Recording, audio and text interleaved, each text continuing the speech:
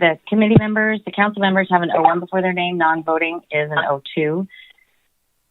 You might need to change your name if you do, if you signed in wrong or you want to change it once you start. Right-click on your name and edit my information. Let's test out raising your hand. For those of you on the council, when you want, you should see a big purple hand. You can raise it. There we go. Awesome. Andy just voted no for something. Okay, that's how that works. And again, if you need to hang up your phone or if you need to take another call or at a break, go ahead and reconnect the same way. Either if you see the audio wizard or if you see the phone, you can use the audio wizard or direct call again. Tips to make anything work better. I wanted to let you guys know if you're using ear pods, Bluetooth especially, sometimes you may have trouble. The audience may not hear you well. So just make sure they're fully charged. Sometimes the audio might skip in and out just because of the Bluetooth connection. And if you need to see a graph or chart close up, there's a button on the top right corner of the pod. It looks like this, and that will full screen that pod if you wanted to see something a little bit bigger. There's how to mute your sound if you hear it coming out of your phone. Before we merge you, if you hear it coming out of your phone and your computer, you can check that box and mute it either here or here, either through Adobe Connect or on your computer altogether. If you mute it on your computer altogether, you won't hear other sounds your computer makes. That's important to you. And that's all I had. There's an app. If you get disconnected too, you can join through the app, at least to listen. It's an easy way. We also have streams on YouTube for those who are listening and are having poor internet connection and want to just dial in. Those are available on our website. And as always, if you are having trouble throughout the meeting, you can contact npfmc.admin@noaa.gov. We are all copied on that, so we can help you get merged, or we can help you with your whatever the issue is. So that's all I had. Thank you, Ms. Davis.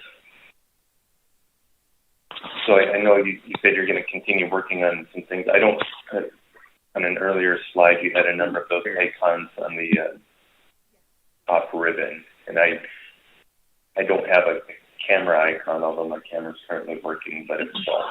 6% of the cases here in the U.S., according to the White House. Maybe just an issue after we cameras off and turn work through it this first day, and if there are any updates by us to go through the meeting. They have made good progress with more than half of U.S. adults fully vaccinated, but right now the country is not on track to reach its goal of 70% of adults getting one shot by July.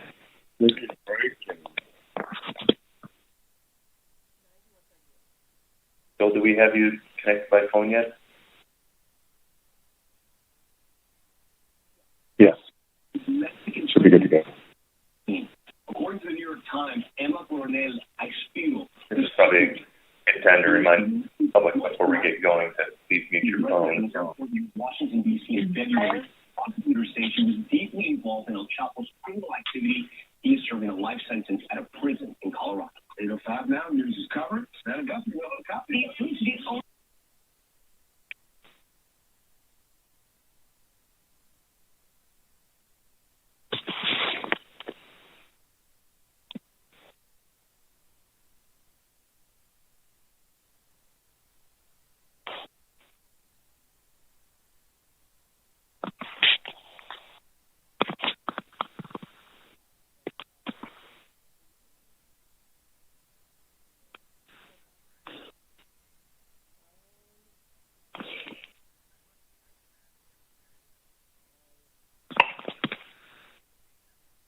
Corporal, I don't know if you are connected by phone. That's probably going to be more important than webcam, although it'd be great to get that going as well.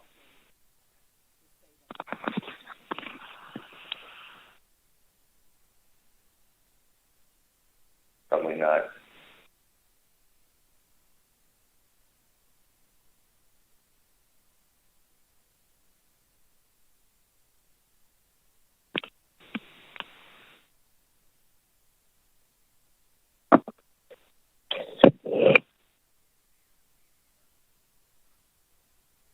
I saw that somebody had tried to call Mr. Twice, and he didn't recognize the number.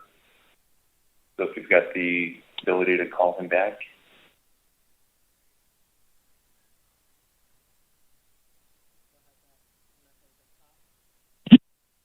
Oh, okay, Ms. McCorkle, we've got you hearing our audio. You can also call in on the phone with the numbers in the upper left-hand corner to be able to speak as well.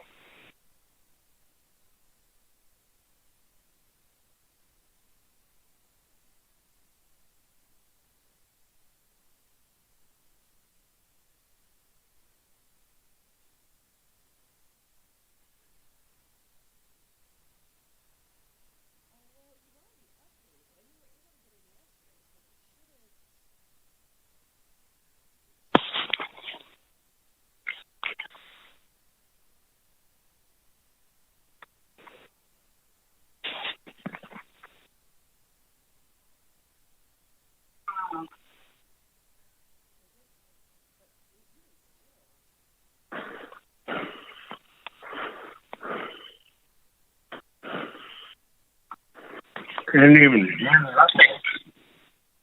I was just hear make noise. All right. Fix it. Members of the public, we're just trying to work through some technical difficulties before we get our meeting started.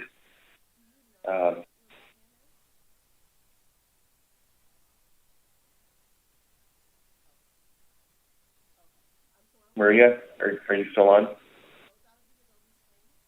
We're walking Mr. Twight through. I am, Mr. Chair. We are working with Bill. Okay. And is that what we're waiting for, is Bill?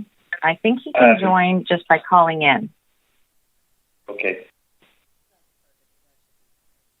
Yeah, I would just like to make sure that we have all the voting members' audio available.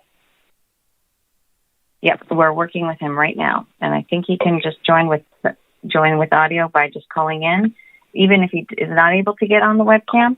So let's just make sure that he can do that.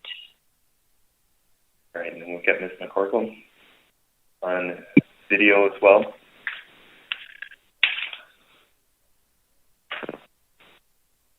Okay, don't see Ms. White listed now on the attendee list. So, assuming that we'll get him connected here shortly, let's just go ahead and start going through the agenda and make sure he's connected by the time Mr. Doremus starts with his presentation. So we'll go ahead and... sorry. Yeah. I did catch that.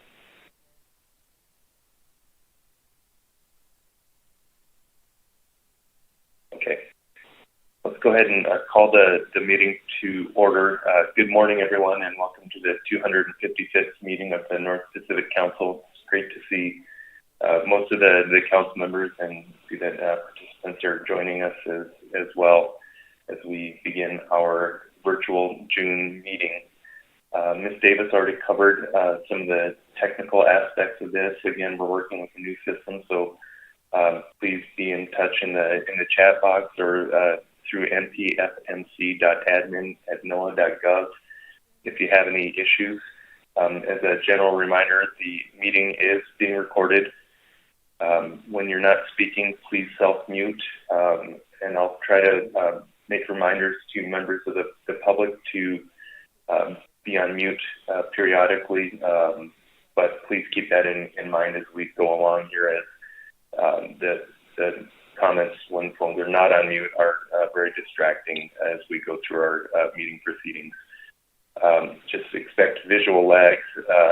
They're part of our virtual meeting process, so just try to be patient with the system, and if you do have issues, as always, try exiting and re-entering the meeting as a means to fix persistent problems. If there's no technical questions as we get going, we can move into approval of the agenda. So again, we're going to start off today as usual with the B reports. We're going to start up with the agenda item B2, the NIPS briefing on EO 14008, Section 216A. And we'll hear a presentation from Paul Doremus on that and have an opportunity for questions. After that, Mr. Witherall will walk us through the B reports, and council members will have an opportunity to ask questions, most of them on written reports. There will be 2 oral presentations, one an update on emergency rules, and then a report from the Science Center on surveys and climate change initiatives. After we go through the B reports with public testimony and any action that the council would like to take, we'll get in and take most of the SSC and AP reports. Exceptions to that will be that the SSC report on agenda item D4 will be given during that agenda item, and then the AP report on agenda item C4 will be given during that agenda item, and then D2 and E item presentations given next week. Otherwise, we'll walk through the agenda as presented with the intent to take up agenda item D4 on Monday. And as always, a reminder, agenda items may be taken up earlier or later than listed on the agenda. Mr. Twite, are you connected with us now? Via phone, it looks like I'm still having webcam problems, but I'm hearing the meeting. All right, great to hear you, Bill, or Mr. Twite. Okay, with that, we have all council members present. Any objections or changes to the agenda?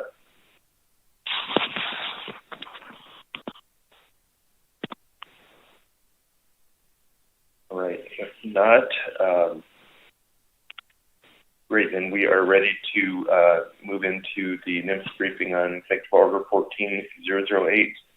I've got Paul Doremus here to give us that presentation. Morning. Thank you, Mr. Chair, and good morning to the council and to all participants. Thank you for the opportunity. We do have a presentation here that I believe is ready. If staff could cue that up, I'll be stepping through a handful of slides to talk about our agenda item here today and set up a conversation. We'll land on a slide that suggests some questions to focus our discussion on this topic. And it looks like we are underway. So this is an opportunity to talk about the administration's report, which will be coming up here in a second, on conserving and restoring America the Beautiful.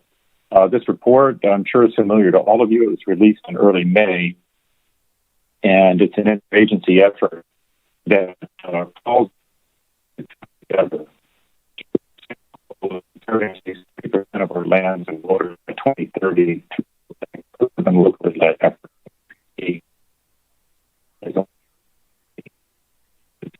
The underlying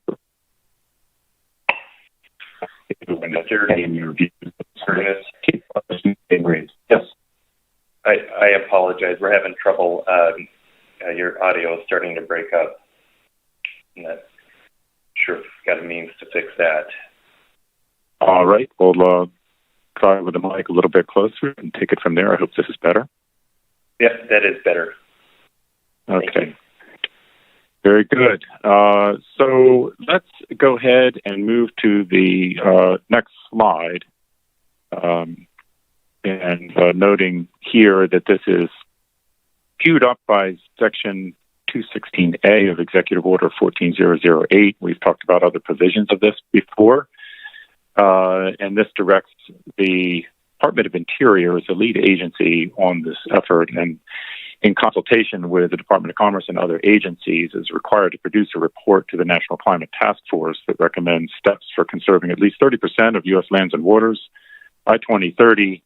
And I want to emphasize here that 30%, it's not an endpoint per se. The focus really is on achieving conservation outcomes and the benefits that they provide, the environmental and human benefits that they provide over the long term. I'll talk a little bit more about that. But the report, the executive order explicitly requires us to solicit input from state, local, tribal, and territorial officials, agricultural and forest landowners, fishermen, and other key stakeholders to identify strategies and encourage broad participation in the goal of conserving 30% of land and waters by 2030. And the EO also calls for guidelines for determining whether lands and waters qualify for conservation and the mechanisms to measure progress, which is a key element of all of this, getting into really understanding conservation objectives and how to evaluate and measure the metrics that go along with evaluating progress towards that goal. So the next slide on preliminary engagement indicates that that NOAA, along with other agencies, conducted a range of outreach in the early phases of this effort under the terms of the executive order to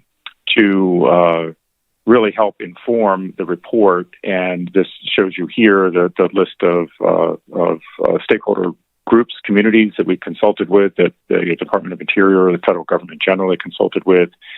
And that was a kind of a stage one that helped to really shape the content of the report that we have today. And I want to mention a few key features of the report going forward here. So the next slide, thank you, is about the content that is in this report and its origins really as a initial step in the direction of designing a mechanism for soliciting public and stakeholder input on a strategy for achieving conservation goals. And it really focuses a national attention. This is intended to be a regionally, locally rooted effort to nationally address key threats related to loss of natural areas and resources from a variety of different drivers, climate change, of course, and disparities in access to the outdoors. It also launches a 10-year locally led, nationally coordinated campaign. So this is a long-term effort. And it recognizes, and this is a very key point, the value of various conservation actions. So this is an opportunity to look at how we can blend things like marine protected areas, ecosystem restoration efforts, areas that allow for sustainable mixed use.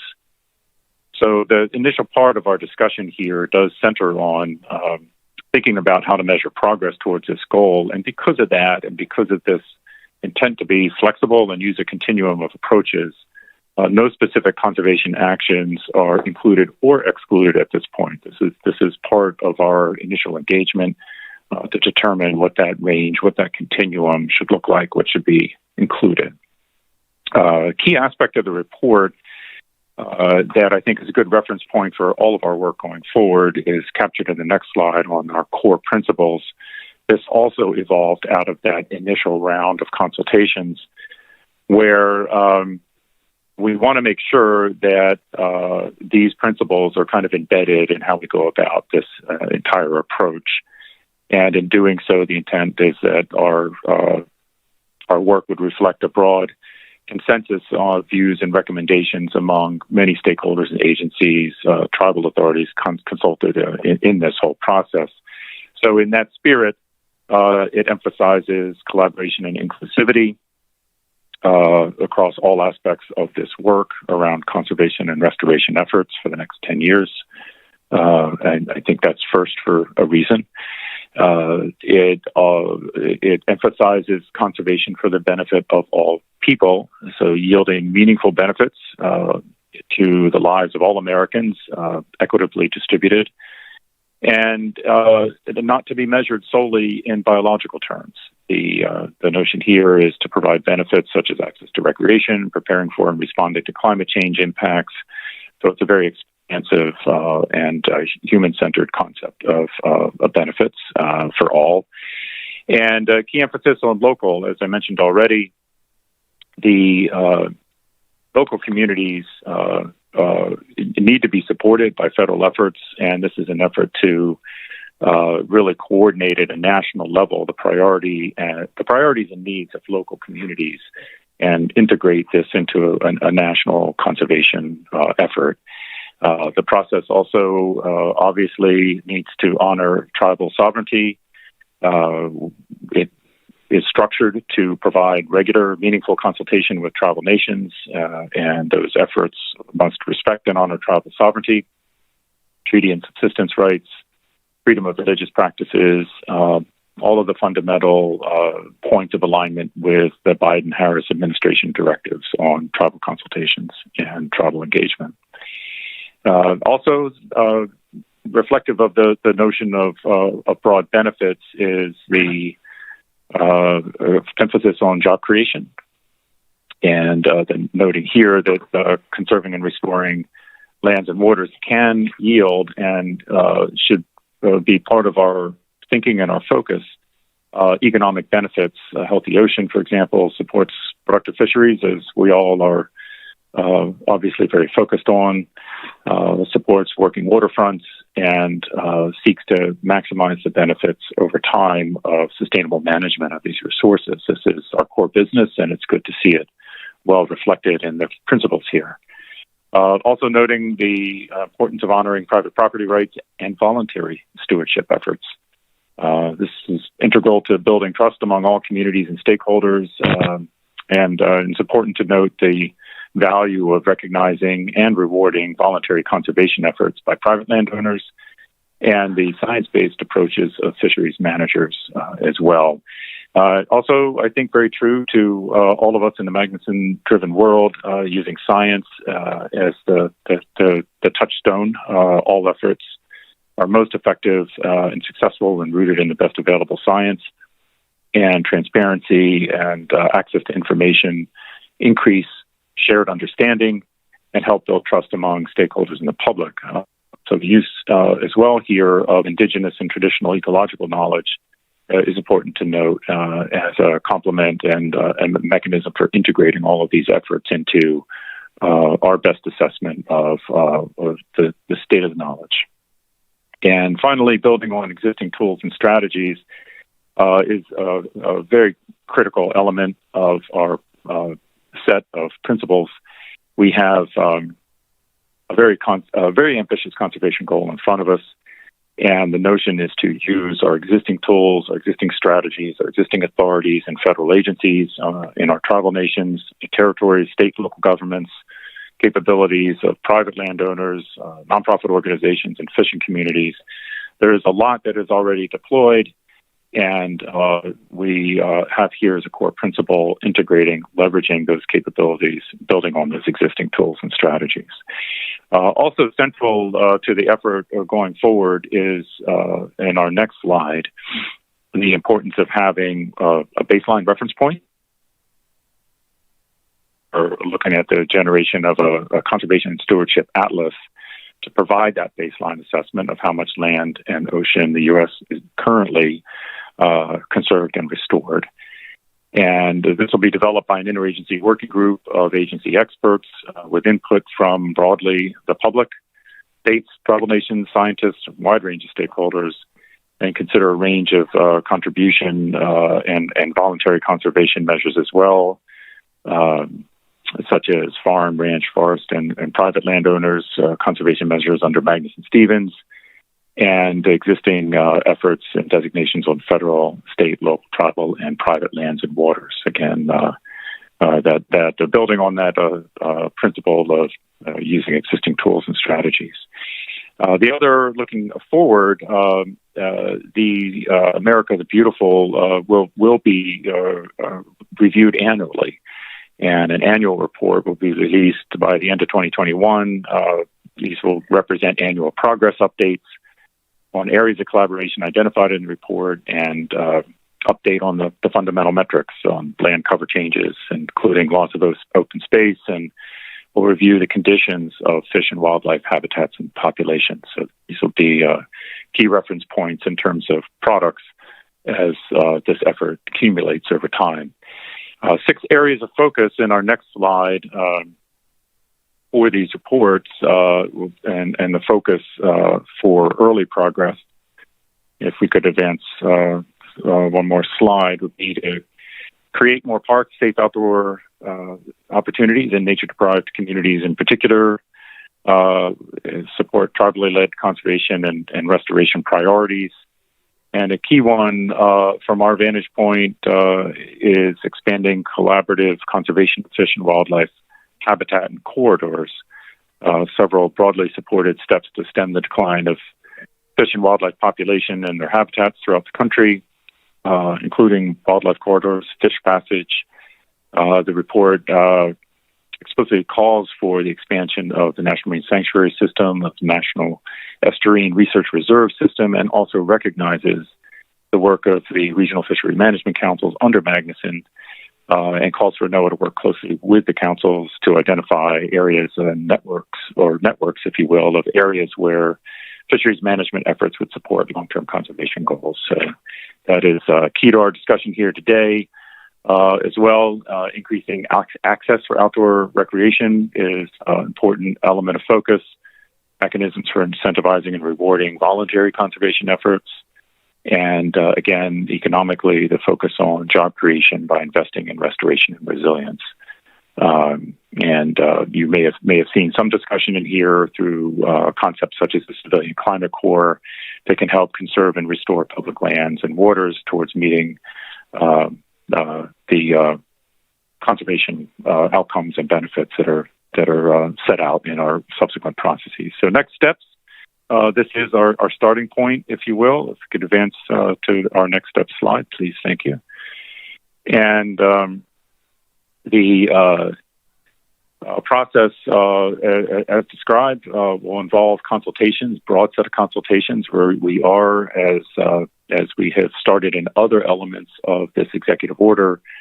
We are consulting with all of the fisheries management councils, our 3 interstate fisheries commissions, and a range of different other avenues that allow for tribal consultations, for broad public comment, both in person and written, various advisory councils, and federal, state, and tribal working groups. We have a range of authorities at our disposal to use, and the next slide lists those out, and they bear no repeating by me at this point. And I do want to conclude here with this last slide on questions for input. The report broadly outlines but puts questions on the table, but I think key things that would help structure the conversation here today are to look at consider what baseline conservation actions are effective in addressing nature loss, climate change, disparities in access to the outdoors. What types of additional conservation or restoration actions would be effective in addressing these challenges? What kind of tools are most appropriate to achieve these additional conservation or restoration actions, and what criteria should we use to identify and select areas for conservation and restoration? And third, are there areas, new areas or enhancements of existing areas that meet these criteria? And finally, how should we support and collaborate with stakeholders to broaden participation in this initiative, advance conservation and restoration actions, and improve access to the outdoors for underserved communities? So these are some suggested questions for engagement going forward. And I appreciate, again, the time and availability to consult with the council. Mr. Chair, I'll turn back to you for engaging in any questions and discussions on the issues that have been laid out in this report and our first step here in our consultation pathway for understanding our opportunities for meeting this objective, this broad 30% objective, and to advancing the underlying goals and interests that we share in conservation and the benefits that stem from that. So thank you, Mr. Chair, and I will turn it back to you for engaging in conversation with the council. Great. Thank you very much, Dr. Doremus. Let's see if there's questions from council members.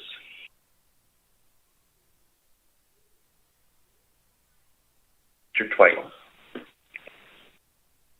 Thank you, Mr. Chair, and thank you, Dr. Doremus. I'm wondering if, as I looked at your sort of key areas for input, final slide, if you think that the work that the CCC authorized on trying to define area-based management and describe area-based management as it's currently being used in the council system, if you think that that's going to be relevant to your first bullet there, what baseline conservation actions are currently effective. I'm wondering if you see that as being a useful tool for answering that, at least, input.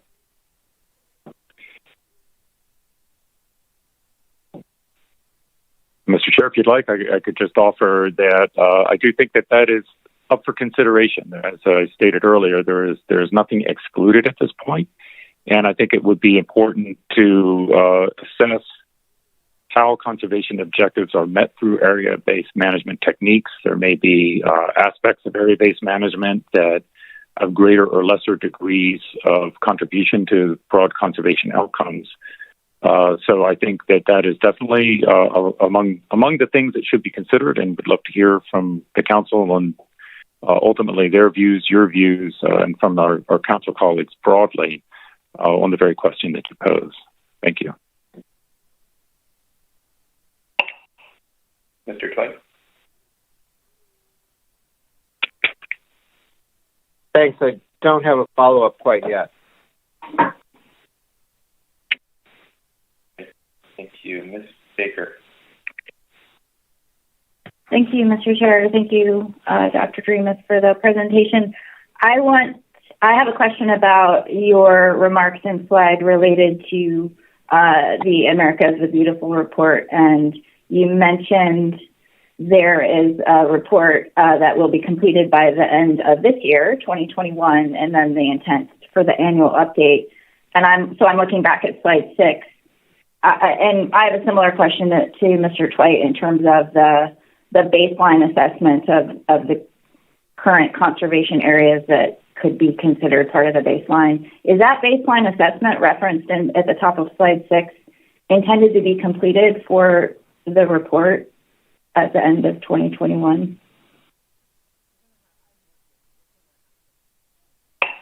Sorry, I was on mute. Thank you.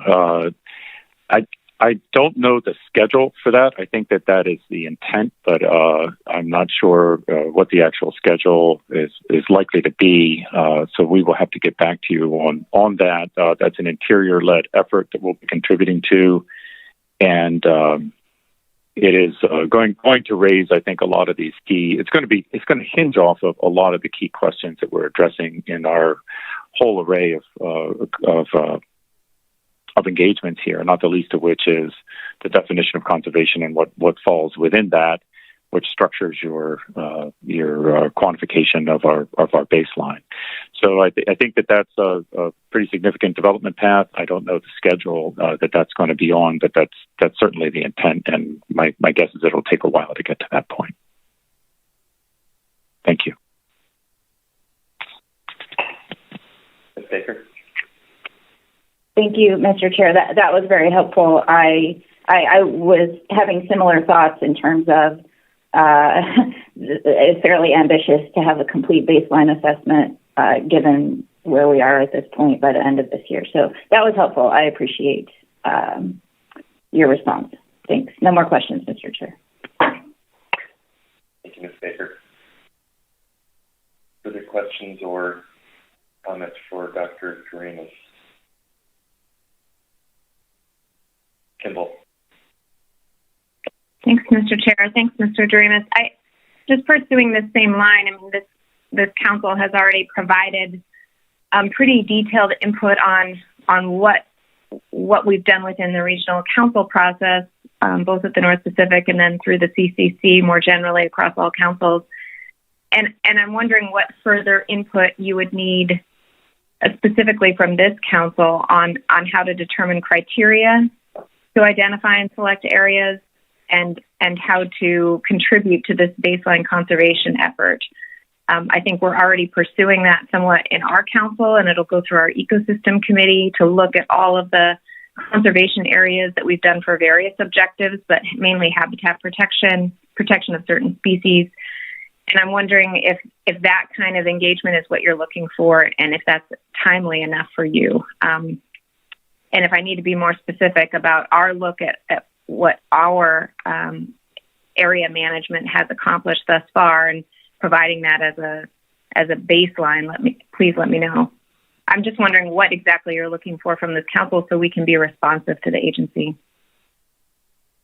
Well, thank you.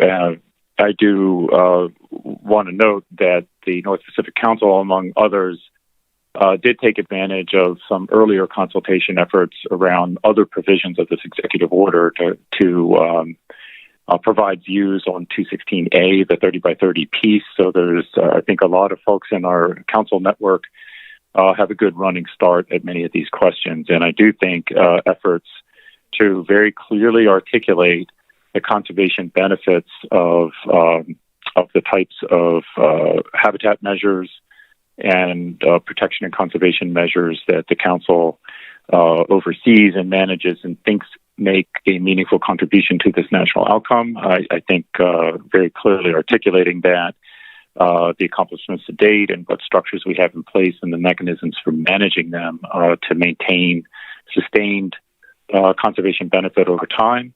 I think those would be the key inputs that would be valued in this process and could influence the content of the Conservation Atlas and the framing of our future objectives for managing these conservation processes over time.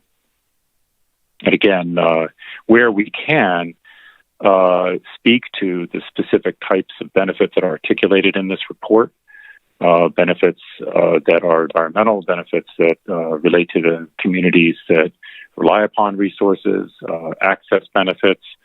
So speaking to the impact path and the management of the conservation action towards maximizing those benefits would be another area I think that would be beneficial to focus on.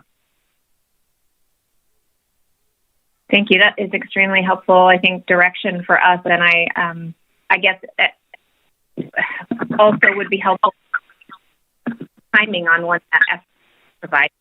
So I've heard you respond that you're not quite sure about that yet. I hope that we can be made aware of that so we don't miss an opportunity to provide that information. Thanks.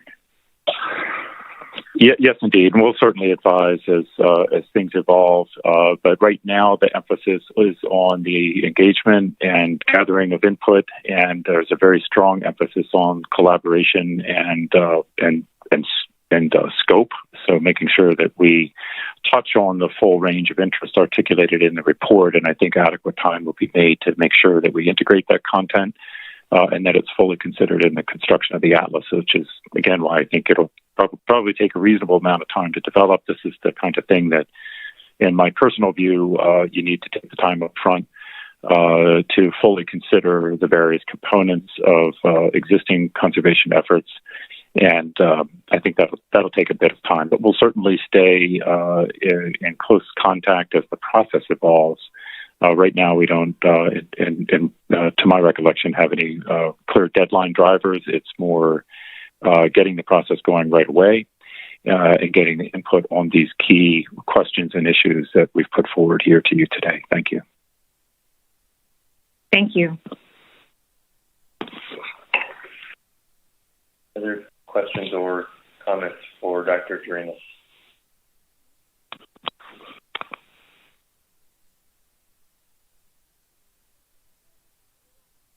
Hey, I don't see any. Thanks again so much for your time and presentation this morning. I would note that we don't have a separate public testimony time set up for this, so we may get additional input from the public at the end of the reports. But thanks again for your presentation this morning. Thank you, Mr. Chair, and we really do value the contributions that the Council has already made around this broad topic and around the executive order, broadly speaking, and really look forward to future engagement, to hearing from you directly in written form about your thinking on these core questions and the types of issues that go into some of the initial products, in particular around the Atlas and specifying how we think about conservation goals and the tools that we have to contribute towards them. So we really do value your contributions to date, and appreciate the time here today to focus on what the charge is, what we've been asked to do, and to set out some key questions for focusing your contributions going forward as we work towards these initial products. So thank you very much for the time, Mr. Chair, and to all council members. Really do appreciate your thought and attention to this important national topic. Okay, thanks again. Thank you. On with our normal course of presentations, does look like there have been some changes made to the meeting platform. I know I've got some updated polls in the upper ribbon. Looks like we may be back on track. Council members, again, please contact admin staff with any issues that you're having. But with that, I think we can turn it over to Mr. Witherell to walk us through the various written view reports.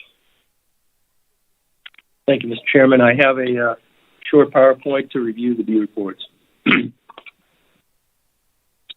I'll wait while that's being loaded.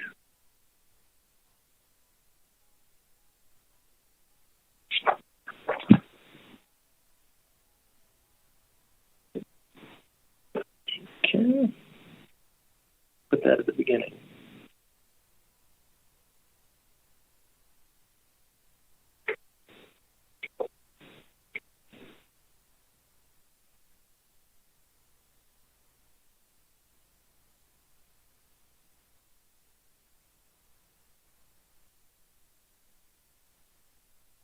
I'm just going to back up because, okay, here we go. I have a few topics in the B1 report. Notification that we have a new Coast Guard commander at the 17th District. Rear Admiral Nathan Moore took over command from Admiral Bell on April 23rd. And I did receive a letter from the Admiral stating that Captain Burnell and Lieutenant Commander Rasky will continue to serve as the council designees. Second, this is Stacy McCorkle's last meeting.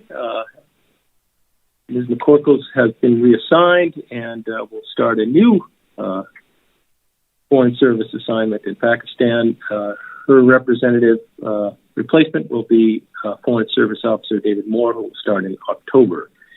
And so, Ms. McCorkle, Stacy, I did want to say thank you very much for your consistent attendance and participation at all the council meetings and your advice on other matters.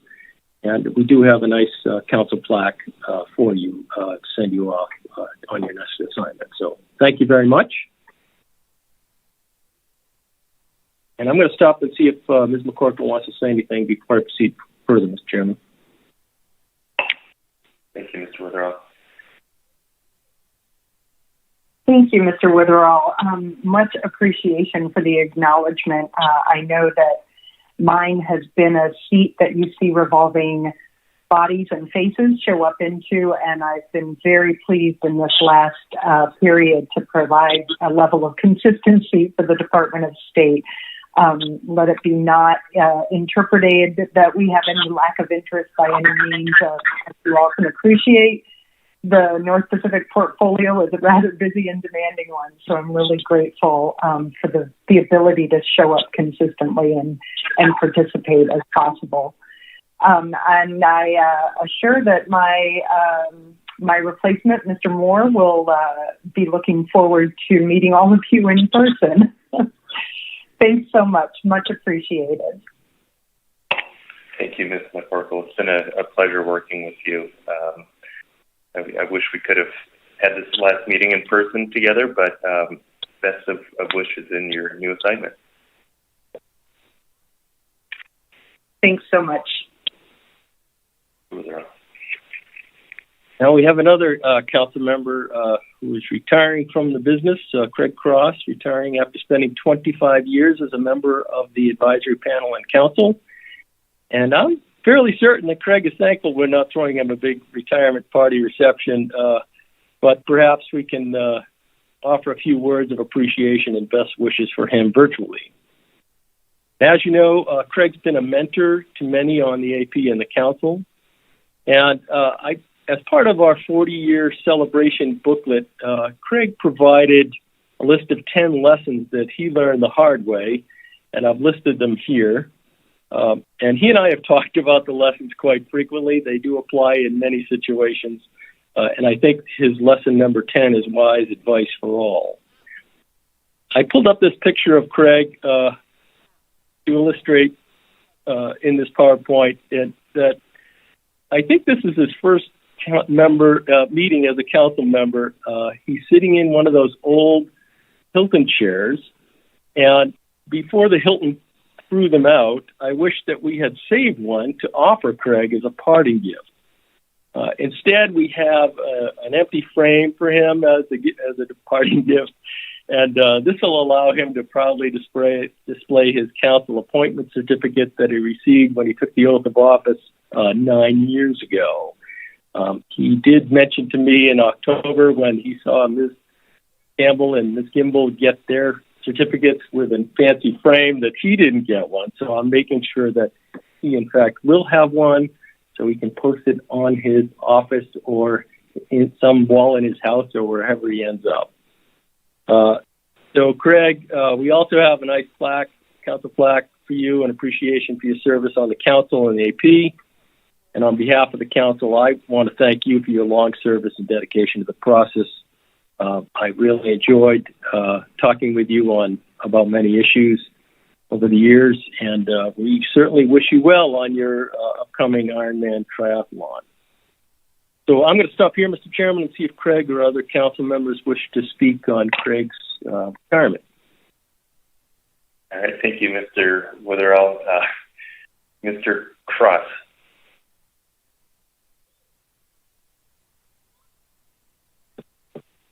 I think Mr. Cross may be muted. You there? Oh, as usual, I was muted. I thank you, Mr. Chairman, and thank you, Dave. These 25 years have gone by fast.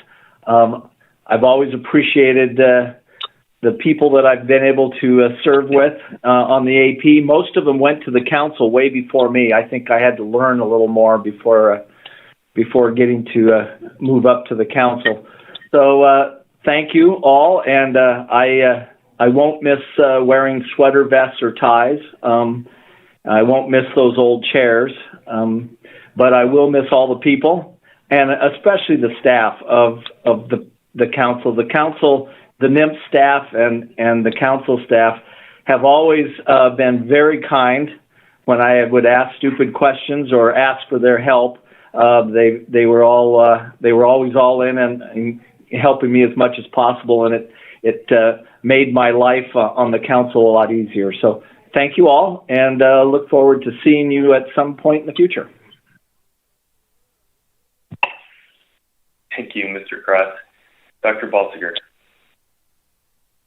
Yes, thank you, Mr. Chairman, and thank you, Mr. Cross. I've enjoyed sitting across the table from you a number of times, a number of years. You've always been a gentleman.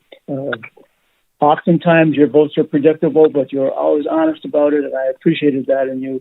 I enjoyed talking to you in the hallways afterwards, and you're one of my good friends in the council system. Best wishes from me. You're twice. Thanks, Mr. Chair. And Craig, thanks for a quarter century of public service.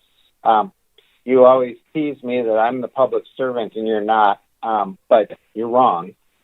You very much embody, I think, what public service is. And you also, in my mind, very much embody the kind of council member that the Magnuson-Stevens backed in business.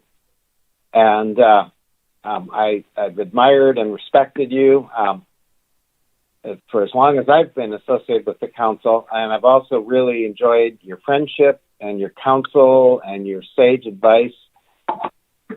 And the thing that may be most irreplaceable out of all that is your inside knowledge. When I get confused, which happens quite frequently, as most people understand in this process, typically you're the one who unravels my confusion and sets me straight. And it's usually a simple phone call of, Craig, I don't understand why so-and-so is doing thus and such. And you'll chuckle briefly and say, oh, well, it's because they're connected to this and they came from this and they worked with them and all of a sudden all the paths all make sense and the outcome makes sense. So I'll miss you for many reasons, but being able to unravel many of the mysteries of the history of at least the industrial scale development of both the Bering Sea and the Gulf is something you've been a student of, you've been a keen observer of, and I hope you'll continue to share that knowledge. And I hope you'll continue in some form of your public service as well, because it's been exemplary. And I hope to continue friendship with you. Thank you very much. Thank you, Mr. Trite. Ms. Baker. Thank you, Mr. Chair. And a lot of the things I was going to say have already been covered, so I'll be brief. I also just wanted to thank Mr. Cross for his contributions. The depth and breadth of your experience and your contribution to this process was unique in the time that I've been here. And, you know, you've lived in remote Alaska communities. You participated directly in so many of the fisheries that this council manages, and that was critically important to help me on so many issues that I talked to you about. And I think, as Mr. Twite mentioned, just really benefited this process. So I want to thank you for all of that, for all of those years that you've done that, and just really wish you well. Thank you, Mr. Cross. Thank you, Mr. Down.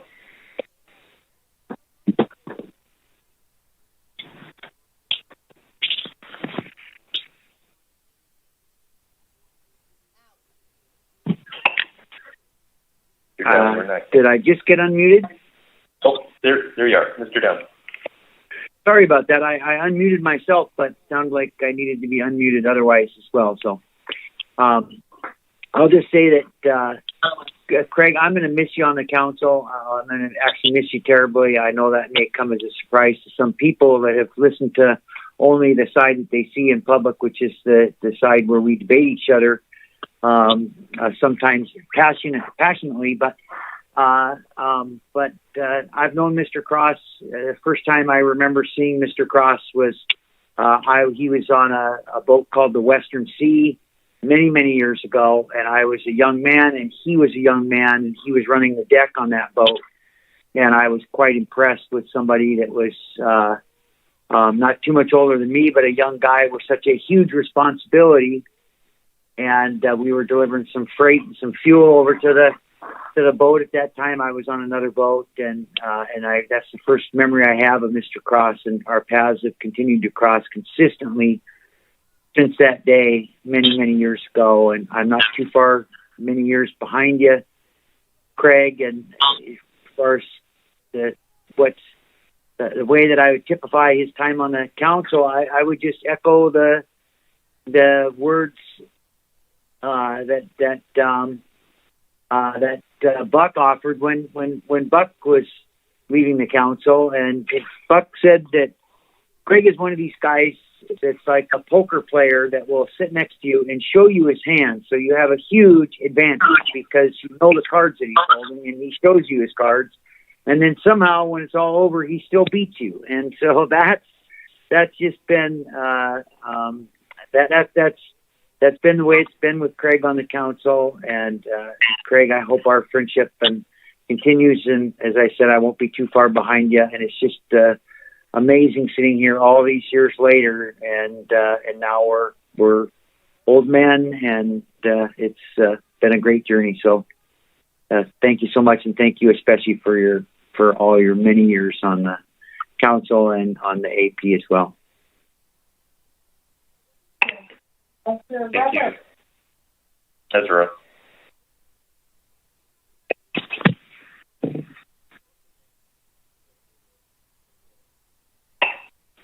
Mr. Mesereau, can you send? There you are, Mr. Mesereau. Good. How about you?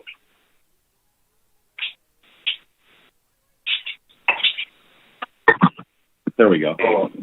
There we are. Thank you. I had to double unmute myself. I just wanted to thank Mr. Cross for his service on the council, his friendship, and the thing that Mr. Cross did for me as a new council member is he explained all of the interactions between different sectors and different fisheries in the Bering Sea. That's very difficult to figure out if you don't have someone that really understands a lot of the information that might otherwise be protected by confidentiality, and the willingness to explain how ownership and interactions occur. It's made me a much better council member, and he took it upon himself when I first got on this council to make sure that I understood the whole story behind these issues. And if he hadn't done that, I think I would have really struggled to keep up with the workload and to understand. And no one asked him to do that. He took it upon himself, and that is sort of the definition of leadership. And he's a good friend of mine, and I'll look forward to staying in touch with him and wish him all the best, and just wanted to thank him on the record for his leadership and guidance during my time on the council. Mr. Mesereau. Mr. Marks.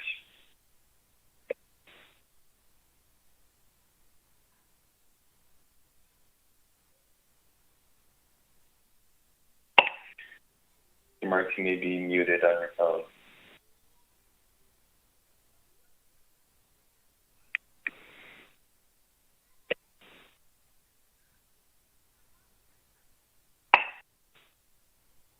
We can go to Ms. Kimball and circle back to Mr. Marks. Kimball. Thanks, Mr. Chair. I just wanted to make sure I could speak directly to Mr. Cross and tell him how much I've also appreciated his service on this council. I've appreciated his operational experience across so many federal fisheries and programs. And like others, I've also really appreciated, how respectful he is. We've disagreed often in the past, but always in a respectful way. And he's always been very forthright about his positions and had good explanations and description of why he was putting forward what he was putting forward. And I just have appreciated how he's operated on this council. I appreciated sitting next to him when we were in person. And it's been a great pleasure to work with you, Craig. So thank you. Ms. Kimball. Mr. Jensen. Yeah, thank you, Mr. Chair. Thank you, Craig. I appreciate your years of service. I concur with the previous comments by all the council members. Especially thanks for that first year. I got to sit by you at the council, and you really helped me a lot.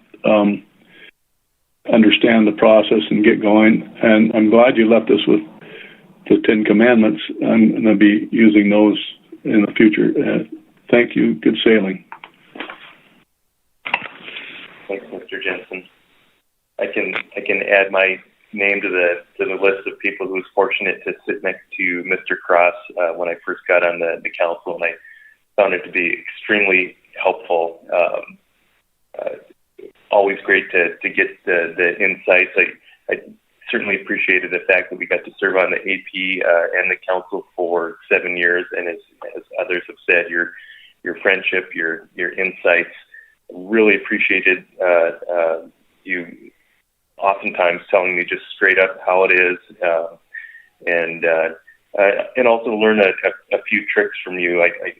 You were quick to point out the issue of the old council chairs at the Hilton, and how it was good to show up early and to get yours. And I actually recall a few times getting a good chair and marking mine, only to come back the next morning to see that it had been moved into your position. So always great to learn the inside tricks from you. So thank you so much for your leadership and experience and sharing that time with us, Mr. Cross. Mr. Marks, are you connected with audio again?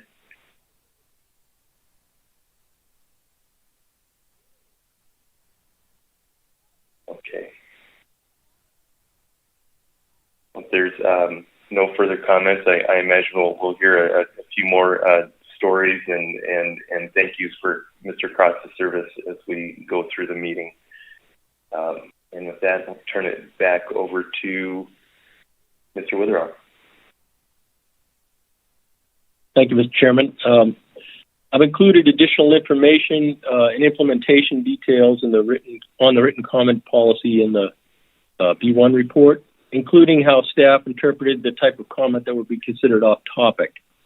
In this case, only those comments where personal information, such as a Social Security number, was accidentally divulged, would we consider it to be off topic.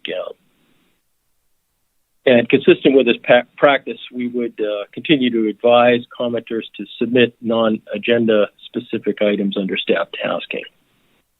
For this meeting, we received a total of 69 comments, and none of them violated the policy. Regarding the comment period, I thought it was interesting that only 4 comments were received in the first 10 days of the comment window. Regarding EO 14008, I did provide quite a bit of background information in the written report, and you just heard a presentation from Dr. Doremus. I don't need to go into that. There were a few actions taken at the recent CCC meeting that may be of interest to the council. First, the CCC approved a proposal from Mr. Twite to form a new subcommittee to track development of the 30 by 30 initiative and evaluate area-based management for fisheries and ecosystems. Second, the CCC reviewed several draft documents and provided additional comments. In the case of the tech memo on ACLs for data-limited stocks, our SSC will be assisting in reviewing that memo, and we'll be able to provide comments to the agency following the October meeting. Comments on the EM data confidentiality are due July 15th, and you'll receive more information, I think, as part of the FMAC report. And lastly, we provided a few comments on the financial disclosure and recusal directives at the CCC meeting. The last bullet here is just a note that we do have a council member ongoing development workshop that will be held in November. We are allowed to send 3 council members and 1 staff. And so I think that our leadership will be working with council members and staff to figure out who would be attending. Ms. Baker has a question. Thank you, Mr. Chair. Thanks, Mr. Witherell. I did have a question about the written comment policy. I noticed that we received some written comments, and I would anticipate verbal testimony as well coming up about the written comment policy. And so my question is about the length of the comment period. Out here on the slide that the comment period was open for 15 days. And my recollection is that that was a slightly truncated comment period in terms of length compared to the council comment periods prior to that using the live posting of comments, that system. Can you remind us, and I think this is in the written document, but it seems to be a point of confusion for people. Can you please walk us through the general length of the comment periods that the council had, say, you know, in 2018, and then moving to the live posting of comments in 2018, I think it was. What did that do for the comment period in terms of length? And then what was this shift in terms of comment period length with the current written comment policy? Can you just please walk us through that? I certainly can. Thank you, Ms. Baker.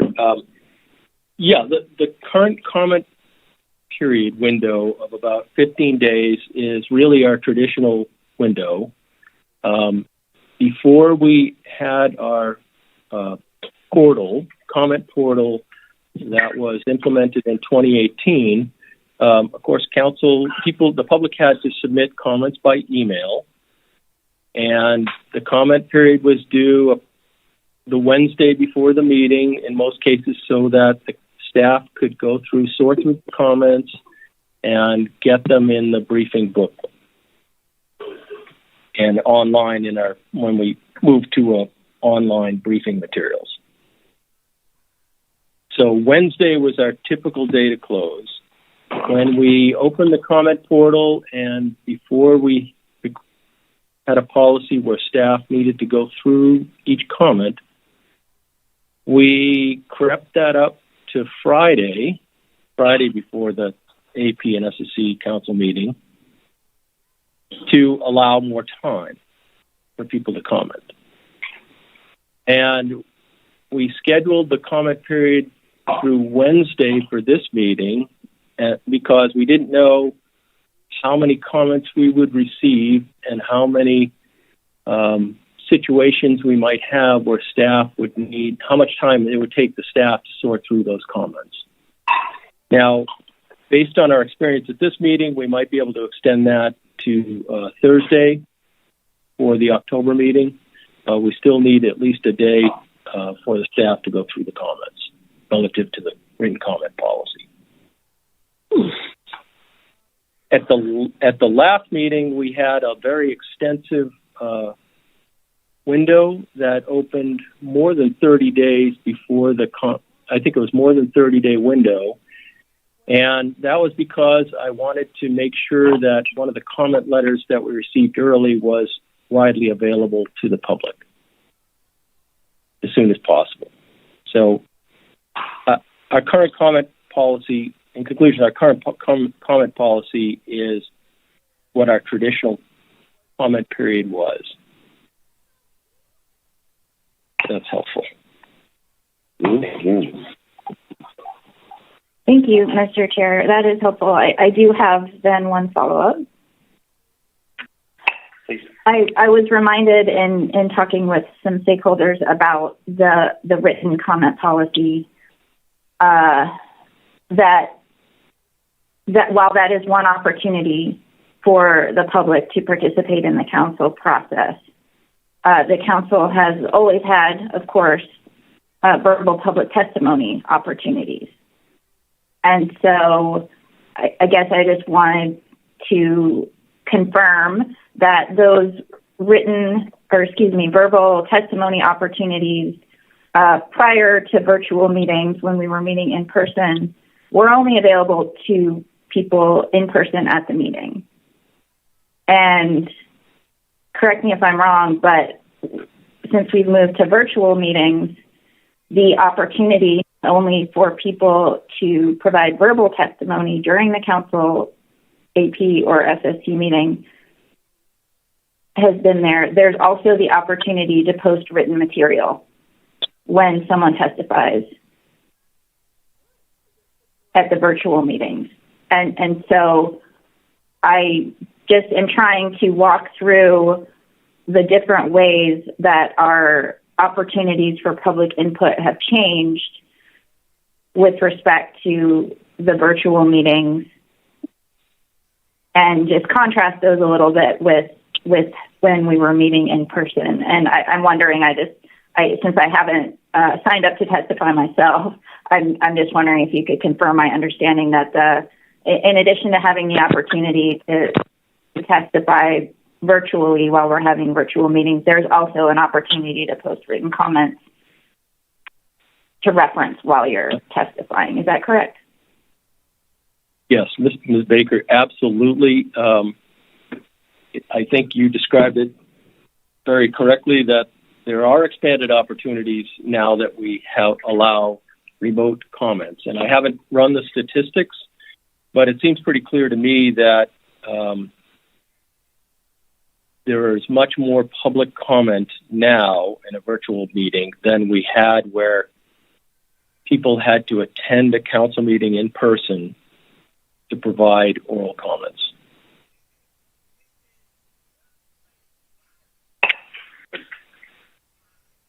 Thank you, Mr. Witherell. Ms.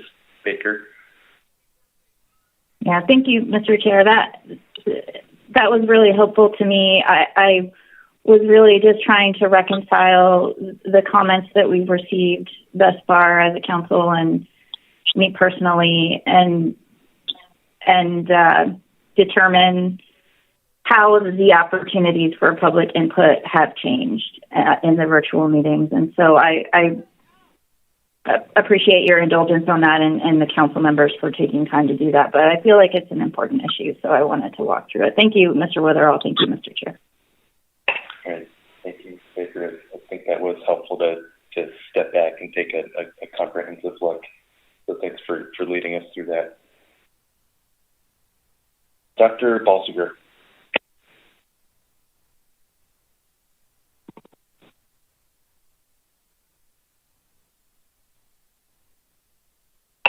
Dr. Balsiger, we're not getting your audio.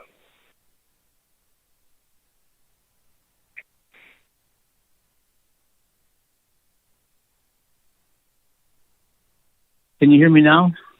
Yes, we can. Okay, I'm not sure if I'm talking over my computer or over the phone, but if you can hear me, thank you. And perhaps when I was lauding Mr. Cross, no one heard me except myself as well. So in case I missed that, Greg, I had a very long speech about how good you were. And maybe I was muted. On this issue, Mr. Witherall, I appreciate the description here in your executive report, and I appreciated the fact that you actually got your similar letter published in the National Fisherman that explained all of this.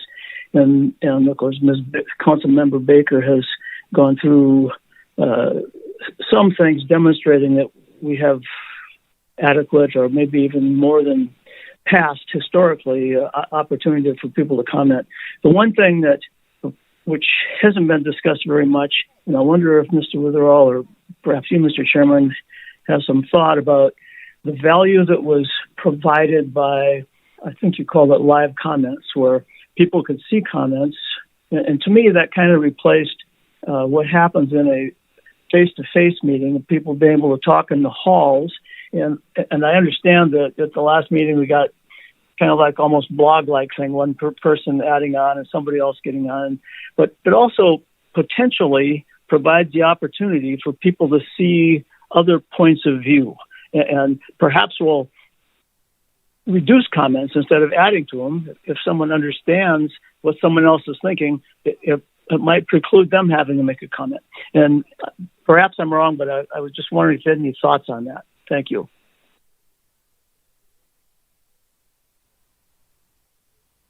Mr. Chairman, Dr. Balsiger, I don't really have anything to add relative to posting comments as they come in or all at once at the end. I think in both cases where we've done that, most of the comments come in at the last couple of hours of the comment window.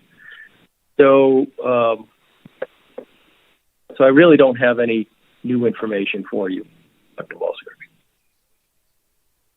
Well, thank you. So, Mr. Chairman, if I just a brief follow-up, if most of the comments come in the last few minutes, I'm not sure what we've gained by not letting the comments come in as they are submitted to the council.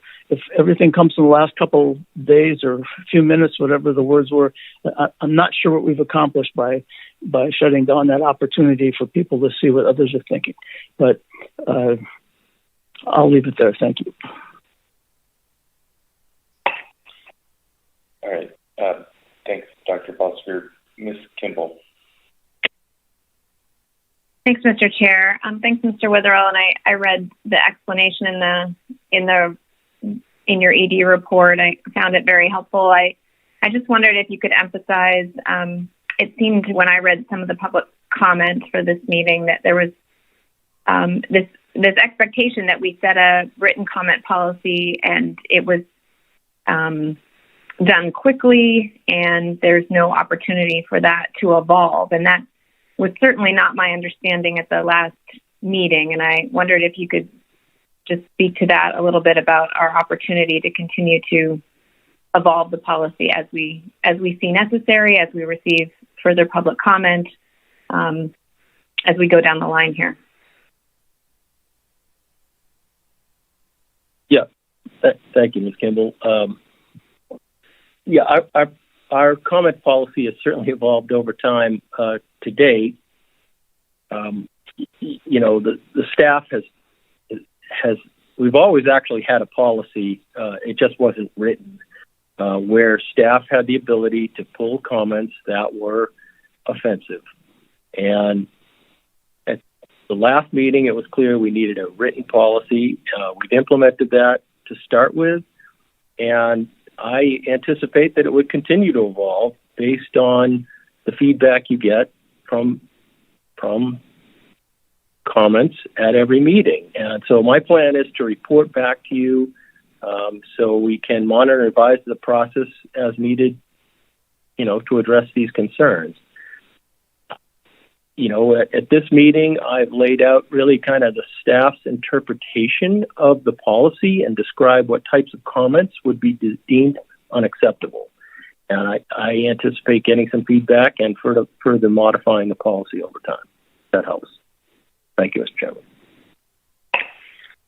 Thank you, Mr. Witherell, and for your efforts to work with the public and the council in how we move forward with this process. I agree that it's a continually, as you laid out in response to Ms. Baker, it's a continually evolving process, and we'll continue to get feedback from the public and consider it. We took up this issue at the executive committee meeting in April, and then dealt with it at the council level, and right, we're continuing to get feedback, and we'll just continue to work through the process. So I really appreciate your work on this.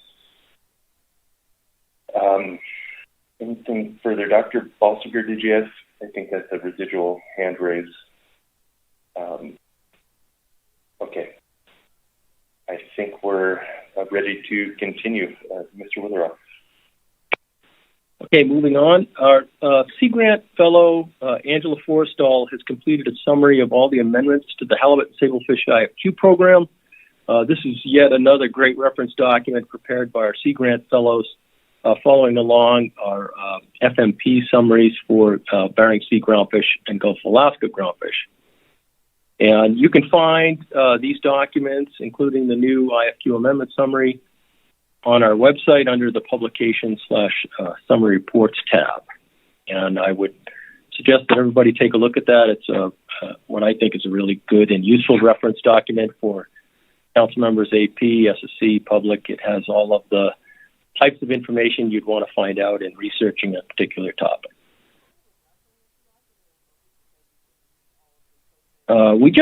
Another issue, we just became aware of a new proposed rule regarding the incidental take of seabirds, and I'll ask Steve McLean to step in here and provide an overview of this new development. We also have Mr. Jordan Muir from the Migratory Birds Management of the U.S. Fish and Wildlife Service Regional Office available to answer any questions you might have concerning the proposed rule. So, Steve? Thank you, Mr. Chairman. Thank you, Mr. Witherell. This is Steve McLean. I'm the Protected Species Coordinator, amongst other things, here at the Council. And David had asked me to review both the final rule and the proposed rule that came in on May 7th. The final rule from January 7th regarding the Migratory Bird Treaty Act.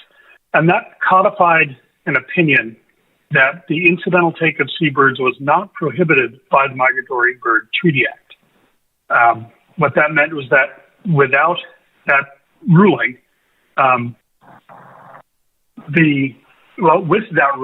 with the MBTA not prohibiting the incidental take of seabirds, there was no risk of being in violation of the MBTA for incidental takes in fisheries and such. And that came about after a lot of confusion amongst the different district and circuit courts interpreting the MBTA differently. Some of those courts had concluded that the MBTA did prohibit incidental take, and others had concluded that it didn't. So there were a number of lawsuits that were working their way through that were facing inconsistent interpretations of that rule. So then when the January 7th final rule was implemented, There was again some challenges and a lot of public comment, and pointed out some of the legal discrepancies that were apparently in that final rule. And in May 7, the Fish and Wildlife Service published a proposed rule that would reverse the final rule from January 7th. And that then proposed rule does state that the Migratory Bird Treaty Act does prohibit the incidental take of seabirds. Unfortunately, now there is no identifiable way to authorize this incidental take of migratory birds, which we know are encountered by many of the fisheries in Alaska. And there is some concern that those fisheries that do encounter and take seabirds that are all protected under the Migratory Bird Treaty Act could be at risk of violation without a way for the U.S. Fish and Wildlife Service to authorize that incidental take. So in some respects, the May 7 proposed rule brings us back to the management structure that was in place before the January 7 final rule, except I think for one very important distinction, in that before that January 7 final rule, there was that legal confusion about whether or not the MBTA authorized or prohibited incidental take. So now the difference is that we have a proposed rule that sets a national policy, consistent national policy, that the Migratory Bird Treaty Act does, in fact, prohibit the incidental take of migratory birds, including the seabirds that are taken in our fisheries. That raises some concern about the potential implications for any of the fisheries that could potentially be in violation by taking seabirds. So the letter that was drafted and submitted on the June 7 comment deadline simply requested that the agency recognize the risk to the sustainably managed fisheries off Alaska, and then also requested that the Fish and Wildlife Service work with the North Pacific Fishery Management Council and other regional fishery management councils around the country to develop and implement a method to authorize the incidental take of seabirds in federally managed fisheries. So we wanted to bring this to your attention. I am here to answer questions if you've got them, and also appreciate the Fish and Wildlife Service representatives also able to answer some questions. Thank you. Thank you, Mr. McLean. Council members, any questions for Mr. McLean or Mr. Jordan Muir?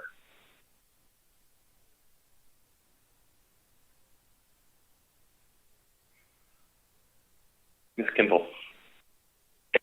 Thanks, Mr. Chair. I guess I just wanted to hear from Mr. Muir whether, or if he can share, whether the agency also sees this as a problem. Is there a likelihood that some authorization in order to authorize incidental take, somewhat similar to the way we've been doing it previously, is a possibility under the final rule as a result of the May 7th proposed rule? I guess finding the likelihood of a possible outcome here is important.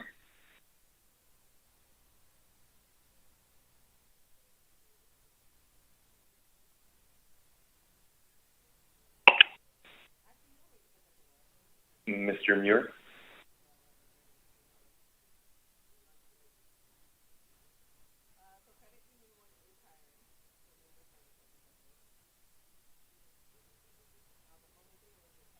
Maybe having connection issues.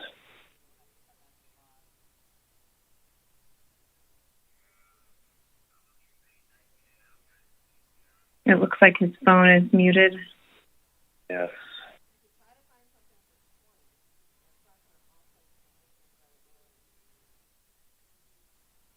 If necessary, Mr. Chair, maybe we could circle back after testimony. But this seems like a situation where we need an avenue to move forward, and I'd like to hear what that might be. So I can put a hold on that question. This is Jordan. Can you hear me now? Yes, we can. Good morning. Excellent. I apologize. Problems with audio there.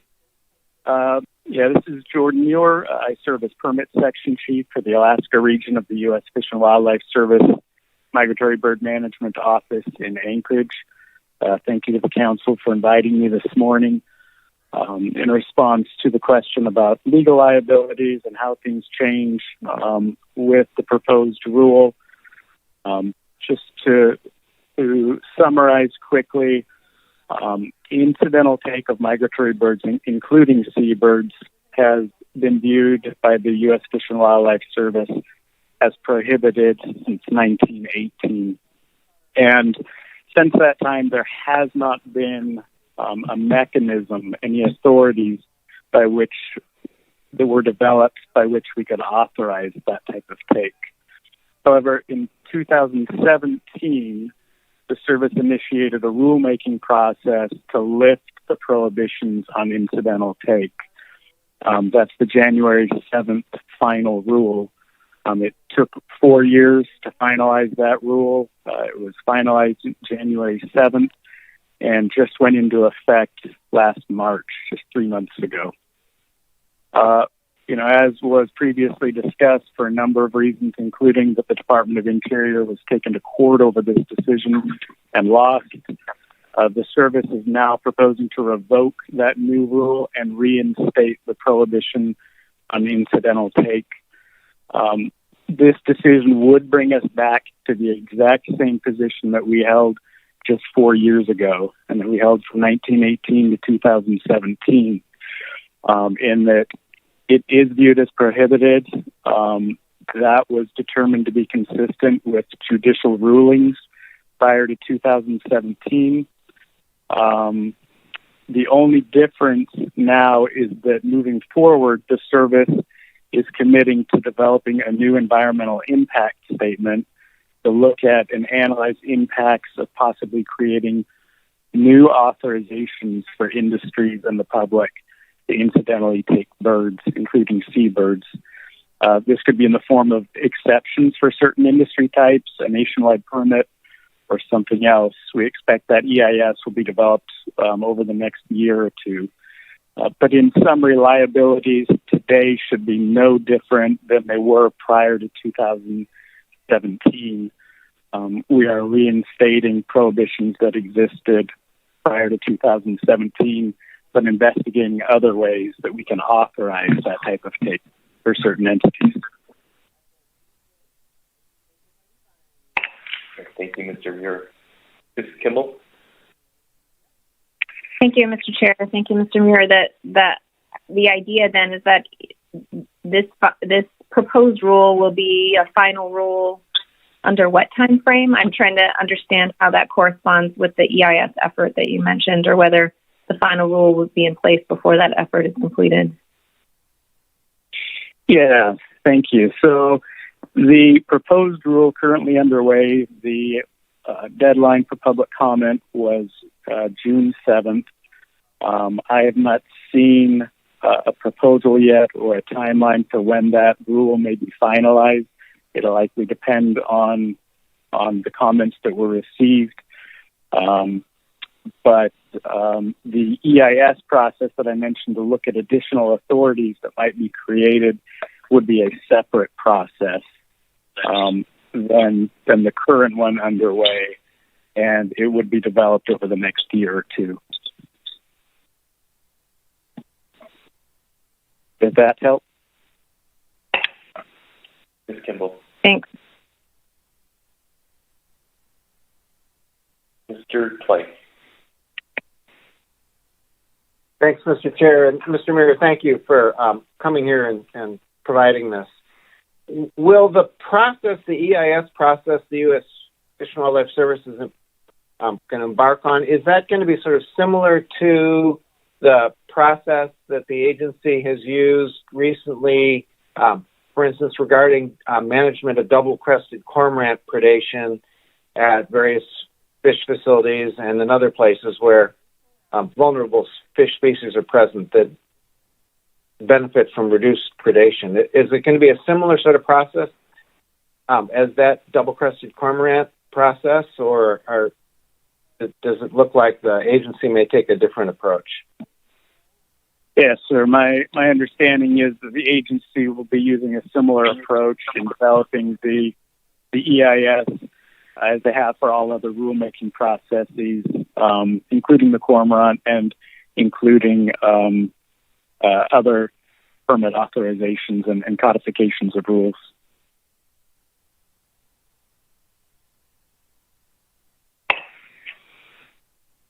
Mr. Clay? No further. Thank you.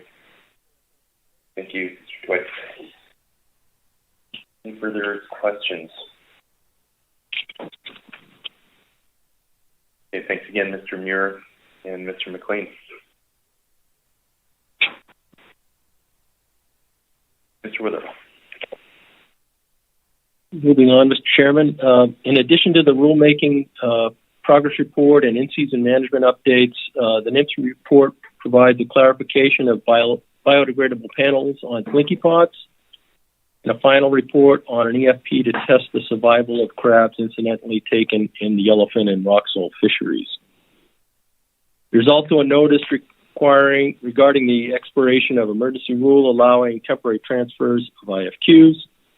The emergency rule allows any individual quota shareholder to transfer their associated IFQ in 2021 to an eligible person without having to meet one of the 6 special circumstances that constitute exceptions to the owner on board provisions. And the agency has given the council a heads up that if you intend to extend that for another 186 days, then the council would need to start working on a long-term solution to allow those transfers to continue.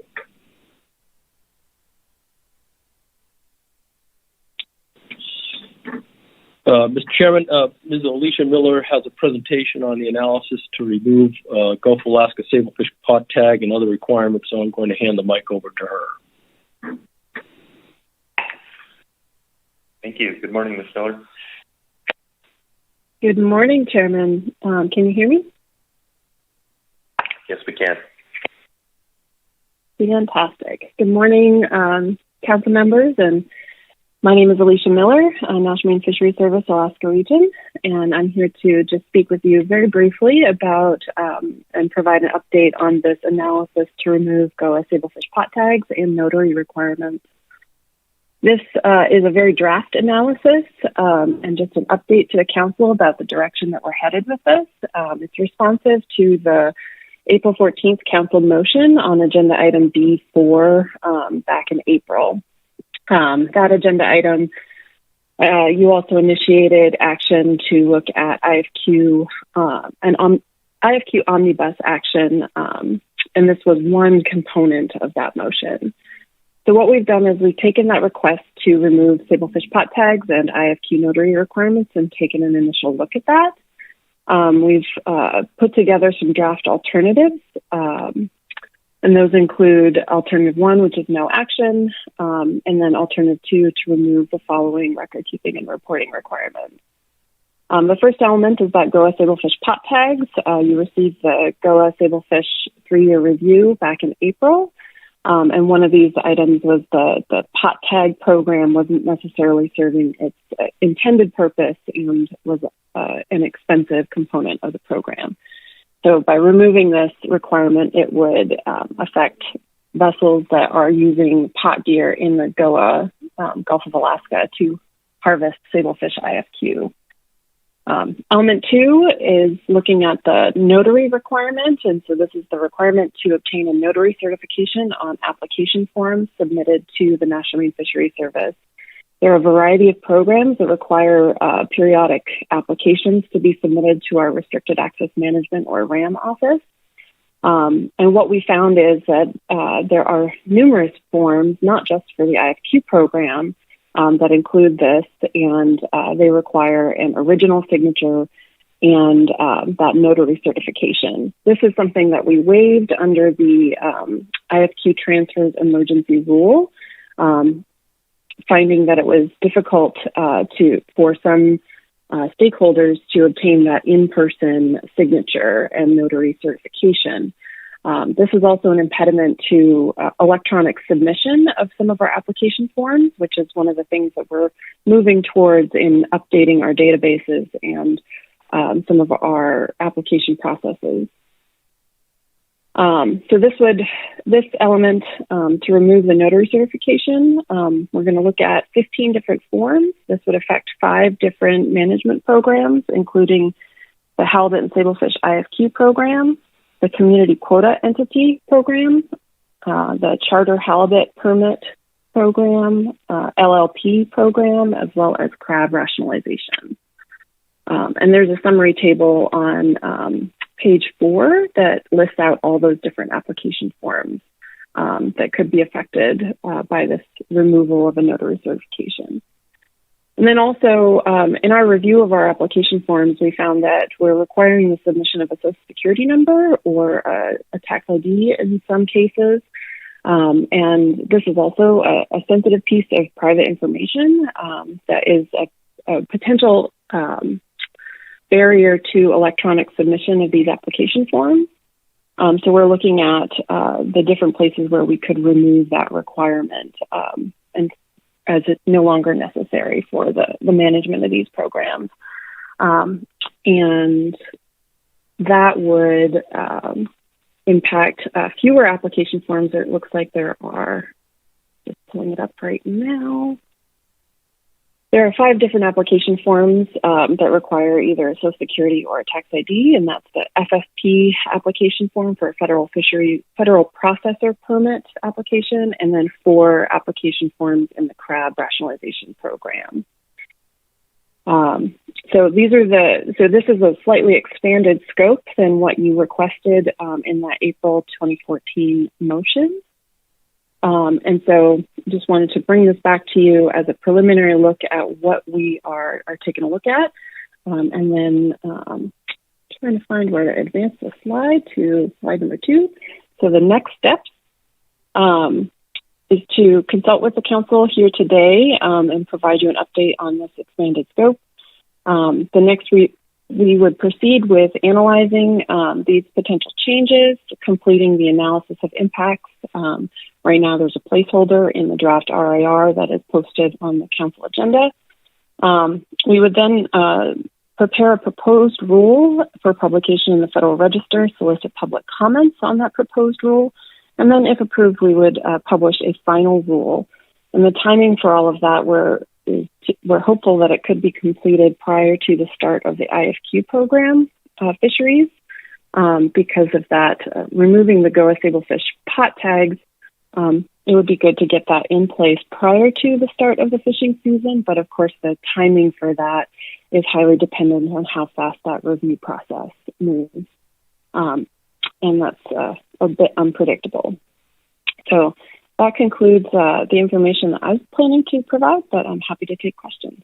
Thank you. Thank you, Ms. Miller. Any questions from council members?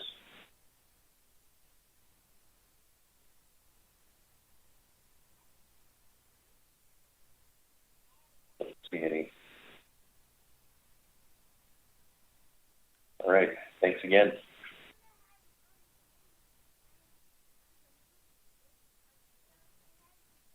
You, Mr. Witherall. Okay, moving on.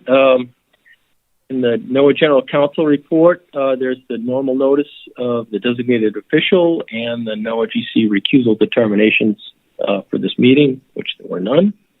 There's also a litigation update relative to Southeast salmon. All right. Thanks, Mr. Witherall. I think Ms. Baker has a question. I hope I didn't see you too late. Ms. Baker.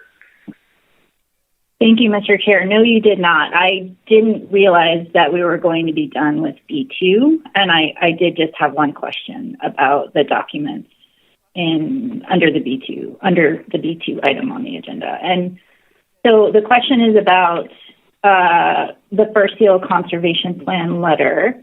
I just was wondering, I had a question about the process. As those of you that read the letter see that the agency has begun revising the 2007 conservation plan for northern fur seals, and appreciated the heads up from Dr. Balsiger and the agency on this. My question is that apparently the plan is for the agency to develop the draft conservation plan and complete that draft by the end of this calendar year and publish a notice of availability for public comment. My question is, since I'm not familiar with this process in terms of a conservation plan and not the MMPA specifically, does that mean that the agency will publish a notice of availability, accept comments on the draft conservation plan, and consider and potentially incorporate those comments in the final conservation plan, much like you would do for rulemaking under the Magnuson Act, or how does that work? Mr. Chairman? Dr. Butcher. Yes, thank you. So, yes, Council Person Baker, that is how it would work. This is it's actually not that long ago when we brought this to the council. It seems like it was a different lifetime almost because of the last year and the last year. But that was the mechanism that we laid out in front of the council back in 2017 or 2018. And so we're trying to follow as close as we can the requirements of the law as we develop this. Of course, we have a special relationship with the co-management groups on the Pribilof Islands. We also think we have a special management relationship with the council. Basically, we work for you. So if there's different thoughts, we could consider them. But as Ms. Baker has laid it out, is what our plan is for the time being. We publish a proposed rule, review the comments, and incorporate those as we could.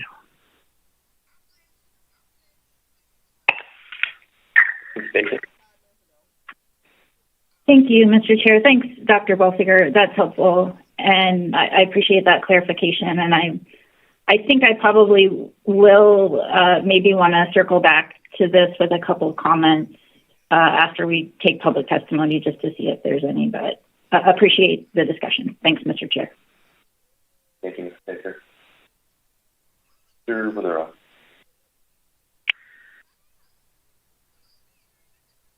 Thank you, Mr. Chairman. Moving on to the NOAA Office of Law Enforcement. There's a comprehensive written report from OLE regarding case updates and settlement information, evaluating and collaborating on addressing non-compliance issues with the fixed gear EM program, and a review of the statements and incidences of issues related to the Observer program. And I think we have Will or others on board if there are any questions. Questions from council members? And if not, let's go ahead and Mr. Twice. Thank you, Mr. Chair. Sorry to be frustratingly slow on hands up and all that today. Just a question for OLE, who might be on the phone, regarding the Observer program issues that were noted over the last year. Seemed like there was a real spike in complaints, and it looked like a fair number of them were going to be worked through pretty well. So the main question I have on that is OLE thinking about doing a lot more sort of targeted outreach as well to the fleet? I know there was a fair effort on that a few years ago, some of which has become annual, but maybe it looks like we need another emphasis in order to ensure the safety of our observers at sea. Can you give me a sense of what you're planning relative to that, or if you're not seeing it as much of a spike as maybe I was seeing? Yeah, Nathan Logaway here, NOAA Enforcement, through the chair, Mr. Twite. The Observer annual report has a thorough analysis of the 2020 statements. The B report has analysis or listing of the statements and cases so far in 2021. We have initiated a number of outreach efforts. Our new employee, Alex Perry, has initiated a lot of that, and then a lot of outreach letters with my signature on them have gone out. We also, through our Observer Pulse operation that we did again this year in January, February timeframe. In addition to taking care of investigations and violations, did a considerable amount of outreach. So that's kind of an ongoing, year-over-year effort. But with the addition of Alex Perry and the analysis that he's doing of observer statements, I think we're stepping that up a bit. But generally, there's been some changes to the way statements are coming in and the types of statements that are coming in because of the COVID year. There's been a lot of changes to the deployment of observers, being that there's a lot of waivers to the 90-day and waiting periods, and then additional stresses on crews and observers. So we haven't drawn any real hard conclusions over the last year, and for that reason you don't see a whole lot of comparison and some new tracking tools that we're using with the observer program of observer statements, but you don't see a lot of actual year-over-year comparison in either of the reports or observer statements. But in short, we are stepping up outreach efforts. Mr. Twite? Thanks, Mr. Lagerwey. Bill Twite here. I just really appreciate any additional emphasis you can provide, and glad you've got more capability for that.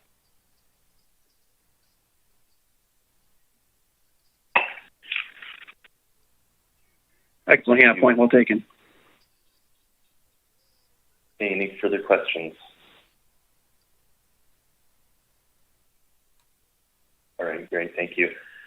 Okay, let's take our morning break, and then we'll come back and get the Science Center report from Dr. Foy. Come back at 10 o'clock Alaska time, 11 o'clock Pacific.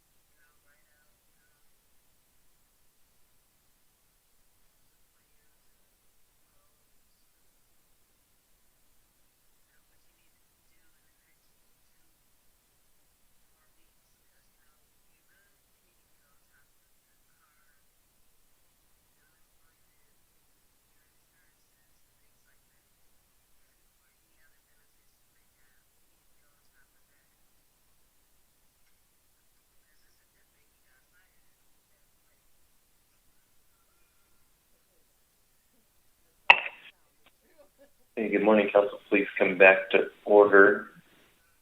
We are ready to continue with our B item report. Next up is agenda item B5, the Science Center report from Dr. Bob Foy. We will be sharing that presentation on the screen as well as it's available on the e-agenda under the B5 tab. Good morning, Dr. Foy.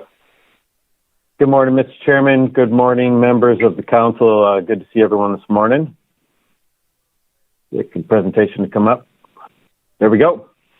So this morning, I'm going to give you a couple of updates, one on surveys and climate research. For the record, I am Bob Foy, Director of the Alaska Fisheries Science Center. So I'm going to give you a brief update this morning just on surveys for this year. I assume that would be of interest. Secondarily, I was asked to focus on how the Alaska Fisheries Science Center is working through executive orders. You heard one of those from Dr. Doremus earlier today. I'll be focusing on Alaska Fisheries Science Center research focused on climate-informed science for management. And then I will also talk about the environmental justice components of a number of different executive orders and what we are currently working on. In terms of the survey update, I will be brief. You have seen the next two slides in the past, minus a couple of updates here. You'll remember that everything in green is a planned survey. Everything in red is a survey that we would have liked to have done but did not. An X is a new unexpected change in survey plans, and I'll walk through the rest. So I will grab my pointer here. Actually, it looks like I can draw. So this is Gulf of Alaska, ecosystem and basic surveys.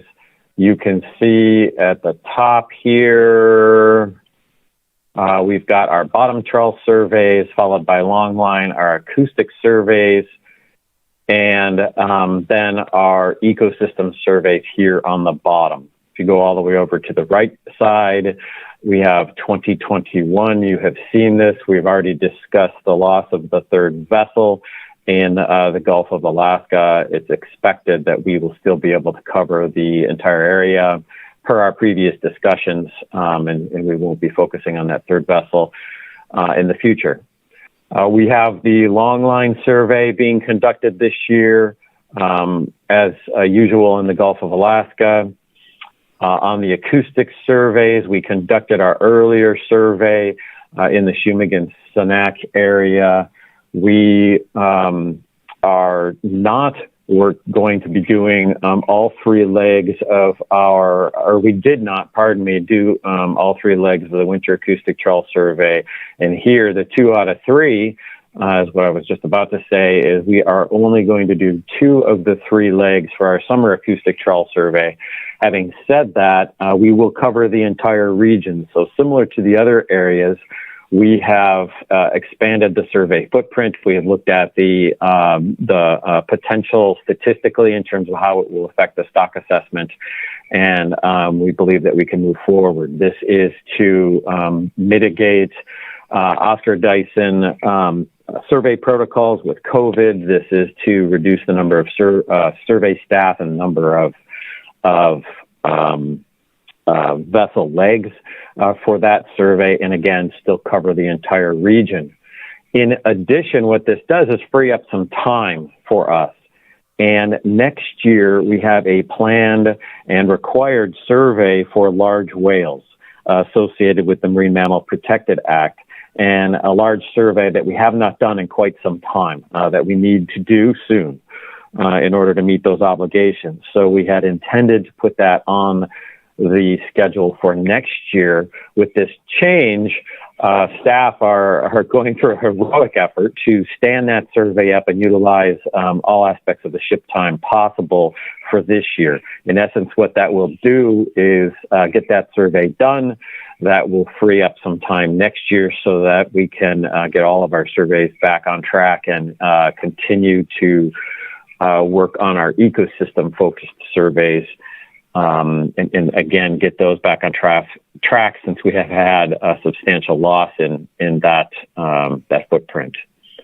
The rest of the year, we are also canceling our summer Gulf of Alaska Age Zero survey, and this is what I was just hinting at in terms of a loss of additional ecosystem work and lower trophic level work and early life history work. This is to accommodate some scheduling issues on the Oscar Dyson. They need to go into a long-term repair period. How do I turn this down? I'm not talking so. Apologize, Mr. Chair. You need to. We need to have the vessel go into dry dock earlier this winter. That's going to take a substantial amount of time. Our concern was the potential loss of survey time at the beginning of next year.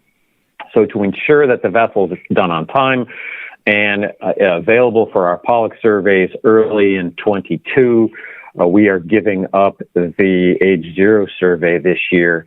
Not something we prefer to do, but that is the best in terms of a strategic move and making sure that we have the vessel available early next year. In addition, because of loss of sea days on the Dyson this year for COVID protocols, we are working with our colleagues on a charter right now where we are covering some of our ichthyoplankton work along with our ecosystem work in other regions. Moving on to the Eastern Bering Sea, we are conducting all of our surveys in the Eastern Bering Sea. You can see all green here in terms of what we expected to do and what we will be doing in both the trawls and the northern and southeastern Bering Sea, and longline surveys in the Bering Sea this year. And our ecosystem surveys are moving forward. Having said that, again, with the loss of some of the Dyson time, this is where we're working with our colleagues on the mooring surveys and the DBO surveys in the Northern Bering Sea region to collect as much data as we can from our ecosystem lines, our mooring lines, etc. So we won't have a full complement of information, but we are putting people on those vessels and getting what data collected that we can, with the hopes that we are back on track with normal scheduling in 2022. With that, Mr. Chairman, those are the only two slides I had on surveys. I suspect a question maybe. I'll stop for that and then move on to the rest of the presentation. Great. Thank you, Dr. Boyd. Any questions?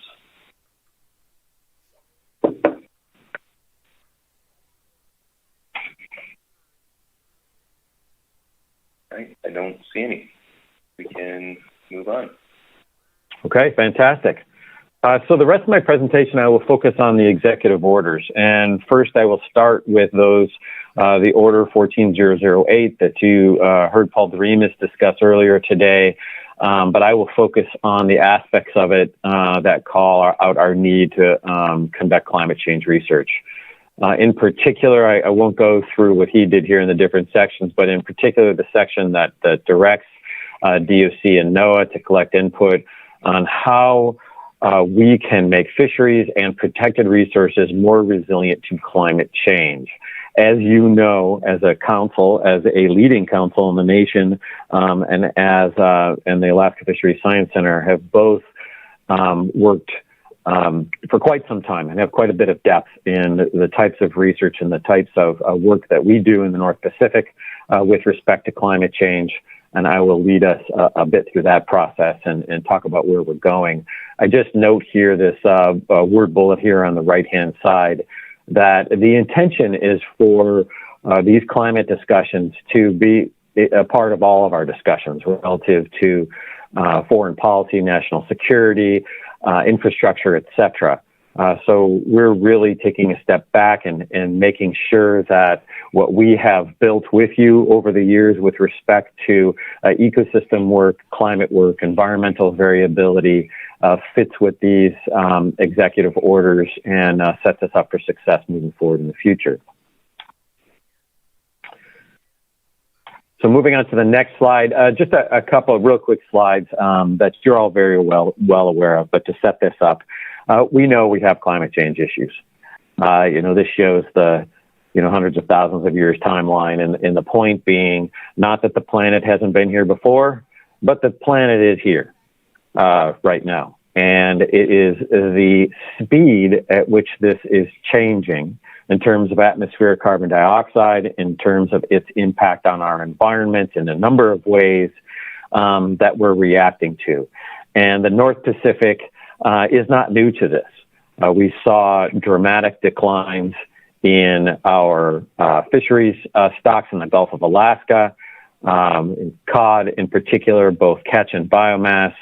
That was driven by recruitment, which was driven by lower trophic availability of food and energetics, which should drive home the point that we really need to go back to those survey slides and remember that we need to support that full portfolio from fish-focused surveys all the way to the ecosystem work so that we can better predict and better understand where our ecosystems are going so that you have the tools you need to manage and manage with some sort of predictive capability in the future. We know that the impacts of climate change have led to extreme warming in the Bering Sea, a complete loss of sea ice in a lot of regions, and a substantial movement of a number of fish stocks during the heat wave years. Lots of news articles, et cetera, on this as well. And really my last point here, and just in terms of background that you are all aware of, but just to drive it home, is the gorilla in the room. The fact that the global population is increasing, the fact that we have a responsibility with respect to food security, not only for the local communities to make sure that they have the food that they need, regional fisheries, regional focus, but a national need to put protein on plates, and global need to provide protein and feed the planet that continues to grow. We know that there's an increased reliance on aquaculture, but as you can see, that is exponential and it is continuing to increase. And that puts all the more pressure on our very important stocks to be able to not just adapt to climate change, not to accept that it's there and react or overreact to climate change, but to try to do it in a way that allows us to adapt and continue keeping our eye on the ball, which is to provide protein for the planet. I'm going to take a step back here and talk about how we get to where we need to go from where we've been with respect to climate change. I don't see our climate change conversations and our ecosystem-based fisheries management conversations as being different. The reality is we have been setting ourselves up to understand environmental variability, to understand impacts of changes in the environment on our species biology, on our stocks, and on our management. What's changing is the background. When we managed for ecosystems, we still managed back to the same point. We managed as if the system was stationary, as if we could go back to the same point in time and better understand the system. The problem is, as we move forward, we're realizing climate change is destabilizing these systems. So we need to go back, reevaluate these, basic principles of ecosystem-based fisheries management as we move forward. I won't go through each of these slides. You've seen them many times before, but for the next handful of slides, I highlight in yellow where the National Marine Fisheries Service needs support from the council process. And we need to work together in order to provide advice, in order to identify gaps, and be prepared for where we need to be 10 plus years from now as an organization, a collaborative organization. I highlight here the assess the ecosystem aspects of this. We know that we have EBFM policies that led to roadmaps, and with the goal of identifying what we need to collect, prioritizing what we need, and bringing that to management. I highlight prioritization and assessing the ecosystems here. We need the council to have that 10-plus year vision and look out and provide advice and guidance on where we think we need to be going with respect to our ecosystems. Where are the gaps that our stakeholders have identified or are identifying or need to be identified that help us understand the types of issues that we're going to have in the management realm in the next decade, and how do we prioritize those? You've heard my many previous conversations talking about resource limitation and how we prioritize within the center, and this is intended to drive that point home. And then lastly, the importance of resilience and community well-being. I think we have done an excellent job on EBFM of planning, advancing, thinking through our priorities in a stable environment, talking about trade-offs. And now we need to move further and faster into the ecosystem management and identifying what is a resilient community, what is a resilient industry, and start talking about how we identify what kind of science and research we need in order to accomplish that. And I certainly could use your assistance. One more topic I meant to say at the outset here is that all of this sits nicely and squarely in the mandates that we already have. Paul Doremus showed this in his slide as well, identifying the laws that we have in place that guide us through this process and really already set us up for success with with changing climate. It's how we implement those laws that we need to focus on. I'll go a little faster here in the remaining slides on ecosystem. Now I'm honing in on Alaska in particular with respect to ecosystem. And these are some of our successes. We've developed early warning systems.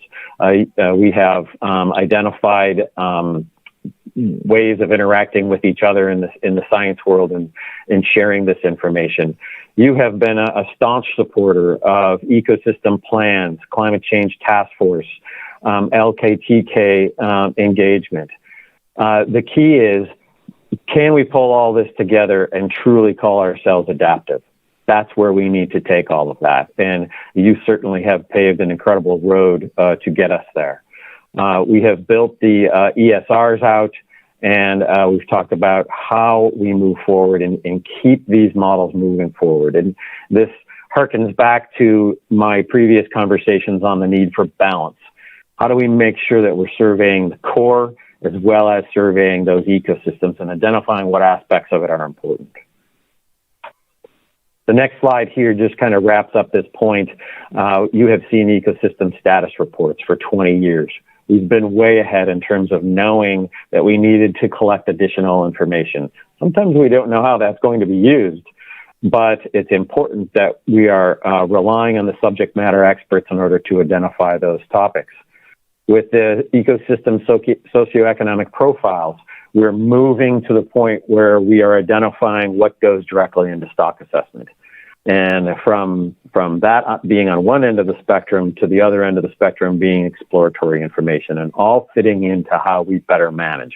This slide, I should probably show it every time I talk for the rest of my career, because really this is going to continue to evolve and spin, and you could replace this with the word climate right in the middle. And that's how we really need to evolve this process. So specifically to climate, in 2015, NOAA Fisheries developed the climate science strategy. This wasn't independent of the ecosystem work. There was a nice pyramid of identifying the aspects of what we need to know, from basic information all the way up to informing reference points. I highlight this question. I think this is the best part of the slide right here, the questions. What is changing? And we need your help with that. What is changing that your stakeholders see as being important for us to be collecting information on how we can better improve management with respect to that? And then we build up this chain here. How do we turn that into a forecast and a strategy? Our ecosystem plans associated with climate change have developed out into our regional action plans with the goal of improving our capacity and resilience adaptation, terms you're well familiar with. Another construct from the National Marine Fisheries Service Working Group in 2017 focused specifically on detecting changes in shifting distributions and on changing productivity. Two very specific topics, again, near and dear to the North Pacific: shifting distributions in the northern Bering Sea, changing productivity in the Gulf of Alaska, and taking that all the way through to climate-ready management. So there are a number of on-ramps that this particular working group had for how we manage. And one of the initial impacts that drove this work was the need to address allocation issues, as well as the need or the recognition that we need to adapt our management in order to deal with changing environmental conditions. And I would argue here in the middle that while we have identified the production, the delivery, the use of information through the numerous processes that you've supported, that we still need to separate out how we adapt to climate stewardship in our marine ecosystems and how we allocate in those processes. And I think the more we can consider that through the council process, the better it will be for the Alaska Fisheries Science Center to identify its priorities and provide you with the tools that you need to move forward. In terms of how we have implemented this at the Alaska Fisheries Science, yes, sir. Dr. Flavor, Kimball has a question before we move on. I'm sorry, Mr. Chair. I didn't know if you would rather us save questions to the end. I think it's fine to jump in on occasion. Please. Thanks, Mr. Chair. Dr. Boy, on the previous slide, I guess I have another question. I can wait till the end, but I just don't quite understand that slide right there on the NIMS working group, which I assume is a national group, and what the implication is here. What is my take home from this slide on how NIMS or the center is going to help us deal with allocation issues? I know there's a lot of allocation issues among other regions in terms of, whole species distribution issues across different councils. And I just don't know how this applies to us, given we already have a climate change task force that's trying to ready us on our management system to be more adaptable and responsive to climate change. And that would include, all of our management tools, which delves into allocation. But I'm not getting the link between what the center's doing to respond to this or to help this council on allocation issues. But through the chair, Ms. Kimball, great question. And I'm going through these fast, and there's a lot in this slide. This was an effort from a working group in 2017 to specifically identify a process for how we become climate ready. Part of my intent in showing this is to remind us all we've been on this path for a long time. But the goal there, as you can see in this slide, was a recommendation to detect changes, try to identify what mechanisms are driving that change, evaluate those risks, assess and forecast, and then communicate advice, whether that's changes in temperature, whether that's changes in acidification, etc. The impetus for this work is what I have here in this upper green slide. And there was a recognition that we need to collect information so that we can define what is an allocation issue versus what is really changing in the environment. Is this a change in baseline productivity where we need to change our biological reference points from a conservation perspective, or are the topics that we're addressing in management not directly associated with climate change? As you know, we're going to see species move. They're going to change the overlap with different fisheries. That then leads to allocative versus conservation issues. And so the point I was trying to make here is that it will be value for us to keep this in mind and continue to separate those issues that require science input that are allocative in nature versus those that help us all adapt our management process to changing climate. And I see those continually blur nationally. And, I think we just need to keep our eye on that ball as we move forward. And again, this takes us back to prioritizing, allocating resources, et cetera, to make sure we have those pieces together and work together on that. Hopefully that helps and clarifies, Ms. Kimball. Thank you. Thank you, Mr. Chair, and thank you, Dr. Foy. Could you remind me, is this working group still operational, or was this a working group that came out with recommendations and now it's no longer a working group? Through the chair, Ms. Kimball, this group did come out with recommendations. It has been folded into the overall processes that you see occurring through the regional action plans and that you have picked up through the climate task force and the FEPs, et cetera. So this was part of our evolving process. Okay, I appreciate that. I would hope that you would point out for us if there was anything kind of inconsistent with our current work on the climate change task force, where we put a lot of effort before we get too far down the road. So I appreciate the response. Thanks. Yeah, Mr. Chairman, Ms. Kimball, to that last comment, certainly the Alaska Fisheries Science Center is heavily involved in the climate change task force, the FEP, et cetera. So it's not that we're missing anything. It is just communicating at the council level the value of continuing the collaboration and seeing a vision 10 years from now, not just where we're at today, but thinking out to where that task force, where the FEP, where the different engagements need to be between our organizations. Right. Mr. Dowd has a question. Thank you very much, Mr. Chairman. Thank you, Mr. Dr. Foy. So my question is on the same slide here, and I appreciated Ms. Kimball's comments on kind of the inconsistent. Is there any kind of anything inconsistent with this and our current process? But that was kind of my question. I just thought I'd follow up with that. And when I'm looking at this, I'm looking at the allocation issues. And of course, we understand that. We understand that they need to be adapted to ensure this effective stewardship. And, our allocation process is a yearly process, and it's based on the surveys that are conducted. And I was really happy to see your survey presentation. It looks like we're going to get a pretty good amount of surveys. But we get this information every year. We get the ecosystem status report. And we set these allocations. I'm just wondering, is there anything is there some, I realize it's pretty high level, you don't get to get down to the points, that's why I'm asking the question. Is there anything that you see in our current process that would, that you tend to think that we're doing something in the allocation process that's not adaptive to effective stewardship, or that we should add some additional step? I'm just curious if you feel like the current process is responsive to the kind of information that you're providing us, including what came out of the 2017 work group. Thank you, Mr. Chairman. Thank you, Dr. Foy.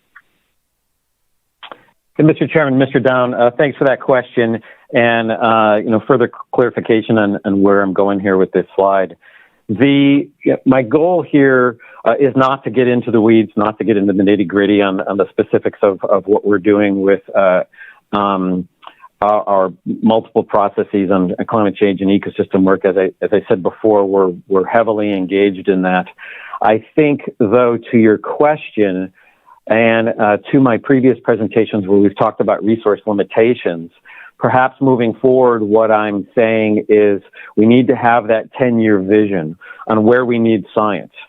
Do we need science on issues of allocation? How much effort in research? How much data do we need to help you with your allocation decisions? I don't have anything specific in my mind right now because those allocation issues are yours. And I'm looking to have that broader discussion about where research is needed as climate change changes our entire landscape. On the adaptation front, I think our process for incorporating climate information into management is moving forward. I think we're going to need to evolve that. I will talk about that in the rest of my slides here, and we certainly have a plan to do that. And again, I think what I'm asking for is the council to continue prioritizing what asks they have of research and making sure you're helping to identify us where those gaps are. Again, be they in for you to better assess allocation topics or for us all to incorporate scientific information directly into the stock assessment process for biological reference points. So thank you, Dr. Foy. Thank you, Mr. Chairman, and I'm looking forward to the rest of the presentation. Thank you. Mr. Chairman, Mr. Down, thank you very much for that, and happy to follow up if, with any of the council members if more clarity is needed after. Okay, please continue. So moving on, I'm focusing in here on the regional action plans at the Alaska Fisheries Science Center. So taking the national plans from the previous two slides, the national focus, and identifying what we have done, what you have done together to build a climate-informed science management process. We have identified reference points that are climate-informed for some of our stocks. We continue to build that out. We have a number of robust processes and FEP, a CLIMB program that has been brought to you in pieces in the past, and you'll see a larger focus on our overall climate research management expectations for the future at the October meeting, and this fits in with our multi-species modeling as well. We have been very successful at moving from a multi-decades-long process of bringing ESPs or ESRs to you and turning those into ESPs, and now the discussion of risk tables to take that information and work through processes that allow us to incorporate it into management. And I appreciate those efforts on the council's part. Thinking through project future conditions, identifying how do we work with our partners on telling you what's going on in the Bering Sea a decade from now. That's critical. How do we identify the mechanisms in our laboratories that tell you that the cod crash in the Gulf of Alaska was due to a lack of prey resource and energetics? And how do we make sure that we're increasing that process? I highlight here the tracking and providing early warnings, and that's the ESRs. And I encourage the council to continue supporting that work and identifying not only what we need today. I know there is a strong desire to say, why do we collect all of this information? Can't we just collect what we need? We don't know what we need 10 years from now. 10 years ago, we wouldn't look at our system now and say we knew we needed information about heat waves. Now we do. So it's incumbent upon us to make sure that we're constantly looking forward. This is new here on the right-hand side. The EBS and the Gulf of Alaska regional action plans are both moving forward with a new plan that we'll start rolling out in October. We are also separately developing the Arctic regional action plan. This will be a brand new plan. Our focus for all of these, not that it hasn't been in the past, but we will call out the specific needs for process work, how we're monitoring in the future in each of these ecosystems, and then how we bring that information into management, socioeconomic aspects, and marine mammal work as well. Next two slides are where we're going. You've heard of ACLIMB, the Climate Integrated Modeling Project. The goal of this project is to take global models that tell us where we're going or where our expectations are in the future, and then incorporate them into ecosystem models that tell us, well, how is that going to affect the prey and the lower trophic levels in early life histories? How is that going to affect ecosystems and fisheries that are important to you? And then what are the potential outcomes of that on management? These are the incredibly complex modeling processes that we are developing right now and leading that effort nationally. The key here is to recognize that our ability to predict into the future is going to provide a range of options. We always want an answer. You want a number to manage by. But more and more with changing climate, we're going to be able to provide bookends to how we could manage it or what the future ecosystem could look like. And this is something that the council needs to continue to focus on, is what kind of data will be available to you in the future. It won't likely be in the form of a reference point that's a single number. That process of assessing how we get there and how we deal with those range of outcomes from the climate are going to have to be incorporated into your process. So that's an action item moving forward, is just to keep your eye on that and encourage the processes that you do have in place to communicate what the future data are going to look like coming forward.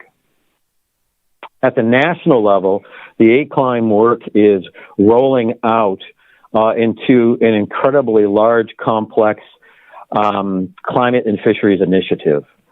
This initiative is currently supported at the NOAA level. It's currently supported by this administration with 22 budgeting interest. There is an early initiative document that has been outlined. And really what it does is it takes something that we've done in a very small, local, if you will, level with ACLIME. It might not seem small to some, but the goal is to broaden this out to a global level and work with our colleagues, other line offices in NOAA, in order to identify a prediction system that has a climate modeling system that better hones in on those bookends I just talked about and on the conditions we expect in the future. That then will play into an overall construct where we take the data we're collecting in the Science Center on Science, we put it into our models, and we provide it to you. You might say, Bob, how is this different from what we've been doing? It's not, except that it's more complex. It will be more specific in terms of how we are evolving the processes that you've seen into trying to deal with climate change, so that in the future we can try and get ahead of those heat waves, so we can try and get ahead of those 1,000-kilometer migrations that have occurred in the past that have made it difficult to manage these systems.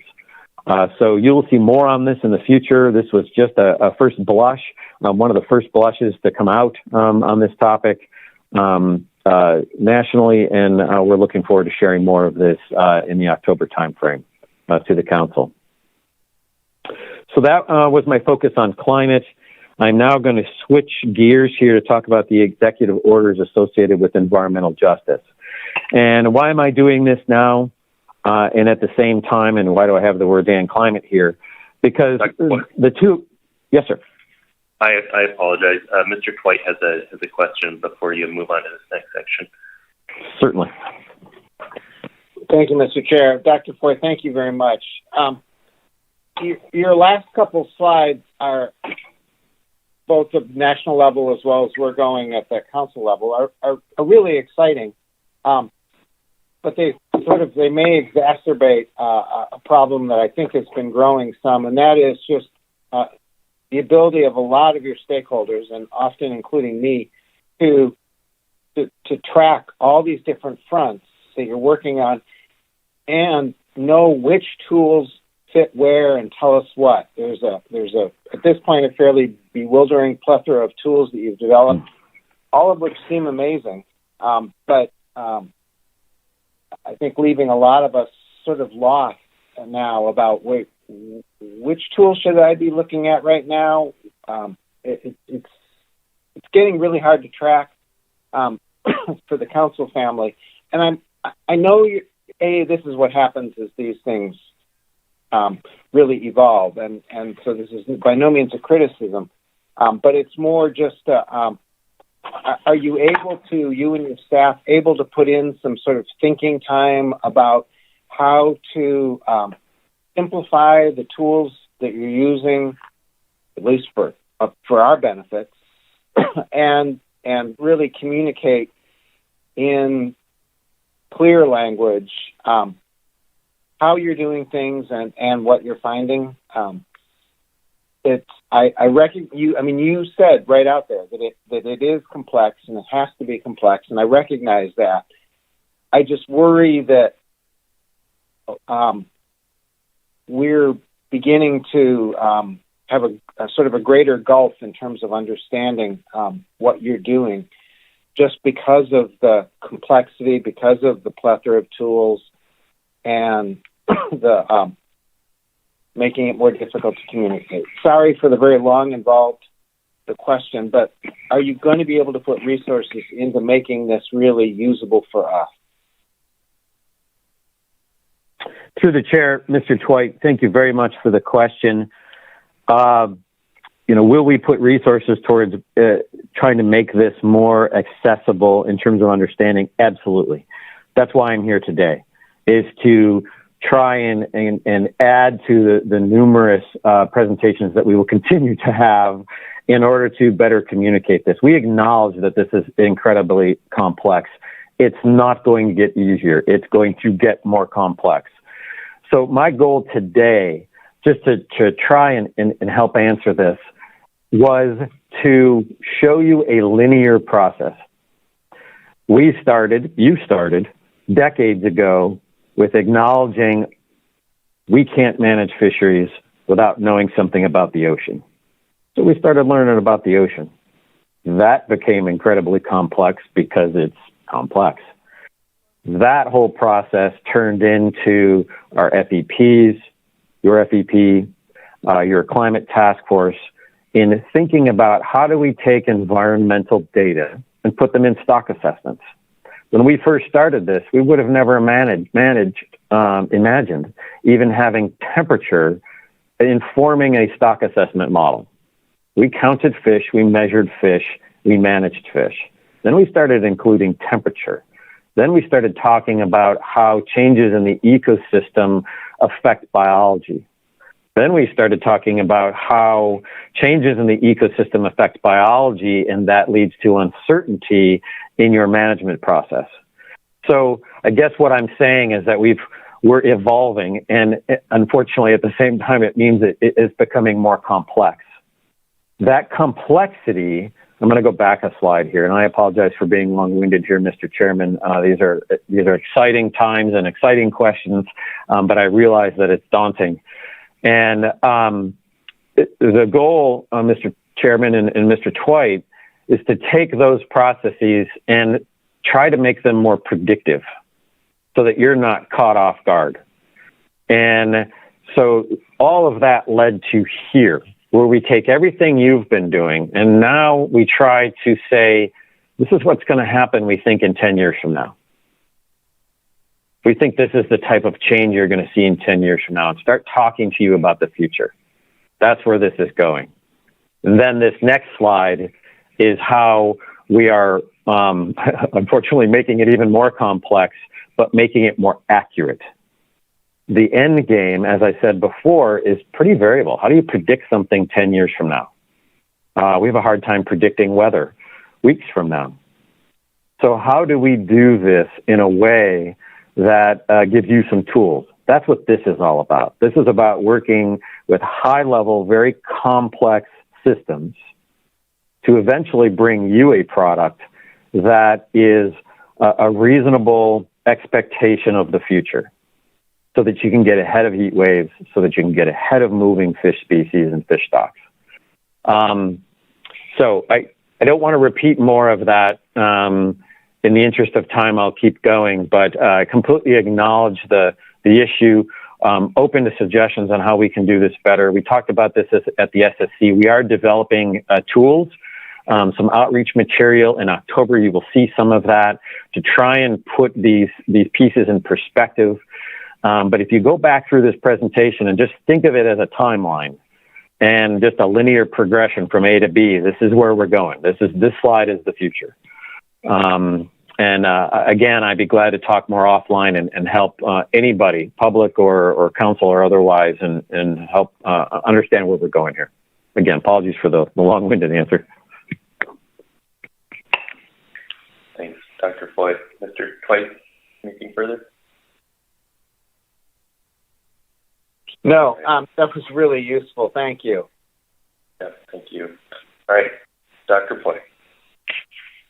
Thank you, Mr. Chairman. So I'm now moving on to our focus on environmental justice. And what I was saying was that I've got climate here because the two are inextricably linked.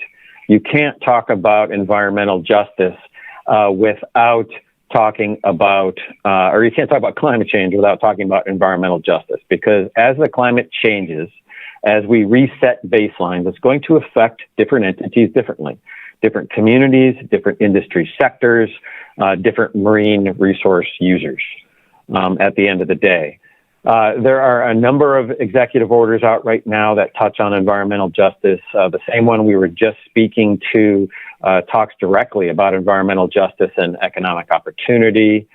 Executive Order 13990 brings back an executive order from the Obama administration on the Northern Bering Sea climate resilience area. This maintains prohibitions on certain gear types in the region and identifies some frameworks for community engagement. I don't have a lot of follow-up on that one right now. Here's a picture of that area. We are working on some national level guidance for moving forward there. We've got the executive order on racial equity and support for underserving communities through the federal government. And NOAA and National Marine Fisheries Service are directly involved in these working groups. And then lastly, I highlight the presidential memorandum that really just reminds us about a 2000 executive order on the importance of tribal consultation and strengthening nation-to-nation relationships. And what you'll see here is that we have a strong tribal consultation process in place, and we are doing our best to improve the relationship piece here, and I'll talk to that here in a moment. So I start here with a pretty high-level definition of environmental justice. I won't read it to you, but in essence, it's about being fair. And it's about making decisions that consider all of our stakeholders. So how do, and bringing this back to the Alaska Fisheries Science Center, how do we identify the science that we need to be conducting to support the council process, fisheries management? How do we provide the science that's important for communities, a small vessel sector, large vessel sector, nearshore, offshore? How do we make sure that we're identifying the science needed for us to manage and be stewards of the marine environment? It's a big topic. And I highlight a single document here that ICC Alaska put out recently with a number of other Inuit entities. Here's the website, an excellent read. And it focuses on food security. You've heard me say that 2 or 3 times today. And I think, quite frankly, that is the intersection between fisheries management and community interests and concerns are the words food security. I may be wrong in that. Maybe that's high level and naive, but I see that is a very strong linkage in terms of what helps the Alaska Fisheries Science Center define its research prioritization process. We work with you on policy. We have co-management agreements and discussions that the regional office leads. We collect data and work with communities on knowledge data collection for managing marine mammals and some on fisheries. We do a pretty good job with cooperation and collaboration. Last 2 items I have highlighted because I think we can all work together on improving communication and on this topic of co-development. We could talk for hours about what co-development is, but suffice it to say, working together early on in the process to identify what we all need in order for you to better manage fisheries and better be informed moving forward. So the Alaska Fisheries Science Center is trying to do that, trying to help with that process and provide you the information needed. One way we do that is here with our community engagement profiles that you saw this past year. Much of it focused on the commercial end, the economic end. But here on the right-hand side, I highlight a number of the community demographics that we've put in. And some people have said, why are you collecting that information? Again, it's important to know the effects of our management decisions, but it's important to know the effects of climate change, of what's going on in the environment on communities, so that at the end of the day, we're all more resilient to this. so that at the end of the day, we have our industry, we have our various sectors of the industry, we have our communities, and no one's disappearing in this process. So that's what this is all about. We've been working on that for quite some time. This just shows a tool that we have available to identify, first and foremost, who depends on what. Let's start with the basic information. Who depends on what aspect of the marine environment? Be they our surveys associated with beluga whales and subsistence, who has commercial fishing permits, what communities are dependent, who fishes or subsists on seals and sea lions, what communities are dependent on halibut directly within the state, and our active charter fishing. This isn't all of it, it's just a piece of it.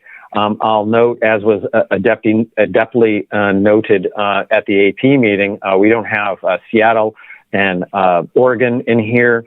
We do in these maps online, and I'm remiss in not showing that in these slides, but this is intended to represent all of those that depend on the marine environment in Alaska. And again, reminding folks what my intent here is to communicate the need for Alaska Fisheries Science Center to hear what data is needed, and to remind you that these are the data we need to collect for all of our stakeholders in order to make sure that there's equity in how we are stewards in the marine environment. Here's another example, just a real quick one in terms of what we do on the science side. In some respects, we collaborate directly. This is an ice seal survey. We're working with communities to identify changes in ice seal condition, community with sea ice, changes in food availability. That's one end of the spectrum. The next two in my final slides here are a text. I apologize for that, but we've got a number of different ongoing processes. On the left-hand side, we're developing some best practices documents, again, for building relationships and building partnerships in communities. How do we put a framework together that we could all follow in order to build those relationships? And I'm not talking about the legal constructs of co-management or consultation. I'm talking about how we start at the beginning and identify and follow up on a lot of the processes that the council is putting in place as well, to make sure all voices are heard. Secondly, and we've been doing this for a number of years, our survey and research communication plan. We're doing everything we can to hit every media type we can, be it radio, internet, et cetera, in communicating what we're doing for our research. So we're interested in feedback there on better ways of letting folks know what we're doing and providing input on that. And some of that is informed by what communities need, and obviously it's informed by our mission, which is directed by law. And trying to communicate what our responsibilities are is really our goal. Next, and I'm really excited about this, and I look forward to council engagement on this. If interested, we're developing a white paper right now, and we'll be putting a team together that represents communities. This one will be focused on ocean hunters in particular, but there will be direct implications for fisheries in the future to, again, put a framework together to talk about how we better communicate, coordinate, and collaborate, and build on what we've been working on. To this end, we have supported the Interagency Arctic Research Policy Committee in terms of their hiring of a communication specialist. That's underway, and NOAA is involved in that and committing resources to that. The Alaska Fisheries Science Center has recently, after 2 years of working extremely hard to get this in place, has hired a tribal research coordinator. And we'll be providing more information on that and what her focus will be in the future.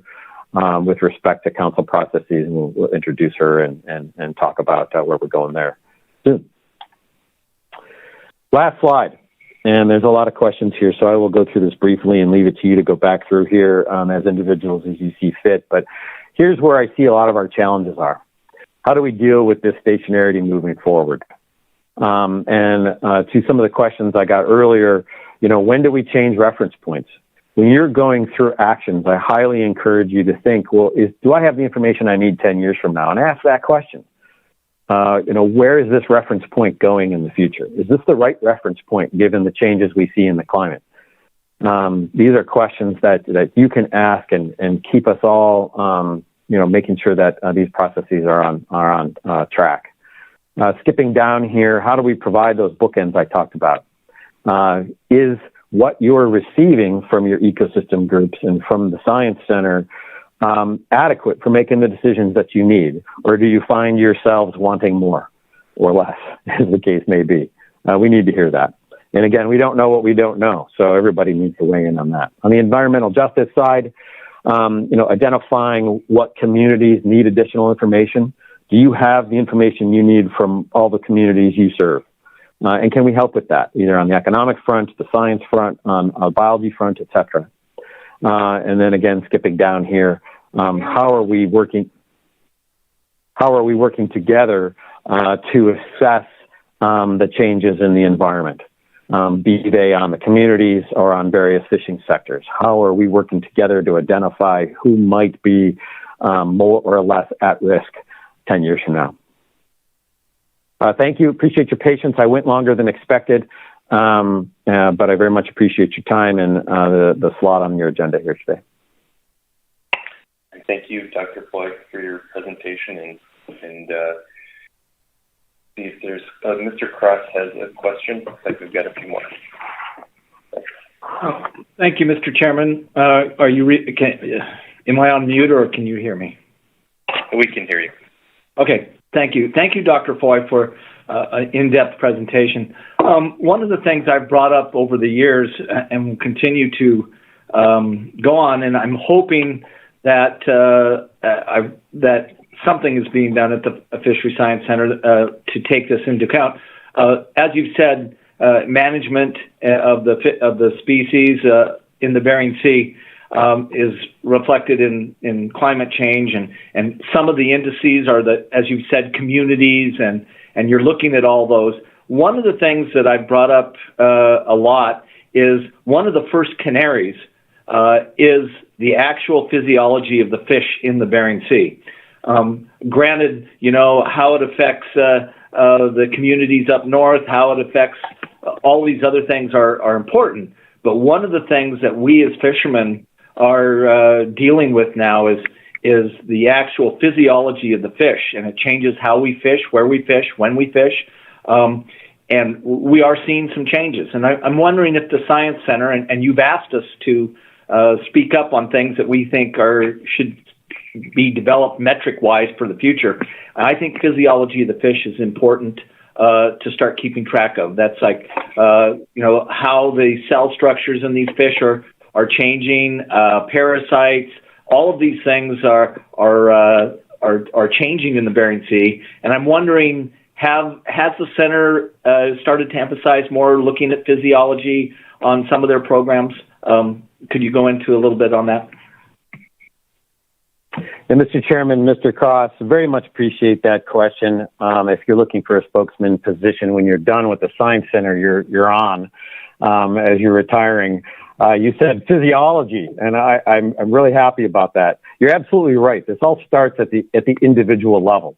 We don't see changes at the stock level until there are changes occurring at the individual level. We have a whole program focused on physiological responses in our Oregon laboratory. We've got seawater laboratories in Juneau and in Kodiak.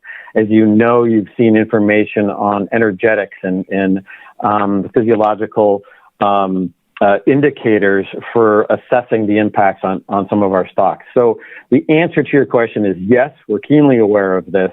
The hard part is that balancing act. For the last couple of years, we've talked a lot about surveys. And every time we say survey or we say climate model, and this becomes more complex, we have to remember that we also need to be supporting that basic biological research. And it might not always seem clear why we're conducting some of those processes. I think there's a lot of people that think we can go out, put a net in the water, count the fish, and be good to go. Well, that's correct if nothing's changing. That's correct if we only want to manage for tomorrow or the next 6 months. But if we want to manage with climate change and into the future, that's one of the topics that we really need to hone in on. So again, apologies, long-winded answer for the question, Mr. Chairman. The answer is yes, we're working in that direction, and a continued reminder from the council would be excellent, and questions about what these impacts are. Mr. Chairman, could I have one follow-up, please, if you indulge me, please? Mr. Cross. Thank you, and thank you, Dr. Foy. I guess, given that, I would hope that maybe as you go forward, when you started the ecosystem reports, they were kind of basic, and people started. It took a few years to people really start putting things together. I would appreciate going forward that maybe some of this physiology is start to put in some of the reports, so we as a council and as the industry can start to understand the change. And so some of those reports I know are internal and they get published, but they're not really put before us as a council. So I think simplifying them and giving us some kind of basics as it goes forward would be really helpful in piquing our interest and maybe continuing it and getting more research from industry. So thank you. Mr. Chairman, Mr. Cross, excellent idea, and I think we could do that in the context of helping you better understand our expectations for physiological thresholds, which species, like cold water versus warm water, which species are more or less tied to pinch points in ecosystem, prey availability, et cetera. So we've got lots of young fisheries biologists that we'll put our heads together and come back with a presentation to the council. Thanks very much for that. Mr. Mesereau. Thank you for your presentation.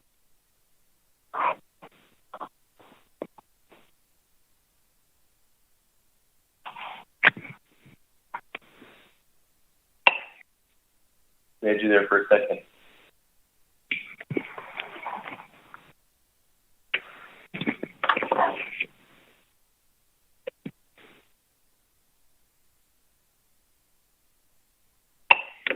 Mr. Mesereau?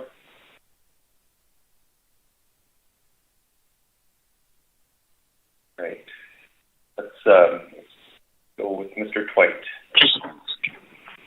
Hi, I'm back. Sorry. Can you hear me? Good. Yes, we can. Thank you. I got kicked off the telephone at the crucial moment. Appreciate your indulgence, Mr. Chairman. And Dr. Foy, thank you for your presentation. My question really was, the last few presentations we've received from you, Dr. Foy, the situation with the budget has been so severe that you've said to us that you're down to your core function of what the staff can do and potentially not being able to afford to do surveys. And this report was very different. And it seems like there's a pretty big expansion on social justice and hiring new positions, which is great. I'm just wondering, has your budget situation changed, or have you just figured out a way to do more with less? Yeah, Mr. Chairman, Mr. Mesereau, thanks for that question and acknowledging my focus in the last couple of years. Nothing has changed per se. As I communicated in this presentation, we've been moving down this path for quite some time. But this is my message here is that this is the work that can't go away at the expense of those surveys. I think there are a lot of people that think, again, that we could just do those surveys and be done. And we have come to a point in the last few years where we're risking everything I just talked about today, as well as those surveys. So obviously we put our eggs in the basket of collecting basic empirical data. Really, that's the last line of defense. We want to make sure we're collecting those data, but we have done everything we can to keep the rest of these pieces alive through various funding resources as well as our federal budget. There is a potential for increased funding in the future. As I mentioned, from this administration recently focusing on the NOAA budget, that remains to be seen where that goes. But these are the kinds of research programs that will continue to take a hit in order to make sure that we've got those core surveys funded. So there's no change, Mr. Mesereau, no sudden addition, no plans for sudden additions, except to keep on this path and try and keep this piece alive. And I guess what I'm communicating is that this piece has become more critical, that you realize it's important and acknowledge its importance alongside those surveys as well if we're going to be ready 10 years from now. Does it hurt us today? Maybe not. but it will in the future if we don't keep this capacity, and that's what we're trying to do.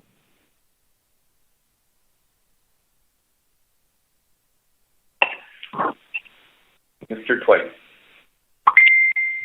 Thank you, Mr. Chair. Dr. Foy, I'm really glad Mr. Mesereau asked that question, just because that was one of the, as I was listening, I was having a similar reaction to his. And so your answer is really good. It's good to hear that. I appreciated both for improving your climate tools and your ability to provide climate advice, but equally appreciated the part of the presentation on environmental justice. And just would note, particularly on that latter one, I think it's the first time I've really seen the Science Center sort of explaining what it sees as its path forward relative to addressing the CEOs and the other sort of basic driving elements in terms of addressing environmental justice. The question I have about environmental justice is one of your initial documents talked a lot about or spoke about underserved communities. And I was initially interpreting that in terms of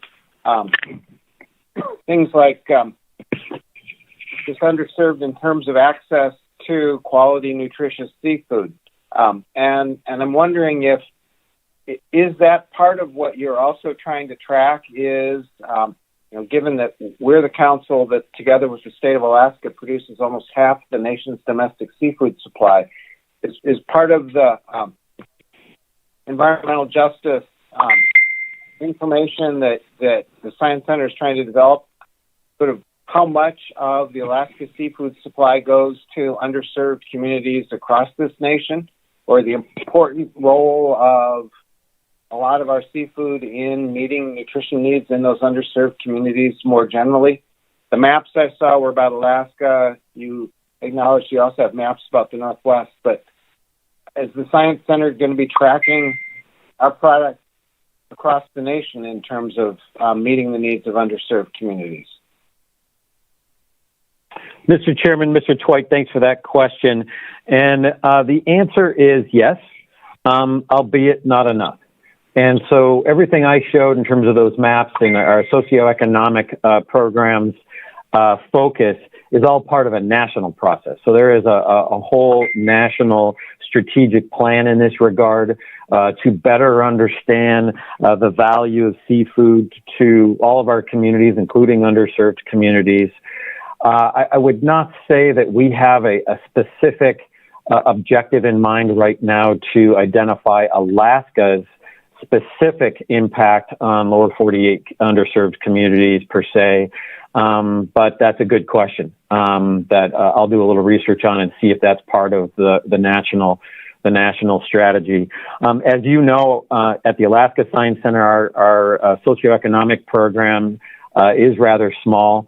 And we spend quite a bit of time trying to focus on, again, the best information that provides you with where you think we need to be going in Alaska for managing these stocks. And if that's the kind of information that would be valuable to you, then letting us know that certainly would be good in terms of how it should be prioritized relative to the other economic data we provide, either for allocative issues or direct for other management decisions.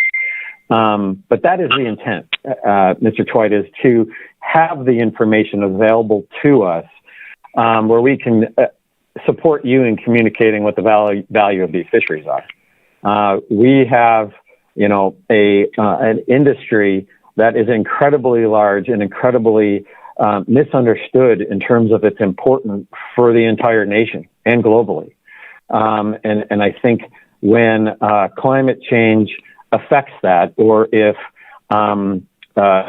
we don't have the tools to move forward to communicate that, that's going to hurt us all in the long run. So we want to be able to help provide that information moving forward. So hopefully that helped answer your question, but I certainly will take that question forward and see if we can't get some additional information. It's a great one. Thank you.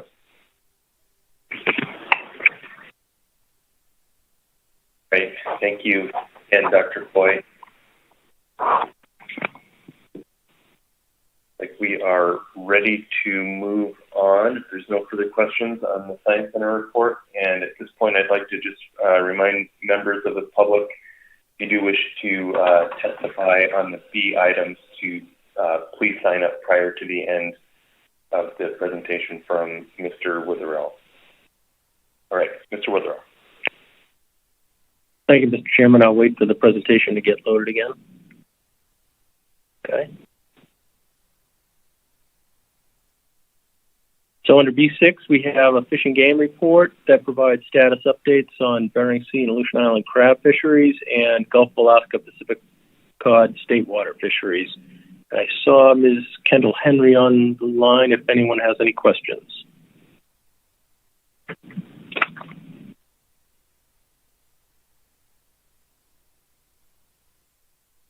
Okay. I don't see any, so I'm going to keep moving on. The Coast Guard report details enforcement activities of maritime boundaries, high seas, and critical habitat areas. The report includes figures showing trends in boardings and violations, a summary of search and rescue cases, and enforcement efforts in terms of C-130 hours, helo hours, cutter days, and patrol boat days. There's also the note in there about our new 17th District Commander, Nathan Moore. And I saw Lieutenant Commander Jed Rasky. Are there any questions?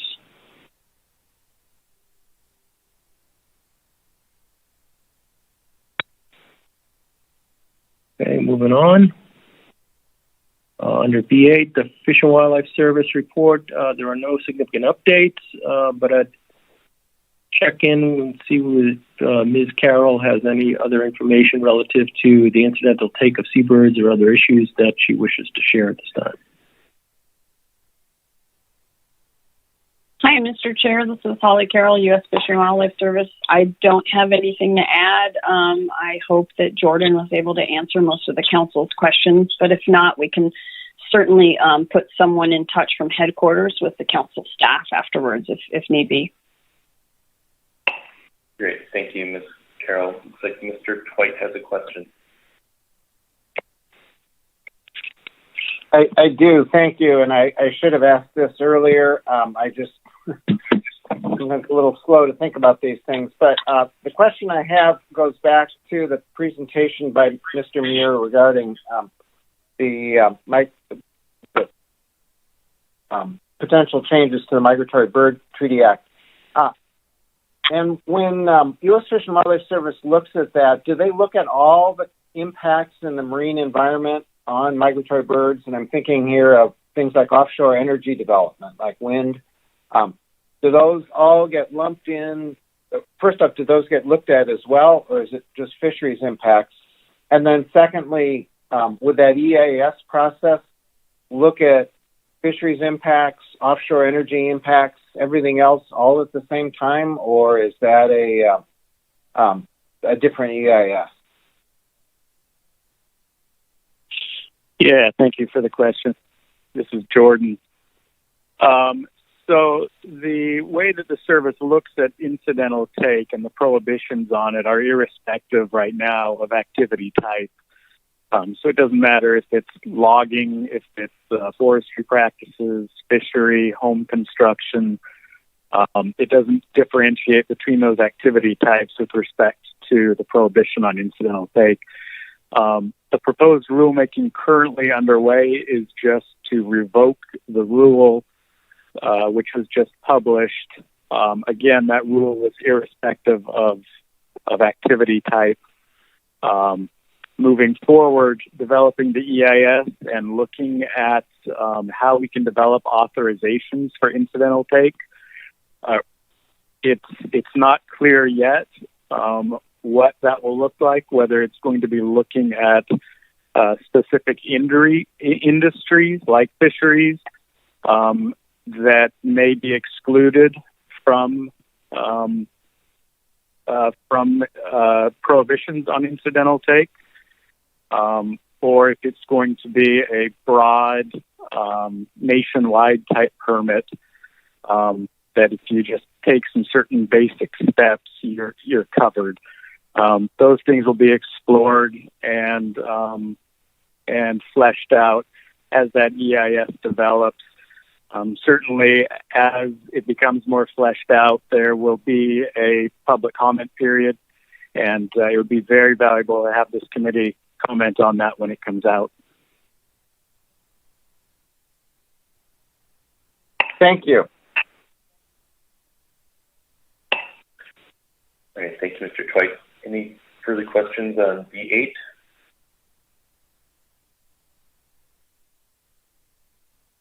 Don't see any. All right, thank you, Mr. Muir. Ms. Carroll. Okay, Mr. Witherall, I believe that concludes your report. Yes, it does. Thank you, Mr. Chairman. All right. Great. Well, with that, we are ready to move into public comment. The members of the public who are signed up to testify, please make sure you're connected by phone. It looks like we have 4 signed up to testify. First up is Brooke Woods, then Lauren Devine, then Bob Alverson. Last up will be Becca Robbins, Jiz Claire.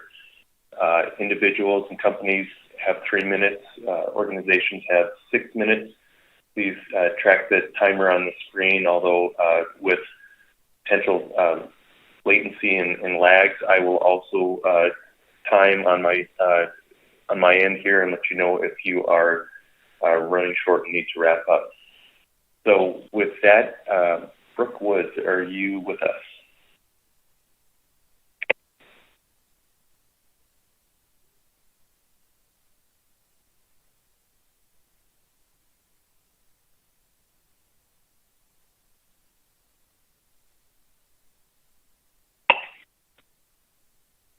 Another second here for Ms. Woods to attempt to connect by phone if needed.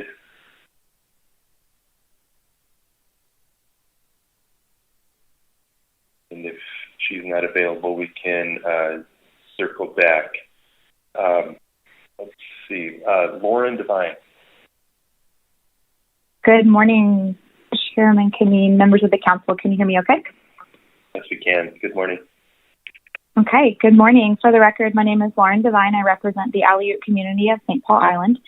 I have a few issues or several of the B items to discuss or provide public testimony on this morning. I'll start with item B2, the 30 by 30 initiative and presentation given this morning. And first, I'd just like to say we support this America the Beautiful report, the 8 core principles, really the emphasis towards Indigenous and local-led efforts. I just want to briefly mention that our community as a tribal government has long been interested in taking action around our marine ecosystem and conservation and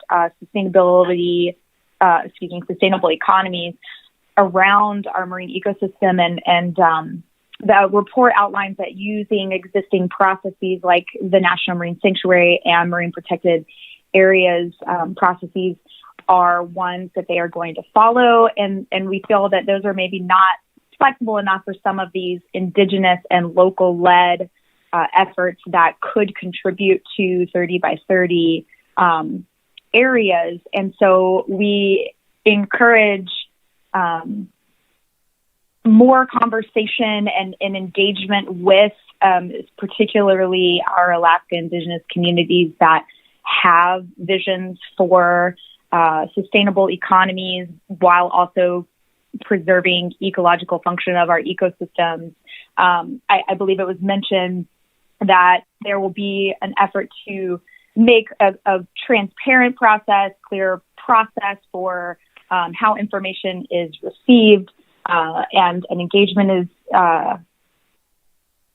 is implemented, but we would really encourage our federal partners to provide, especially our regional management councils, really great guidance for how, these specifics and evaluation and criteria. I really appreciate the questions, what criteria to use, what areas will meet that criteria.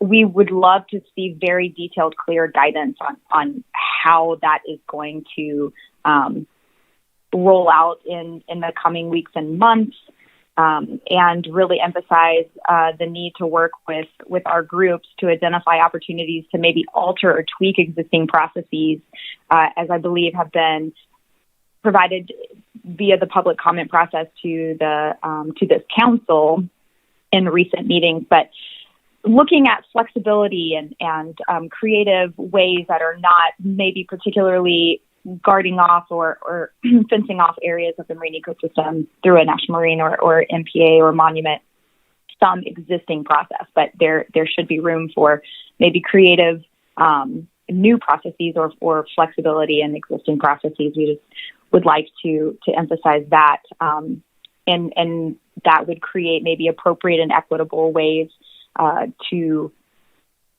support Indigenous and local-led efforts. The second topic that I wanted to comment on is the public comment process. We were part of a sign-on letter under this item for the public comment process, and I just want to note that written comment kind of says everything that we wanted to say. That the public commenting process is at the heart of council meetings. We need to have adequate time to be able to provide comment. There's a need in particular to take careful steps to implement a process that protects that time period for receiving public comment. The recent sweeping action really eroded the ability for us to engage meaningfully via written comments before the council process.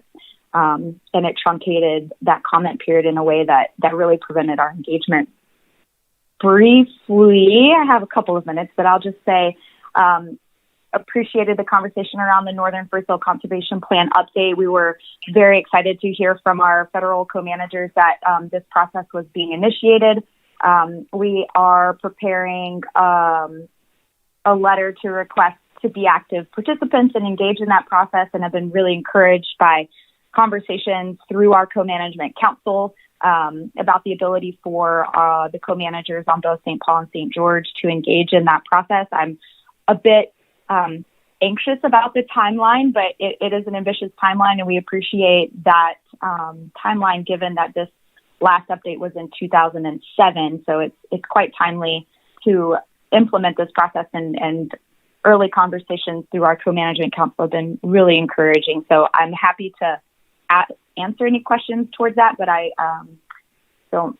That's the extent of my comment for the Northern First Hill Conservation Plan. And with that, I will say thank you and accept any questions. Thank you, Dr. Devine. Any questions? Ms. Baker. Thank you, Mr. Chair. Thank you, Dr. Devine.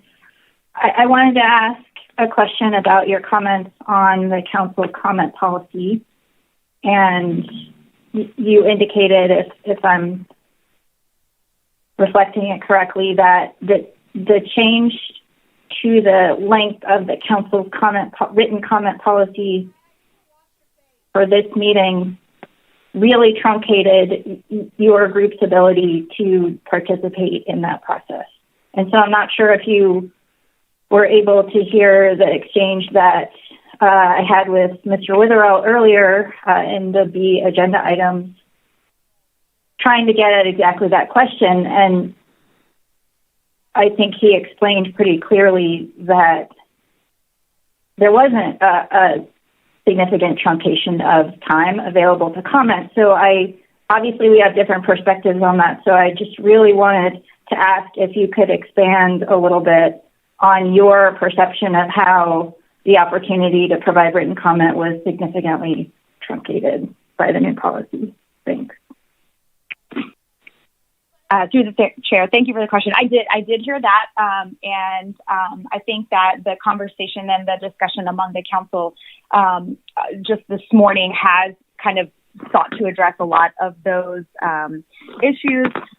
The truncation of the process. So there are many things that made it quite difficult to engage in the written comment process. And some of these things are longstanding issues, including the timing of when some of the documents were posted to the website that require us to download, review, prepare comments that are relevant to and consider the documents that are posted to the site in preparation for the meeting, and then run that through internal approval. Typically, we have a comment process that ends on a Friday at 5 or noon. It's changed recently, but this one was in the middle of the week at 5, and I just, from working with some of our organizations that we collaborate with or coordinate with on the council process, it just felt very short, and we weren't able to digest and receive internal approval for all of our comments that we would like to make. So I guess it's more of the timing of when documents, PowerPoints, papers, relevant information is put in to allow for public commenting. But I did listen to that conversation that happened this morning, and it sounds like some of our issues were maybe resolved, but need to be reflected in future documentation. Ms. Baker. Thank you. And one follow-up then on that response. I think you mentioned part of your concerns that you spoke to stemmed from longstanding issues related to the timing of documents being posted. And so in my mind, that is not directly a reflection of the change in the comment policy. So I'll ask a follow-up about my follow-up to Mr. Witherell earlier.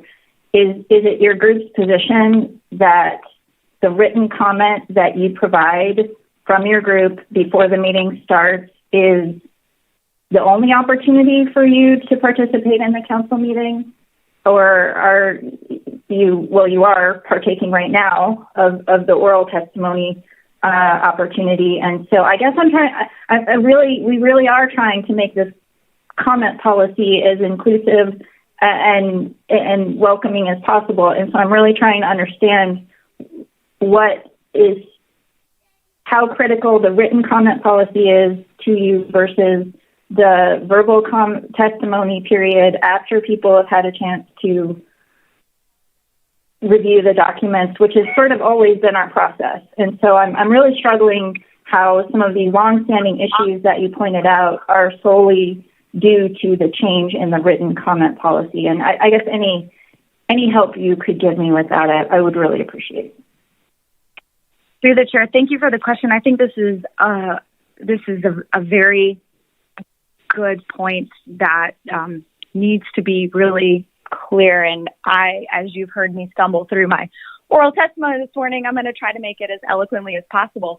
So the difference between the written comment process and providing oral comment or public testimony during the council meetings is quite different in how each individual or organizational representative is able to input the process. And so I think a lot of the public, as we had seen on some recent issues where there is a great influx of public comment and through the written processes, a lot of individuals and even organizational representatives, our own director for justice and office and governance with the tribal government, spoke in a recent meeting about how intimidating it was to just address the AP, the advisory panel, through oral testimony.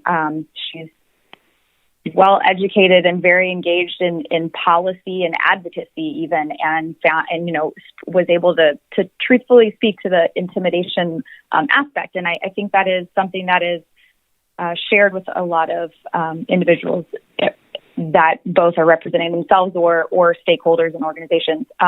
The issue also stands with oral testimony that you have to track the council process in real time and be able to sign up and get to a phone and know the Adobe Connect process or be in the room at the time. And that obviously represents myriad issues with travel and scheduling and knowledge of a lot of different technological and council process pieces, written comment is always available and provides input where oral testimony may not be reflected, possible, and a route that someone is willing to take. And so I think preserving the written comment process is really important. And it is and continues to be an issue of having public comment available before and after meeting materials are posted. And looking at previous meetings, you can see the wide variability of when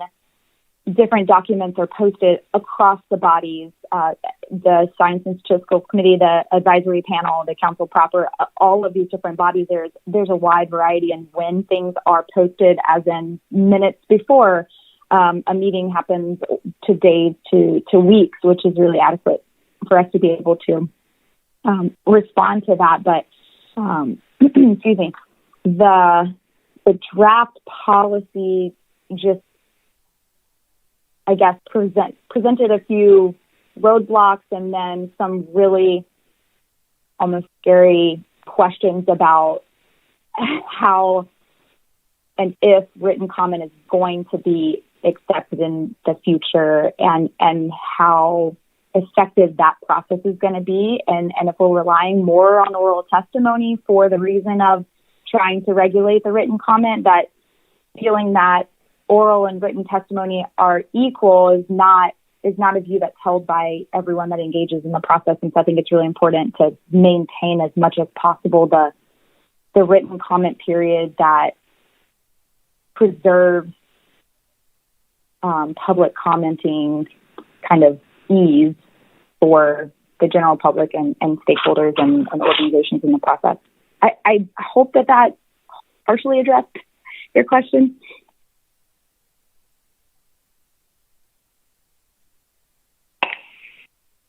Any follow-up, Ms. Baker? No, not right now. Thank you, Mr. Chair. Thank you, Ms. Baker. Ms. Kimball.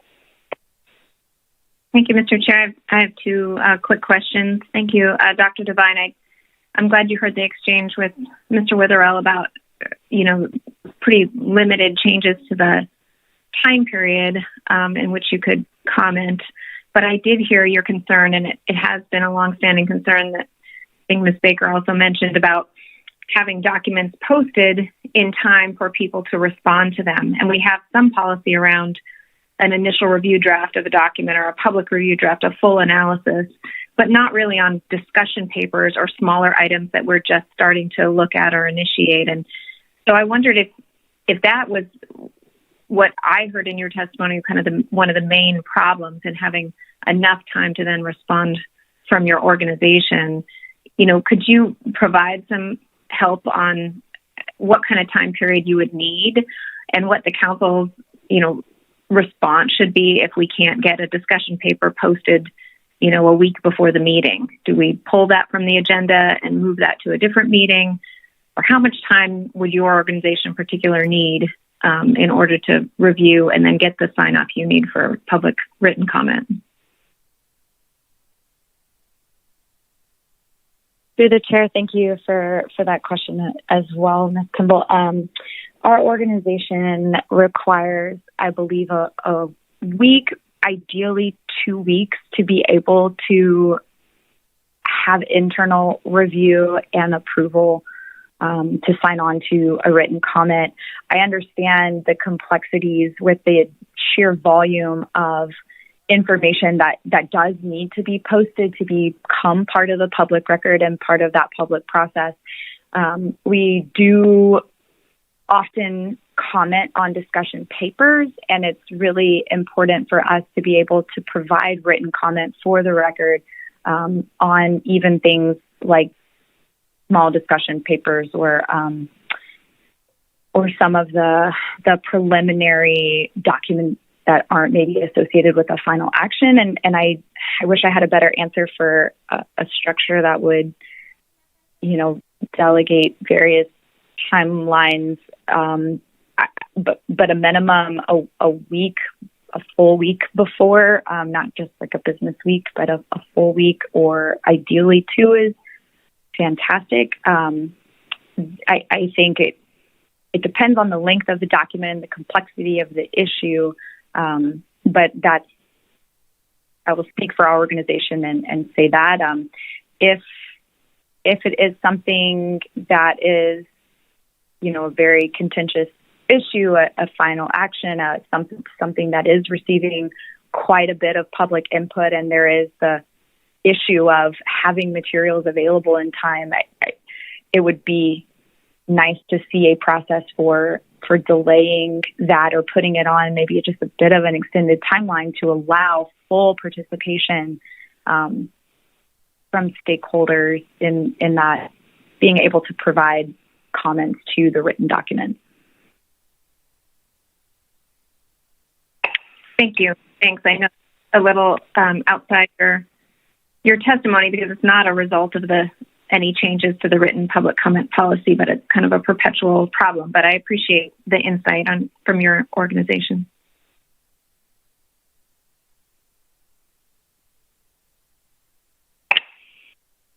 Did you have another question, Ms. Kimball? No, I've gone on too long. Thanks, Mr. Chair. And Dr. Devine, I don't see any additional questions, so thank you for your testimony. Next up is Bob Alverson.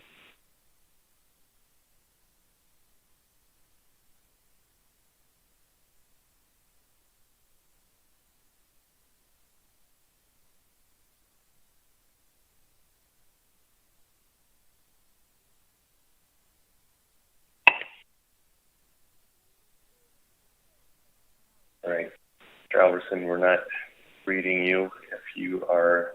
Are you picking me up? Yes, we are now. Chairman? Okay.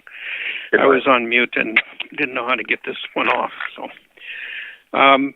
Mr. Chair, I'm going to comment on the U.S. Fish and Wildlife made some comments under the B reports regarding the takings of seabirds and endangered species there.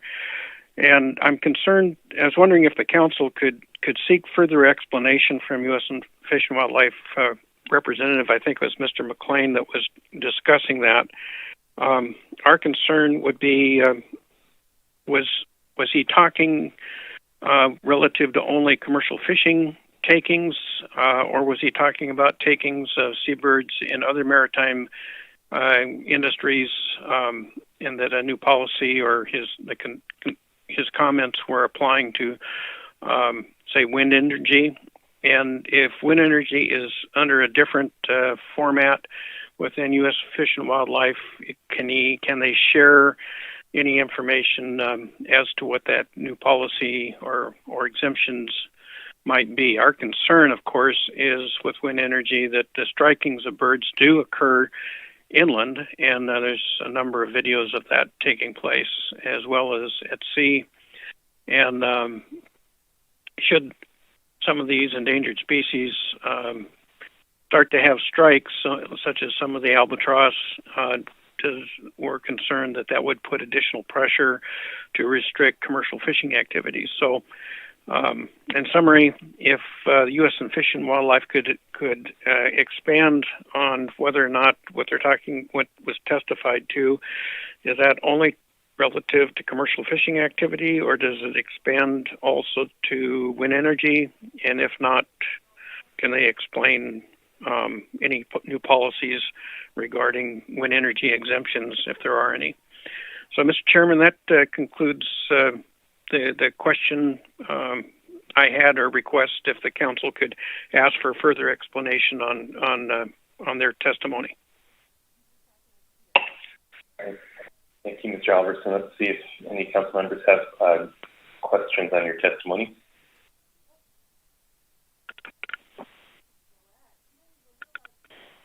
Okay, I don't see any questions, so thank you for your comments. Okay, thank you. Okay, next up is Becca Robbins. Sorry, Mr. Chair. This is Jordan. Yeah, this is Jordan Muir with the U.S. Fish and Wildlife Service. Mr. Muir, we can hold off for now and get through public testimony, and then we'll see if council members want to bring that up. All right, thank you. Okay, all right, thanks. Next up is Becca Robbins-Just Claire. Good morning, Mr. Chair and council members. Thank you for the opportunity to comment today. Becca Robbins-Just Claire with the Ocean Conservancy. And I want to first, I don't know if I'll be back up here again at this meeting, so I wanted to first thank Mr. Cross for his service on the council. I had the great privilege of sitting next to him for several years on the AP, and now I know the mystery of why I always had the uncomfortable chair. But Mr. Cross and I found ourselves not always on the same side of issues, but he really taught me a lot about the process and was really a pleasure to work with. And so, Mr. Cross, I want to thank you for that. Thank you for your years of service throughout the process, and wish you well in the future. And hopefully we can toast in person at some point. So with that, I wanted to just comment briefly today on the public comment policy, and definitely appreciate the council taking the time to write this down. I think that it's really helpful to have a written policy that is clear, and absolutely support the intent of this policy. Offensive comments and personal attacks have no place in this process, and I appreciate the council making this a safe space for everyone. At the same time, I think we're all well aware that public comment is really a critical piece to the council process, and is what makes this a transparent process. We've made really big steps forward since, I know when I first started coming to council meetings, we were still faxing and dropping off paper copies of letters. I feel like the online format has really increased accessibility and transparency. And I hope we can continue the progress we've made, and don't want to see us stepping backwards from those improvements. And really urge the council overall to see the objective as, making it as easy as possible for the public to provide public comment. And I know there was sort of an inundation with a large number of comments last council meeting, but I really see that as a measure of success in a lot of ways, that there are that many people paying attention to the council and finding it possible to comment and have a say in this process that makes really important decisions that impacts the lives and livelihoods of people throughout Alaska and the Pacific Northwest. So to that end, I'd really urge you, as you finesse and finalize this comment policy, to ensure that the time period allows for fully informed comments. So if you need to cut it shorter at the end to allow time to review, to make sure that you release documents a little bit earlier so that the public has time to read them and comment. Also, to be very clear about the criteria for unacceptable comments, which I think Mr. Witherall clarified in his report. And then I would also urge you to post comments as received to the extent that you're able to review and then post. I think that is something that I really viewed as an improvement of the online process, both in being able to read through those comments before the council meeting, and as a stakeholder, I think it really improves the comments that you receive when people can see what has been posted and add new information for you. And I just want to make sure to reference you've received several written public comments on this agenda item. I know a few people are hung up in the AP at this moment and not able to give oral comments, so I would urge you to look at those written letters as well. So thank you for your time today and for your work on this. Thank you, Ms. Robbins. Just clear. Any questions?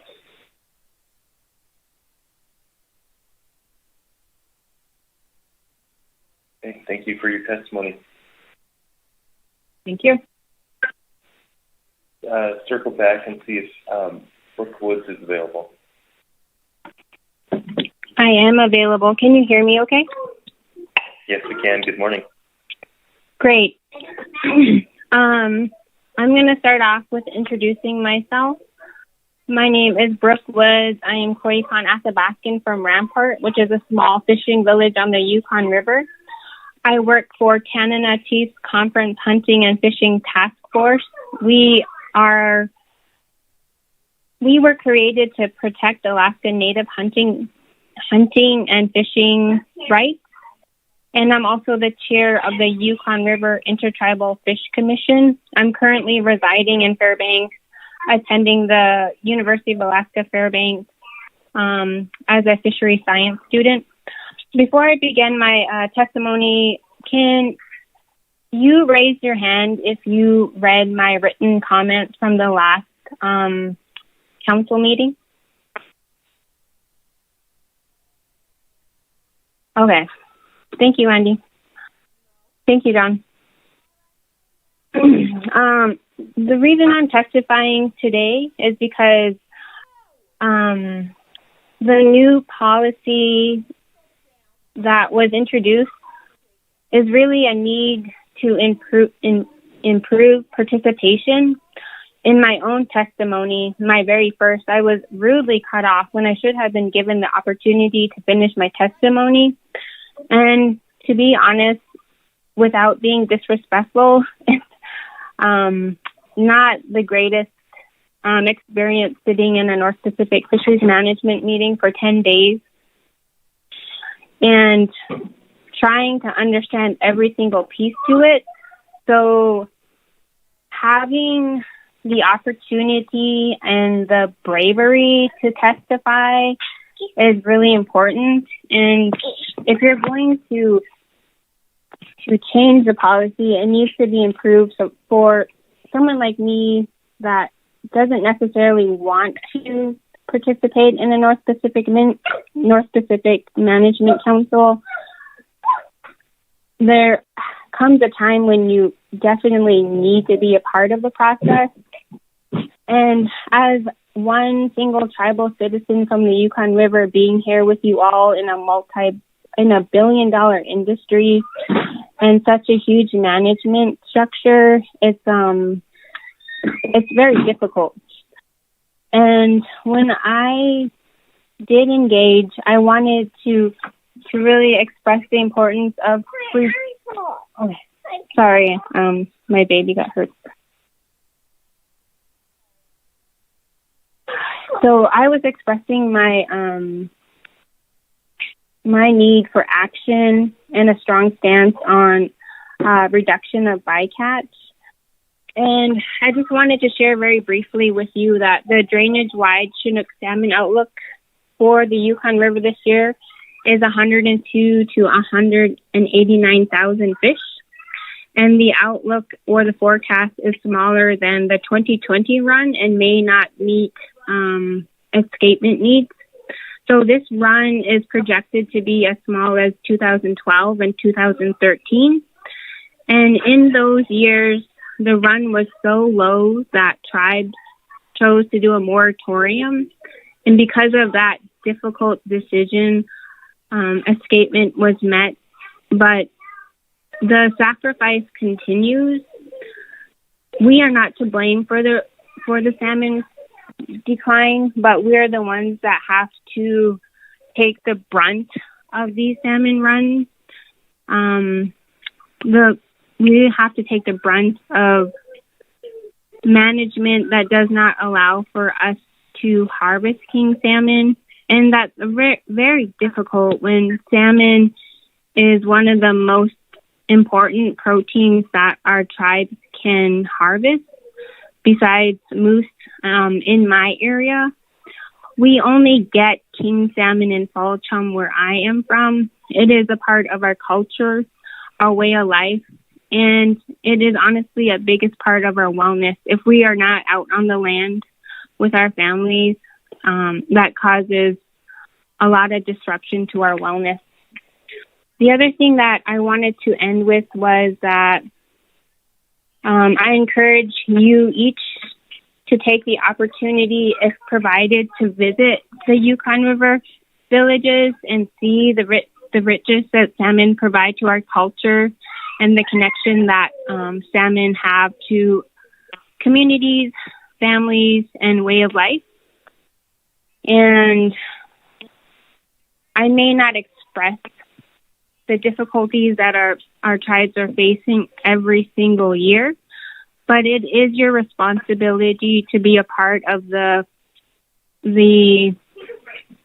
decision-making process that improves the salmon run, and that can be reduction of bycatch, understanding the changing environment in the marine life history of salmon. And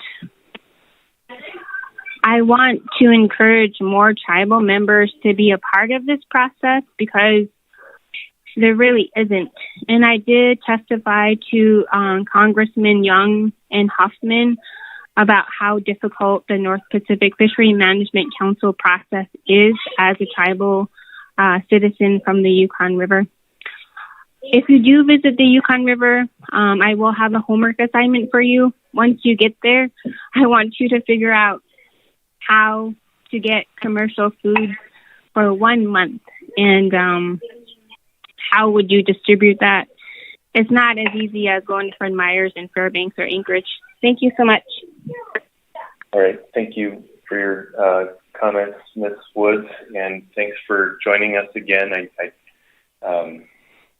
putting on my chairman's hat here, I do apologize if you felt you were rudely cut off at the last time that you testified, but we do have rules that we try to have all testifiers utilize and participate in, and it's my role as chairman to, on behalf of the council, try to apply them evenly to everybody. Do very much appreciate that you came back to testify, and very much appreciate you having in the process, and I hope you will encourage others to participate as well as to reach out to us individually, because we do appreciate having these conversations. So thanks again for coming to testify with us again. Let's see if there are any questions from council members. Mr. Down. Yeah, thank you, Mr. Chairman.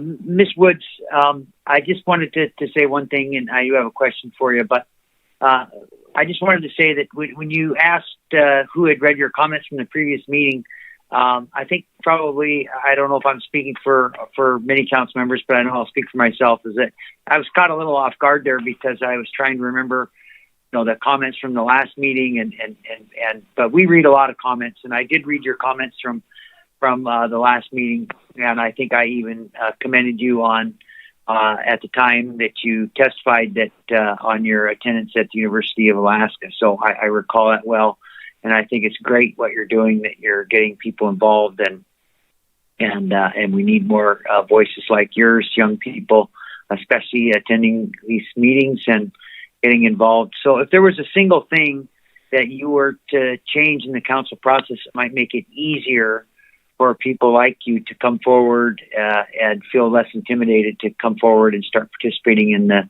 council process. What would that be if you had a single request of something that we could do that would make it easier? I think that the chairman adequately addressed the issue with the time limit, that we try to be fair with everybody. So, once your time is up, it's usually something that people remind you about. Some people don't get through all their testimony, but a single thing, if you had a comment on that. Thank you. Thank you, Mr. Chairman. Thank you for the question. So I'm fairly new to this process, but I honestly find it very challenging with the staggered schedule.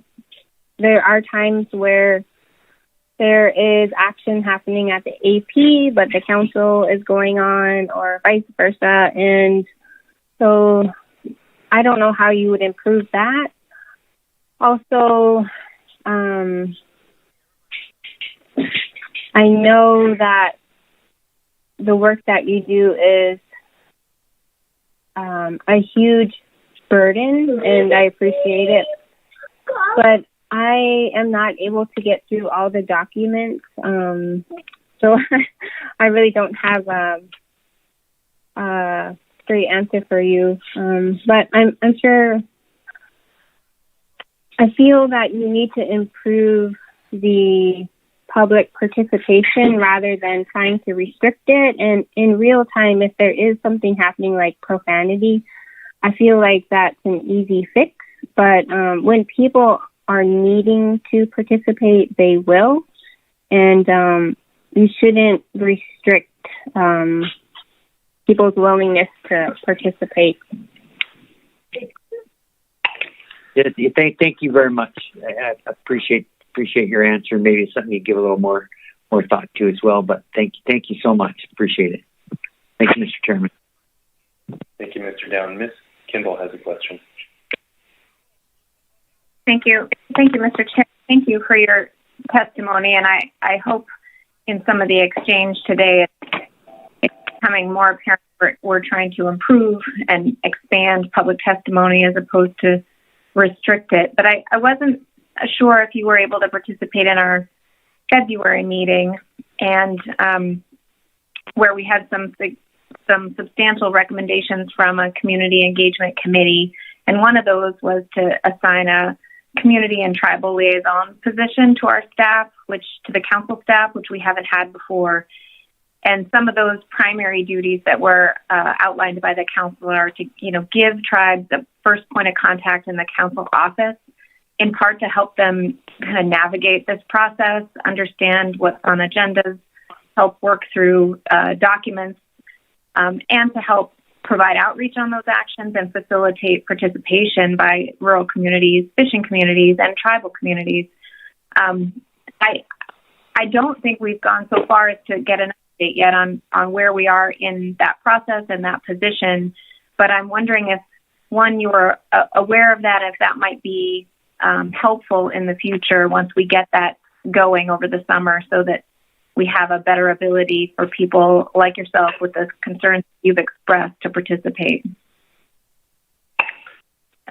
Now I see that you're disconnected. Right. That's fine, Mr. Chair. It's difficult process to do virtually as well, and I are typing into the chat, and I can follow up on the side. And I just very much appreciate her testimony. Okay. I'm not sure if admin's got the ability to call her back. It looks like Ms. Woods was hoping to respond.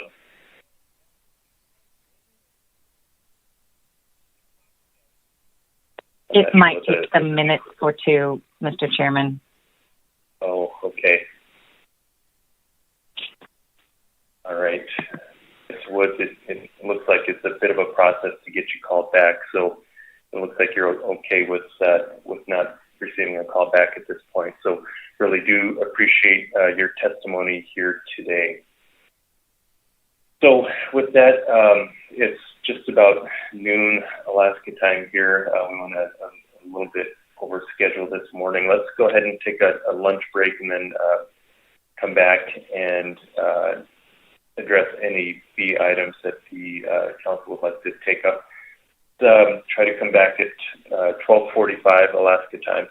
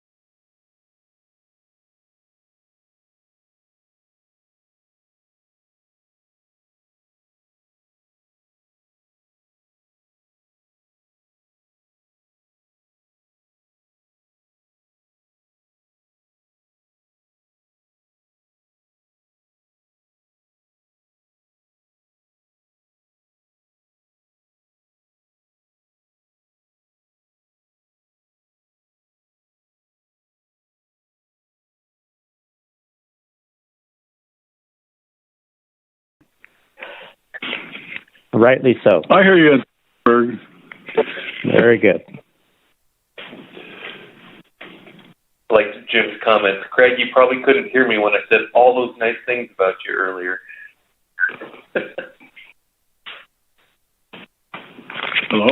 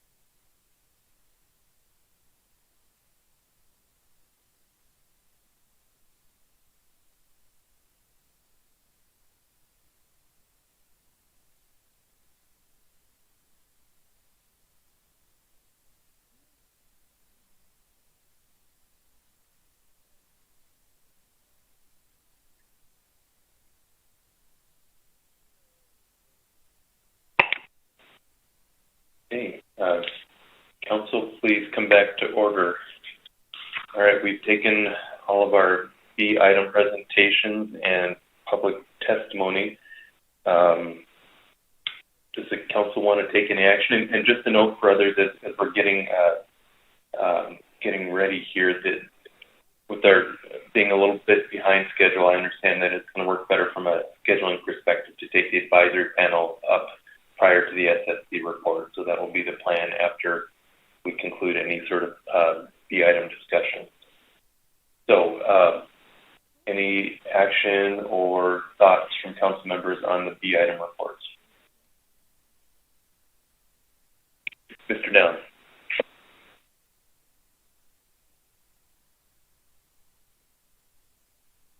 Thank you, Mr. Chairman. I just have one item. I don't know if Mr. McLean is available, but we had public testimony from Bob Alverson with the Fishing Vessel Owners Association on his questioning on the Migratory Bird Act and its potential implications on takes of things like short-tailed albatross or something with wind power at sea, and how that might affect the fisheries that are pretty severely limited in the numbers that they can take, like 4 and 5 years, 4 birds in 5 years, that kind of thing. So I'm just curious as to if Mr. McLean had any more comments on that. If he heard Mr. Alverson's testimony, I'd like to clarify that if I could. Thank you, Mr. Chairman.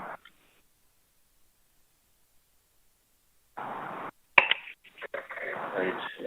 Thanks, Mr. Down. I don't know if Mr. McLean is on. I see that Mr. Muir is available. If that would be a acceptable place to. Yes, that Mr. would Chairman, be, this is Steve. I am here. I'm sorry, I didn't see him. Yeah, thank you, Mr. Chairman. Thank you, Mr. Down. And I'm sure Jordan, Mr. Muir will have some words after this as well. The ESA requirements are what limits the council on the takes of the short-tailed albatross. And then also recently, there you go, I was getting feedback from my own computer. Also, the short-tailed albatross and the eiders. We just recently heard that biological opinion and the allowable takes for those. So that is an ESA issue, which is separate from the MBTA issue. So while the ESA does have a provision for incidental takes, and we do have that incidental take authorization for albatross in a rolling 5-year period, and then a number of eiders as well on that same rolling period. That is different from the Migratory Bird Treaty Act decision, because the MBTA now, even though we have been operating under the same sort of a system, we do not have a way to authorize, or there is not a way for the agency to authorize those takes under the MBTA yet. If that comes as part of the EIS, then I think that we will have that opportunity, but I would defer to Mr. Muir for that. Yeah, Mr. Chairman, if it's okay, I would hear from Mr. Muir on this as well. I didn't realize he was still on the call. I defer him, but I deferred. So thank you very much. All right, thanks, Mr. Down. Mr. Muir. Thank you, Mr. Chairman. Can you hear me? We can. Okay. Thank you. Yeah, Mr. McLean is absolutely right. That's a point that I should have brought up previously, is that the final rule that was just passed and finalized last March, it relates only to the Migratory Bird Treaty Act. All prohibitions on threatened and endangered species, as well as eagles, remained in place and remain in place today. And those prohibitions were unaffected by any of the rule changes we've been talking about. So one of the questions that the gentleman from the public brought up as well was, is this an industry-specific issue, or are there prohibitions specific to one industry, like fisheries, and not for wind? The answer is no. As previously mentioned, the restrictions and allowances apply to all industries and all activity types that affect migratory birds. And there is not a quota system of any kind in place for the incidental take of migratory birds. So as of right now, the take of birds by wind facilities does not in any way influence the amount of take that might be allowed by fisheries as things currently stand. The only exception to that is eagles. When we say that there aren't any permits or authorizations to allow for incidental take of migratory birds, one exception to that is for bald and golden eagles. A permit program was developed and a rule passed in 2009, which now allows the service to issue permits for incidental take of both of those species. Thank you. All right, thank you, Mr. Muir and Mr. McLean. Mr. Downs, did you have any follow-ups? No, Mr. Chairman. I think that kind of gets to the question that we had. The real issue is, I guess I would have a follow-up question, Mr. Chairman, if that's okay. So I think, being that I think the total of wind farms in the United States, you could at-sea wind farms I'm talking about, you could count on one hand, but that's likely to change in the future, and in some countries, that those numbers are in the many hundreds. Offshore at-sea wind farms, and to the degree that this could, I think that's really getting to the concern, is to the degree that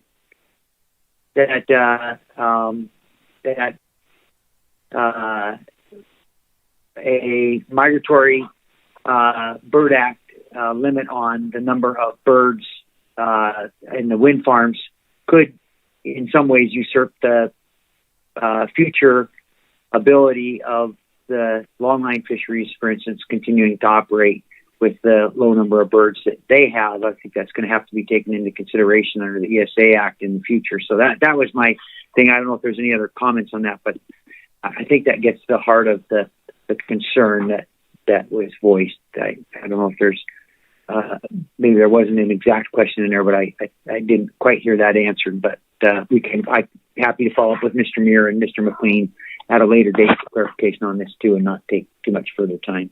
Thank you. Okay. Unless there's a burning desire to answer from either. Upset. Go ahead.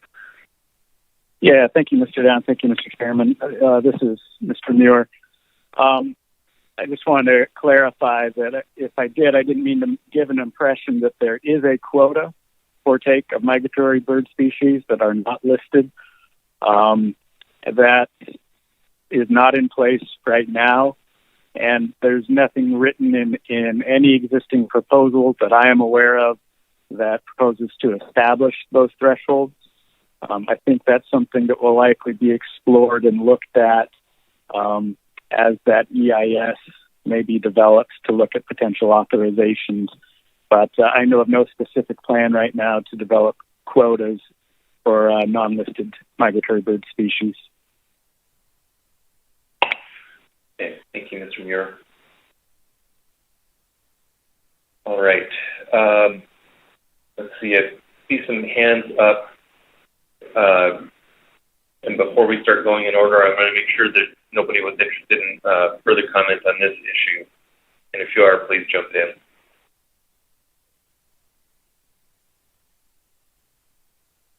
Okay.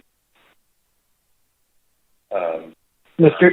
Chair, this is Bill Twite. Oh, Mr. Twite. I just wanted to briefly suggest that on this issue, that we should request that staff monitor the EIS process that Mr. Muir described relative to the Migratory Bird Treaty Act, and keep us apprised as necessary. Okay, I think that sounds appropriate. I imagine other council members are okay with that. Okay. All right, Mr. Mesereau.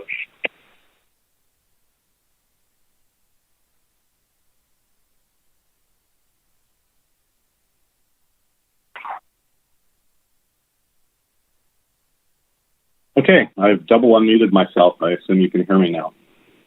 Mr. Chairman, I wanted to take a couple of minutes to discuss in this part of our meeting the public comment policy. Is this a good time to be having that discussion? Yep, yeah. Mr. Mesereau. Okay. So this has been an interesting exchange on the public comment policy, both at the last meeting and then on social media and then at this meeting. And so I just wanted to share my perspective on the policy and the dialogue that's followed. Just for the public, for about the last 25 years, I've attended most North Pacific Fishery Management Council meetings, and for the last 10 years, I've served on the advisory panel and here on the council. During that service, that last 10 years, I've read every comment letter that's been submitted. And what I do, the value of the comment letters for me is generally how I handle the council workload is I read the executive summary of each agenda item, then I read the public comments, and then keeping in mind the public comments, I read the entire analysis. So the written public comments are a critical part of my decision-making process. And I guess with that said, I've also been an active fisherman during that entire time. So over the last 25 years, I've foregone significant fishing opportunity to participate. So I understand and appreciate the sacrifice that every fisherman makes that participates in this process. I need to know what stakeholders are thinking about the actions before the council and the possible unforeseen consequences of those actions on fishermen and communities, and equally important, the voices of tribal members and their representatives sharing, their concerns about the possible impacts of our decisions on their lives. It all matters, and there's great value to these written and oral public comments to me as someone that participates in the decision-making process. With all that said, I think the most important thing is having a safe place for everybody to feel like they can comment. I think that's the most important part of our comment process. I do not agree that the position that I've heard that indicates that we should accept some of these comments because that's just how fishermen talk is accurate. I think that sort of thinking is demeaning to me personally as a lifetime fisherman and to the thousands of active North Pacific fishermen that have submitted respectful, compelling written comments over the last 40 years to this council. I don't accept that the times have changed and that these rude comments are just how people communicate these days. I also feel like commenting on someone else's written comments is not debate. Debate is to discuss opposing opinions on an issue.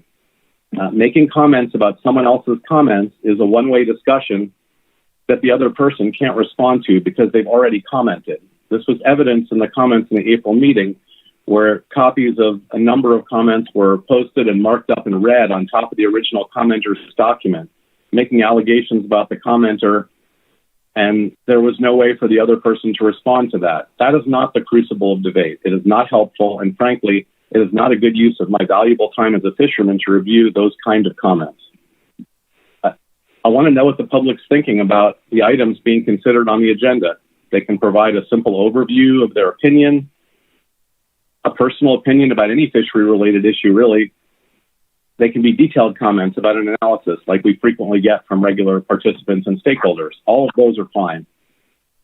But hearing new voices and new perspectives is helpful, but reading comments disputing another person's comment is just not helpful for me as a decision maker. My advice to stakeholders who wish to know what other stakeholders are thinking about an issue prior to a meeting is to simply contact them and ask them directly instead of relying on a written comment policy to inform them. Communicating directly reduces the possibility of misunderstanding and maybe allows some time for compromise. We all have to sort out what's useful about the comments. That's the job of the advisory panel, of each member of the panel and each council member. And then we have discussions about those comments and the subsequent debate, which is based on the comments, applicable laws, the deliberations of the SSC, and the interpretation of the federal law. That, in my opinion, is the crucible of debate in this process, not debating other people's written comments. I think Mr. Witherall's written comments in the executive director's report should be very reassuring to those people that were concerned about being silenced. And, I support the policy as written. I feel like, particularly in virtual meetings, that we should consider very carefully if it's wise to have council deliberations continue beyond normal business hours just to finish up a meeting on a specific day. I think it does some disservice to the public who schedule their time based on our meetings. And in the future, I'll be better about voicing my concern about this practice and will likely be opposing working late unless absolutely necessary to complete agenda items, particularly in staff tasking. I think if I could look back at this whole issue, that's the one thing that we did that could have given the public impression that we were not being as transparent as possible as we kind of made this decision about this policy at staff tasking at 6 o'clock at night to finish the meeting. And I think we'd be better served just considering the current climate to try to do everything during business hours we possibly can, particularly in this virtual setting. That's really all I have to say about the issue, Mr. Chairman. I just wanted to be clear that I support the policy as written. I think it's responsive, and I think it promotes a better exchange of ideas than the previous policy. Thank you, Mr. Mesereau. Mr. Twite. Thank you, Mr. Chair. I had always thought this sort of went without saying, but I think it may need saying. I've been on the council for over 15 years. I've read public comment from start to finish for every meeting for all that time. And in my 15 years, I've only known one or two council members who may not have done that. And neither of them lasted very long on the council.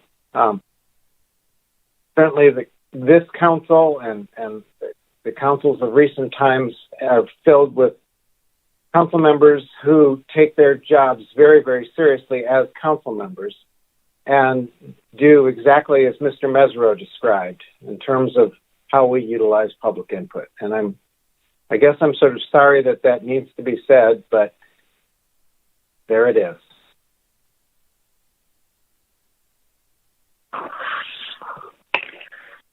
Thank you, Mr. Twite. Ms. Baker.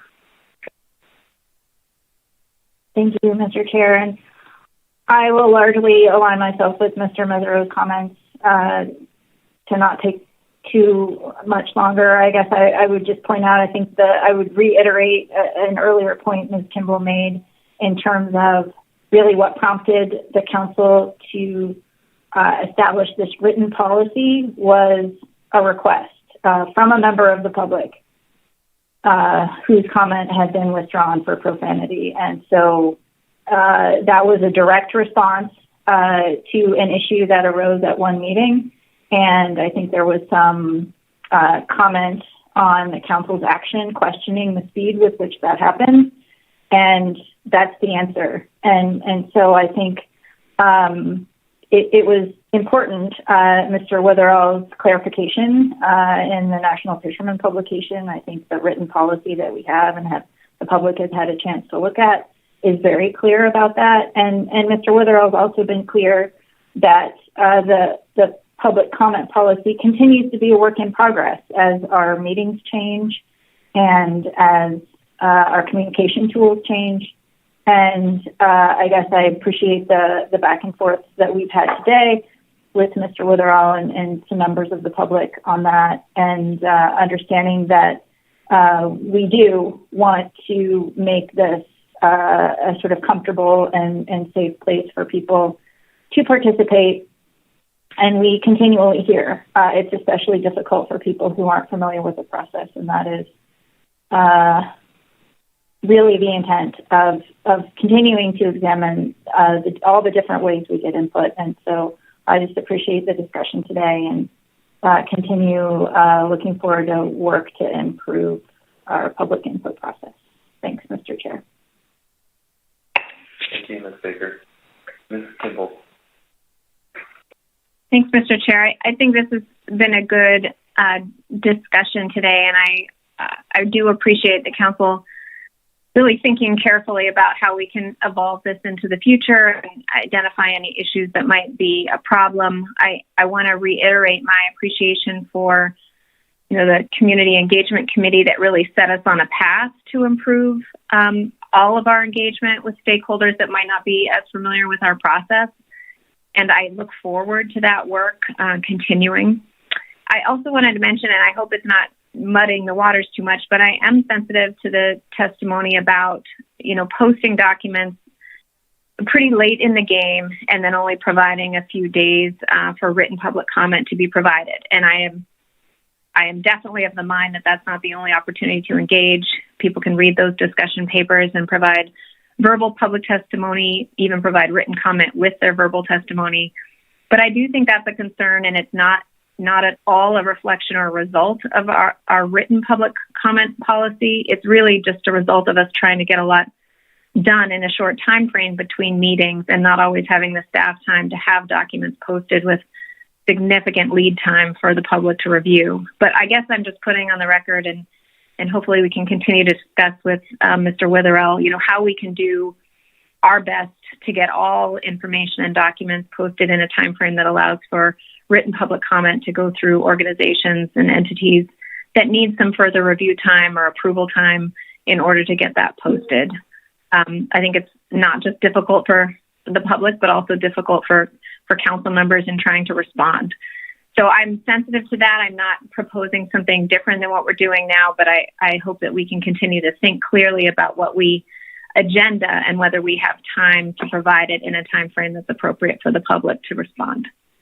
Thanks, Mr. Chair. Thank you, Ms. Kimball. Further comments from council members? Ms. Baker. It's a different issue, Mr. Chair, so I'll hold in case anyone else wants to finish up on public comment. I don't see any additional comments there, so Ms. Baker. Thank you, Mr. Chair. I did want to briefly address the letter under B2 from NIMS on northern fur seals. I did ask Dr. Balsiger a question earlier. I appreciated that clarification. And I wanted to wait for public comment to just make a few comments on that. I think, at least speaking as one council member, I do appreciate the agencies submitting a letter to the council to update us on their plan to update the conservation plan for northern fur seals, and look forward to continued communication on that through the council process. I guess I'll take advantage of this opportunity also as the state of Alaska representative to switch hats a little bit and just also say that the state of Alaska supports an updated conservation plan for northern fur seals, since there have been changes to the population since the current plan was completed. As I mentioned, we very much appreciate NIMS's intention to keep the council apprised of progress on the conservation plan development, and also note in the letter and appreciate NIMS's intention to work with their tribal co-management partners on St. Paul and St. George Islands to develop the conservation plan, and would request that we hope NIMS also considers the state of Alaska partners in this process and includes us in the development of the conservation plan as well. As we all know, northern fur seals are a trust resource for the state of Alaska, and the conservation plan is likely to affect other marine resources that are important to the state as well. State staff can contribute scientific and fisheries management expertise to the development of the conservation plan and help us achieve our shared goals of evaluating the status of the northern fur seal population using the best available data, identifying potential population bottlenecks as the conservation plan is updated, and avoiding an NMPA listing for these species. So I just wanted to put that request out there, and I haven't had a chance to talk to Dr. Balsiger very much about this, but again, just thank you for the letter, and I hope you will consider the request on behalf of the state. Thank you, Mr. Chair. Thank you, Ms. Baker. Dr. Balsiger.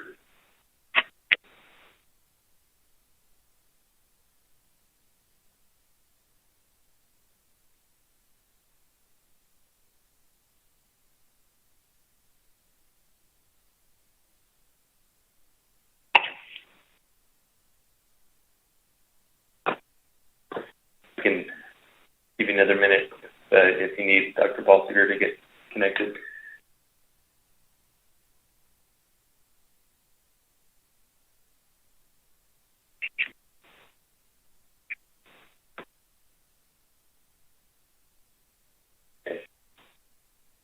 Maybe suffering some technical challenges there.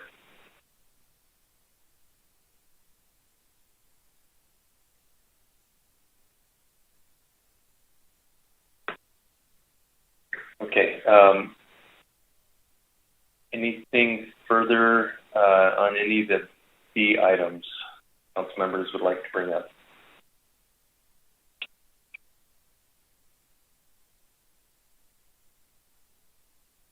And Dr. Balsiger, if you had something important that you wanted to convey, give us a head nod or something, and we can flag it and make sure to return to that as well. If not, perhaps this is a good time for staff to alert AP presenters that we're about ready for them. Get them on their way. Mr. Chair, Diane Evans. I just let them know they will be closing out of the Adobe Connect room to come into this one, so it might just take a minute for them to come over here, but they should be here shortly. All right, great. Thank you, Ms. Evans. Dr. Balsiger. Yes, thank you, Mr. Chairman. I guess I'm not clever enough to use the phone and the computer at the same time, so I apologize. But while we're waiting for the AP, rather than take time with the council, I appreciate Ms. Baker's questions and comments, and if it satisfies her, I will have our director of our Protected Resources Division contact ADF&G, and as necessary, I'm more than happy to talk to Ms. Baker or the commissioner themselves as this goes forward, and we can report to the council how that works later on, if that satisfies you.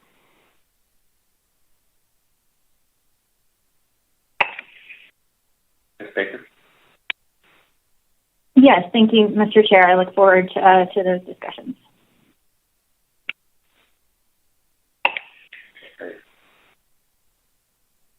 Okay, we can just stand down and wait for the advisory panel members to come into the room and present. Just stay close.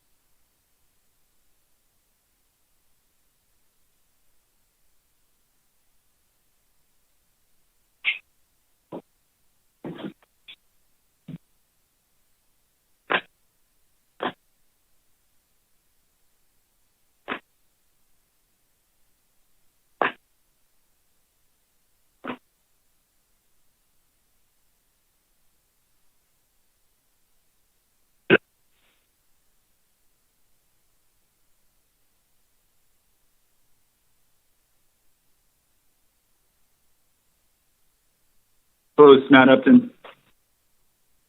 Is Ruth on as well? I just dropped.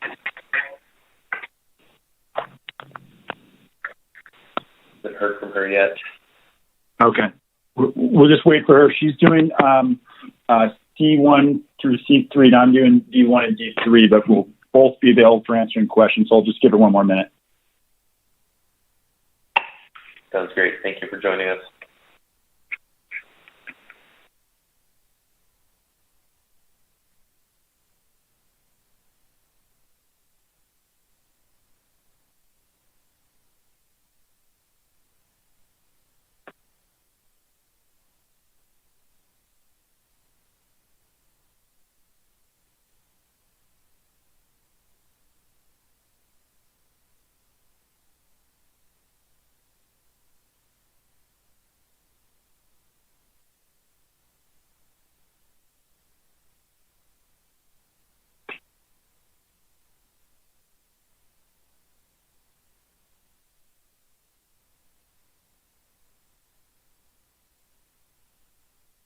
Mr. Chairman, I see Ruth in the room. And Ruth, if you are having trouble connecting by phone, go ahead, or getting the audio wizard, go ahead and just dial it, the number I'll put in the chat box.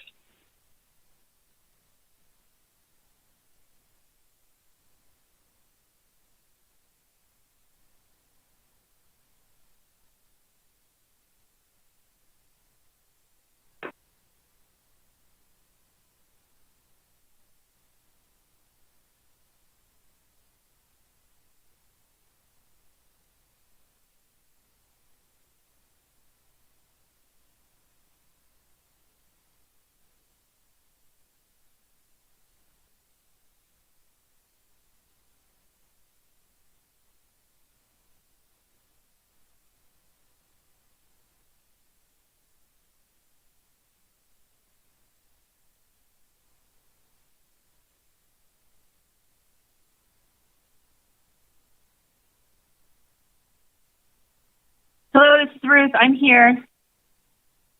Hi. Okay, we hear you loud and clear whenever you are ready. Okay, everybody was clearly waiting on me. Sorry about that, Mr. Chair and members of the council. My computer was being very slow there for all of a sudden.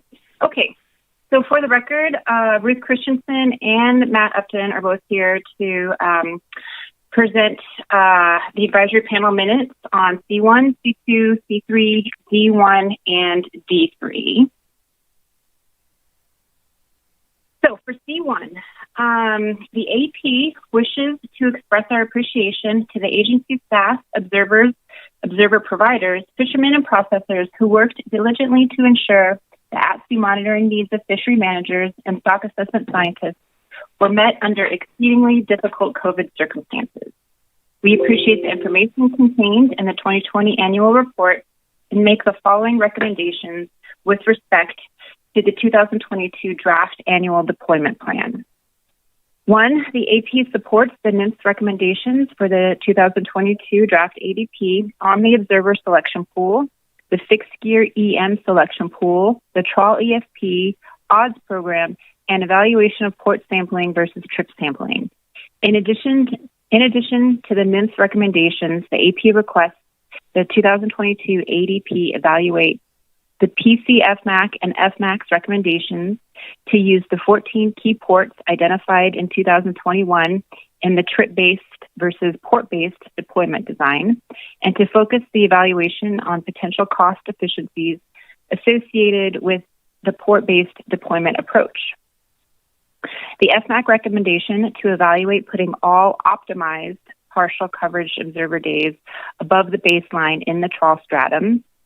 An option for a potential minimum of 300 observer sea days are available for optimization by moving additional vessels into zero selection or reducing the fixed gear hurdle as needed to achieve this result, and the FMAC recommendation to add consideration of a vessel's ability to share EM systems in select ports to the tiered criteria NIMS currently uses to prioritize candidate EM vessels for the EM pool if funding is sufficient. Number 2, The AP supports the comprehensive evaluation of cost efficiencies in the partial coverage category and supports the FMAC recommendations that the analysis needs to be completed in time to inform the next federal contracting period, and the need for early and ongoing communication with the PC FMAC and industry when developing the analysis. The AP further recommends evaluation of the cost efficiencies in the partial coverage category that would be realized from a consecutive 3-trip selection.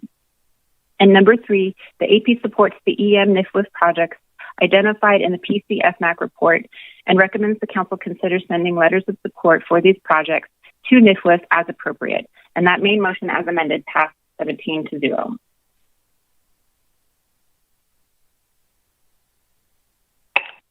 Ms. Baker has a question.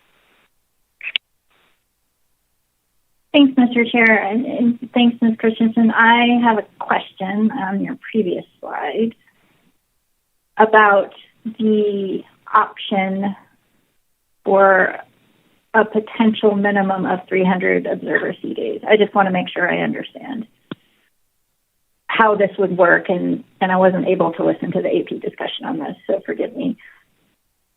Optimization in previous ADPs has been defined by this council process as being the observer C days that are left over after the baseline 15% hurdle has been met, as I understand it. And so as I'm reading this option, it would essentially do that process the opposite way. And the first thing that would happen under this option would be ensuring that a minimum of 300 observer C days are available for optimization. In this case, picking up the previous bullet, all of those days would go into the trawl stratum. And then the remaining observer C days would presumably be dispersed across the different strata to hopefully achieve the 15% baseline, but if not, we'd look at changing the zero selection pool to get to 15% baseline for all of the other strata. I think that's a complicated question, and I'm sorry for not explaining it better, but I just want to make sure I understand how that would work. Thank you, Ms. Baker. Through the chair, let me start here. So, you can see that bullet was amended during our AP deliberations. And so I think the amended language was intending to capture what you initially started off saying, that the extra observer at C days are distributed in once the 15% hurdles are met. And so some of the concern that prompted the amendment with the original language was that by ensuring those 300 observer days are available for optimization, that would erode the 15% hurdle. And so that is what the amended language is attempting to alleviate, so that an erosion of that 15% hurdle doesn't occur. And so this is the amended language is intended to simply evaluate, or have the ADP evaluate, instead of ensuring, have the ADP evaluate what a minimum of 300 observer C days, whether it came from zero selection or reducing the 6-gear hurdle, what that would look like and what kind of impacts that would have. And I welcome Matt to if I missed something to please weigh in. I think well, Ruth. Okay, thank you, Matt. Ms. Baker, did I answer your question?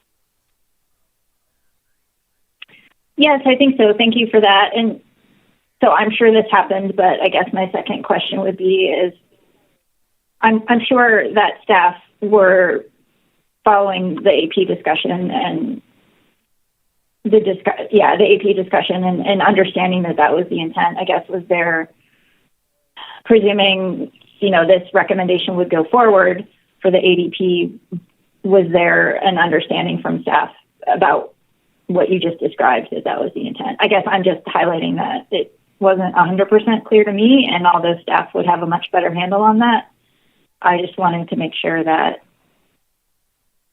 or I guess ask the question, did you have those discussions with staff as this motion was being developed?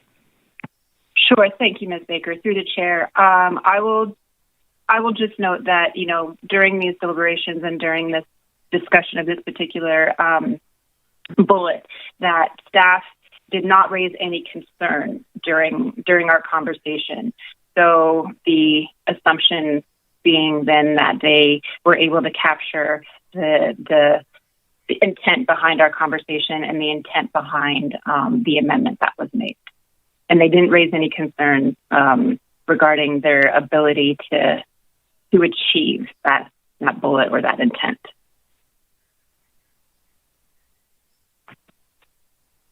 Thank you, Mr. Chair. Thanks, Ms. Christensen. Thanks, Ms. Baker. Ms. Kimball. I'm sorry, Mr. Chair, I left my hand up to see if I think Ms. Baker's questions got to my question. Thank you. Okay. All right, great. Thanks. Back to the presentation. Okay, moving on. Agenda item C2, the trial EM analysis.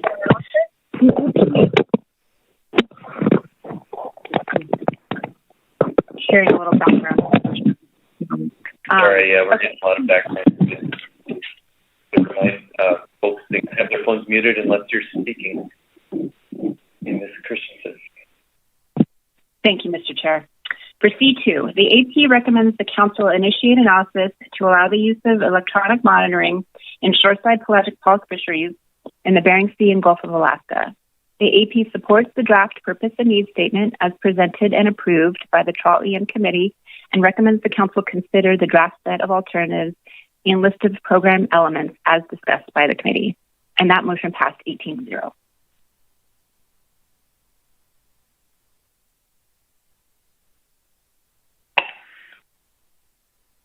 Don't see any questions. Okay.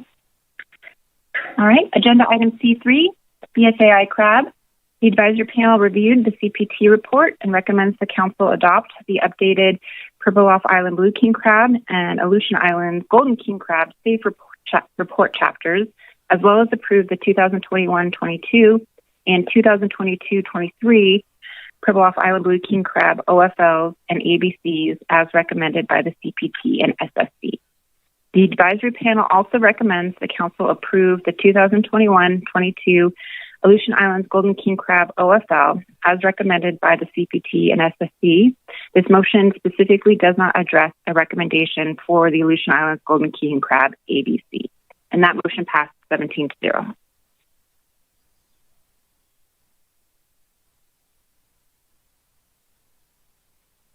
And if there are no questions, I'm going to turn it over to Matt to cover the last 2D items. Okay, this is D1, Bering Sea Aleutian Islands Pacific Cod Small Boat. The AP recommends that the Council initiate and expand discussion paper to provide more information on the potential structure and elements of a new small vessel sector that will be eligible to fish the 1.4% jig allocation. The expanded discussion paper should focus on the LLP subarea endorsement as outlined in the June 2021 Small Boat Access Discussion Paper. The expanded discussion paper should explore in more detail potential regulatory boundaries of a Dutch harbor subarea, ergo Unalaska Bay, and outside waters from Bishop Point to Unalug Pass, ranges for qualifying years for a subarea endorsement, ergo vessels in the under 60 sector that have reported at least one landing in the subarea in 7 out of 10 years, and other elements including but not limited to opt-out provisions if a vessel chooses to remain in the under 60 sector and fish outside the sub-area, potential options for new entrants to acquire a sub-area endorsement, and impacts to rollovers to the under 60 fleet. That motion passed without opposition.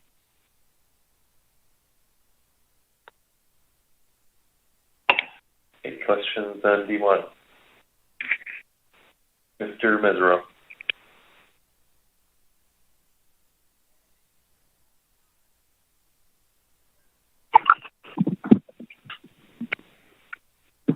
Thank you, Mr. Chairman. I've double unmuted myself, so I can assume that Mr. Upton can hear me.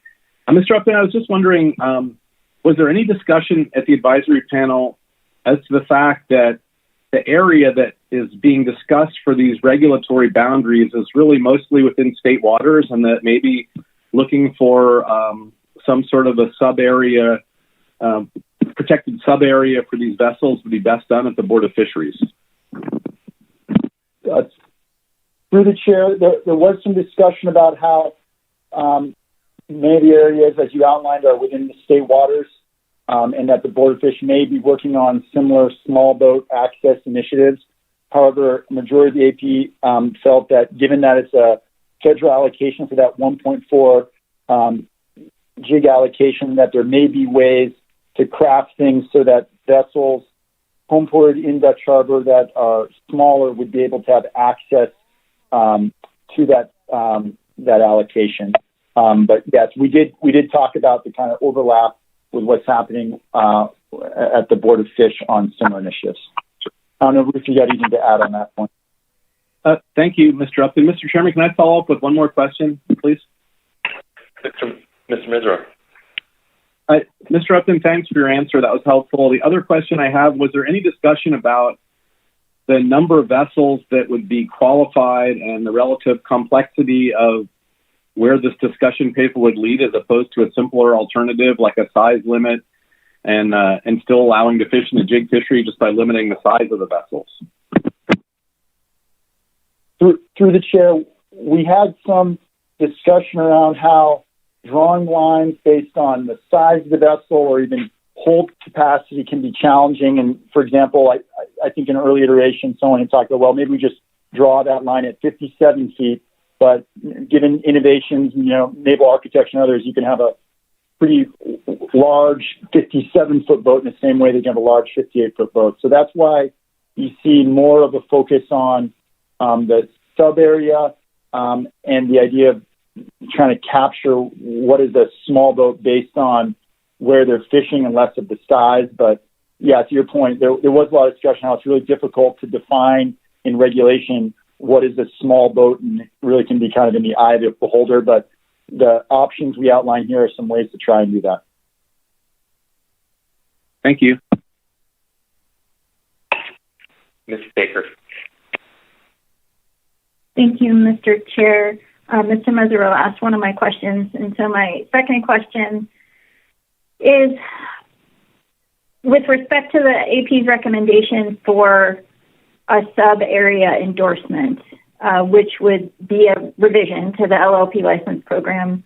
I wondered if during the AP's discussion or maybe the staff presentation, did you have much discussion either amongst yourselves or with staff about this concept of a sub-area endorsement for the whole LLP license program and some of the implementation issues associated with that? Did the discussion get into those kinds of details at all? I'm wondering, since this would be a new concept for the LLP license program, wondering if you got into those details at all or if your discussion was more conceptual. Through the chair, I would say our discussion was more conceptual. There were some references to how, this would be kind of sub-area within the Bering Sea that's already captured on many different LLPs. But at the same time, there was some willingness to just look at different ways to jump through those hoops to try and address some advocacy that we've heard, and I'm sure that you'll hear as well under this topic. I don't know, Ruth, do you have anything more specific on that? Through the chair, I don't, Matt. I think you captured it pretty well. I guess the only thing that I would add is, the AP recognized, some of the concerns that were raised by both Mr. Mesereau and Ms. Baker, and because of those, intentionally recommended this expanded discussion paper as opposed to, recommending an initial analysis, knowing that there still are some key points that would need revision or consideration.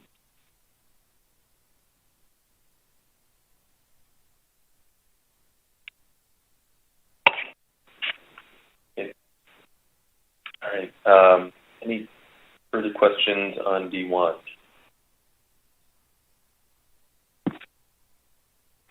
Okay, Mr. Upton. Okay, and finally, D3, Bering Sea FEP report, CCTF report. The AP commends the Bering Sea Fishery Ecosystem Plan team for progress made during the May 2021 workshop and meetings. The AP recommends the Council encourage the FEP Plan team to continue the work as outlined in the presentation, including the development of ecosystem indicators to inform an ecosystem health or evaluation report and continued coordination with the Action Module Task Forces. The AP recommends the Council approve the revised work plan by the Climate Change Task Force. That motion passed without opposition.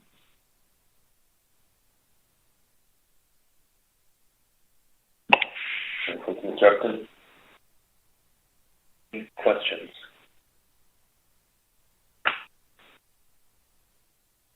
Don't see any.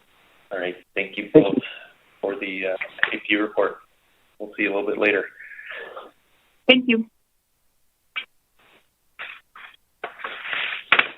Okay, that concludes our AP report. We can go back to the SSC presentation with Dr. Sherry Dressel.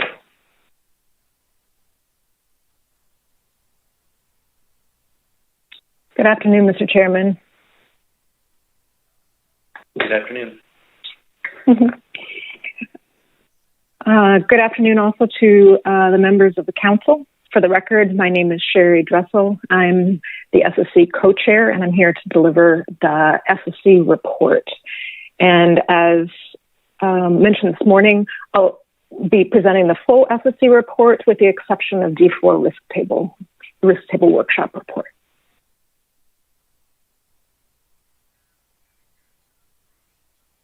Sorry, I'm looking for, got it. Okay. As most of this you all heard this morning, but we just wanted to note that the SSC received a presentation from Diana Evans on administrative issues. So we were notified that you will be discussing the October 2021 meeting at your meeting next week, and that final decision on whether the SSC meeting will be virtual or in person will be made in August. We were also given the same notice that there's a published summary document for IFQ amendments. And then finally, we were notified that the Council has postponed the 7th National SSC National Meeting until 2022, so that meeting can be held in person. Ms. Evans also mentioned that the themes of this will be the same as they've been planned previously, and if funding cannot be extended until next year, the meeting may need to be scaled back. So the format of that will be determined at a later point.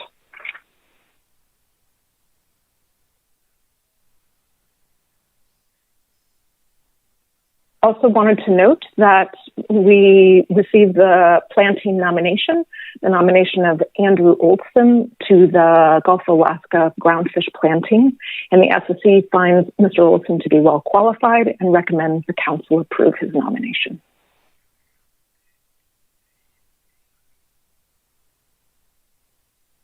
The SSC also received the Alaska Fisheries Science Center report, and I expect I included this just in case our presentations were slightly different. Dr. Foy covered the surveys that were completed, underway, and planned in 2021, as he discussed with you. Also discussed how AFSC is planning to address recent executive orders related to climate change and environmental justice, plans for informing ecosystem-based fisheries management, or the continuity of their work on that, plans to address and respond to NOAA climate and fisheries initiatives. And he also noted for us areas that require expanded focus from the Alaska Fisheries Science Center and areas where input and feedback from the SSC would be useful.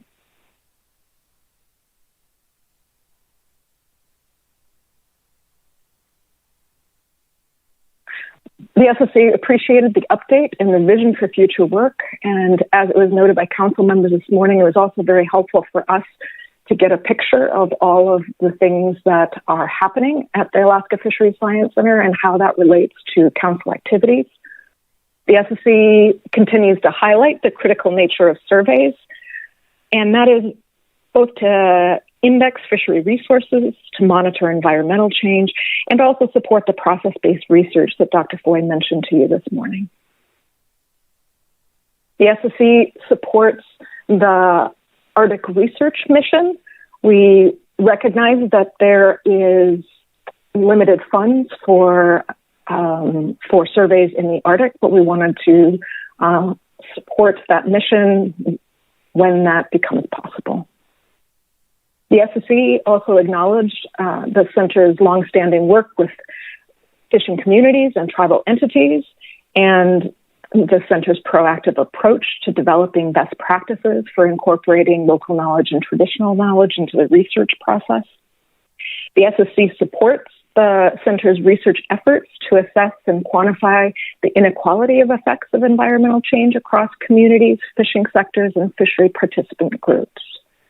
And finally, the SSC requests notification if and when NOAA provides official guidance on specific actions or research to address the executive orders.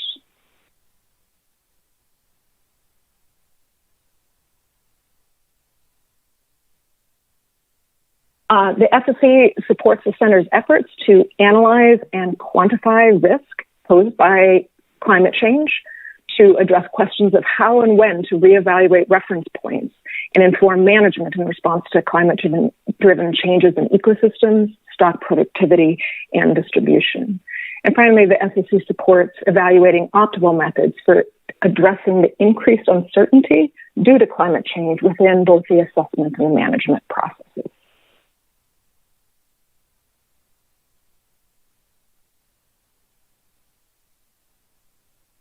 Next, I'll move on to the C1, the 2020 Observer Report. The SSC thanks the agency and the industry for the rapid response and adaptation to the challenges of COVID-19, and this includes the adoption of blended in-person and virtual trainings. The SSC noted, so for the second bullet, the SSC noted that the median time between the receipt and completion of the EM video review was 24 days for the EM hook and line and 60 days for the EM pot. And this is compared to the median of 7 days during pre-implementation in 2016. So the SSC requests that the Fisheries Monitoring Science Committee investigate the factors underlying the higher than expected time between the receipt of the EM video and the completion of the review. And this is to evaluate whether the expected cost benefits of EM monitoring will be fully realized. With respect to the third bullet, the SSC noted that the days fished metric was always shorter for monitored trips than unmonitored trips, and also that the hook and line non-tendered trips were shorter in duration when they were observed.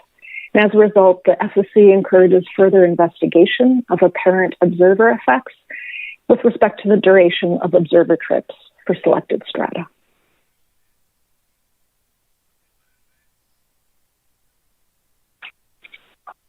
The SSC supports. Okay, we can, looks like a question from Ms. Kimball. Sorry, Mr. Chair, Dr. Dressel, I didn't mean to interrupt. I thought you were finished there. I can wait until you're done with this report if needed. Sure, I believe that this one is my last, yep, that's my last slide. So I'll just read through this one. Okay. The SSC supports NIMS recommendation for the development of an integrated evaluation of a partial coverage category. The SSC welcomes the opportunity to review and comment on the design after this holistic evaluation is put together and on the results of the evaluation.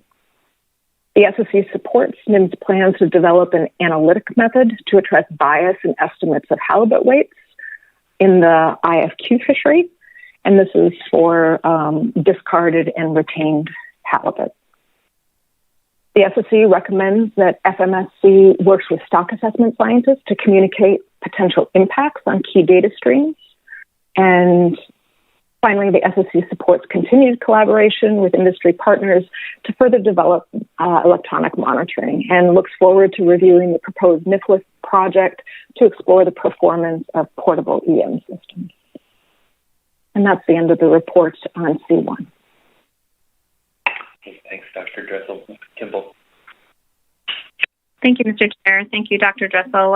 On the previous slide, I just wanted to understand if the SSC thought there was something notable about the scale of observer effect found on the trip length. Those trip metrics have been something that we've been trying to evaluate and look at whether they're the most appropriate to show bias or observer effects in each of the strata. And I just wondered if there was something specific or notable that they found about the observer effects for those fixed gear trips. And I asked only because I did not see I did see an observer effect in the annual report, but not anything that was really notable or significant to require further investigation. So I wanted to understand the SSC's concern with that. Sure. My understanding from, through the chair, Ms. Kimball, my understanding from the SSC was, honestly, it was a concern anytime there is a bias. We did hear from presenters that part of the reason that there was less concern was because the trip duration did not also correspond with reduced catch, and so perhaps this bias isn't as concerning. But I think it was a recognition that when there are processes with bias, investigation into them in case they can be resolved are helpful. But I don't believe there was anything. I don't know what the word you used, but distinct. Okay, thank you, Dr. Dressel. That's really helpful. And my last question was on the comprehensive evaluation for cost efficiencies in the partial coverage program, and I see the SSC supports NIMS's recommendation to do that this coming year. And I was wondering if there, in your discussion, which I apologize I didn't get to listen to, there was an opportunity or NIMS or observer program staff provided options for an opportunity for the SSC to comment on the design of that evaluation throughout the process. I wanted to see whether that timeline accommodated that or whether that might be a problem. For the chair, Ms. Kimball, I don't recall hearing a timeline or discussion of that. So this was in concept, but was not specific to a particular timing. Okay, thank you.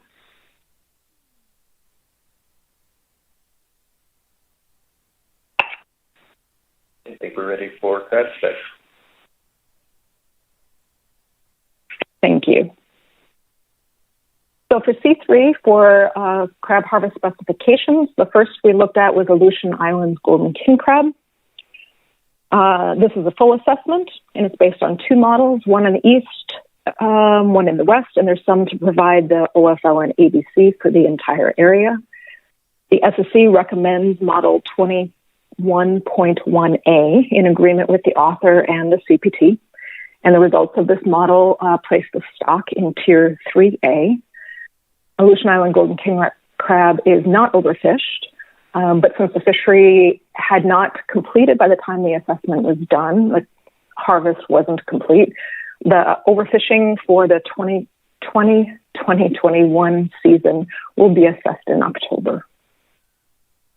The point on this one that is notable is the SSC recommends a 30% buffer between the OFL and the ABC, and and this is larger than the 25% CPT recommendation and previous 25% buffers.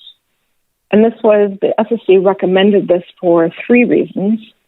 The first one was because of the retrospective pattern in the Eastern Aleutian Island golden model. The second was concerns over model convergence, which had to do with the jitter analysis, and it indicated parameter confounding in the Western Aleutian Islands model. And the third one had to do with the declining trend in the year area interaction CPE series that is likely to be used in the next assessment. And to describe that third one just a little bit more, when the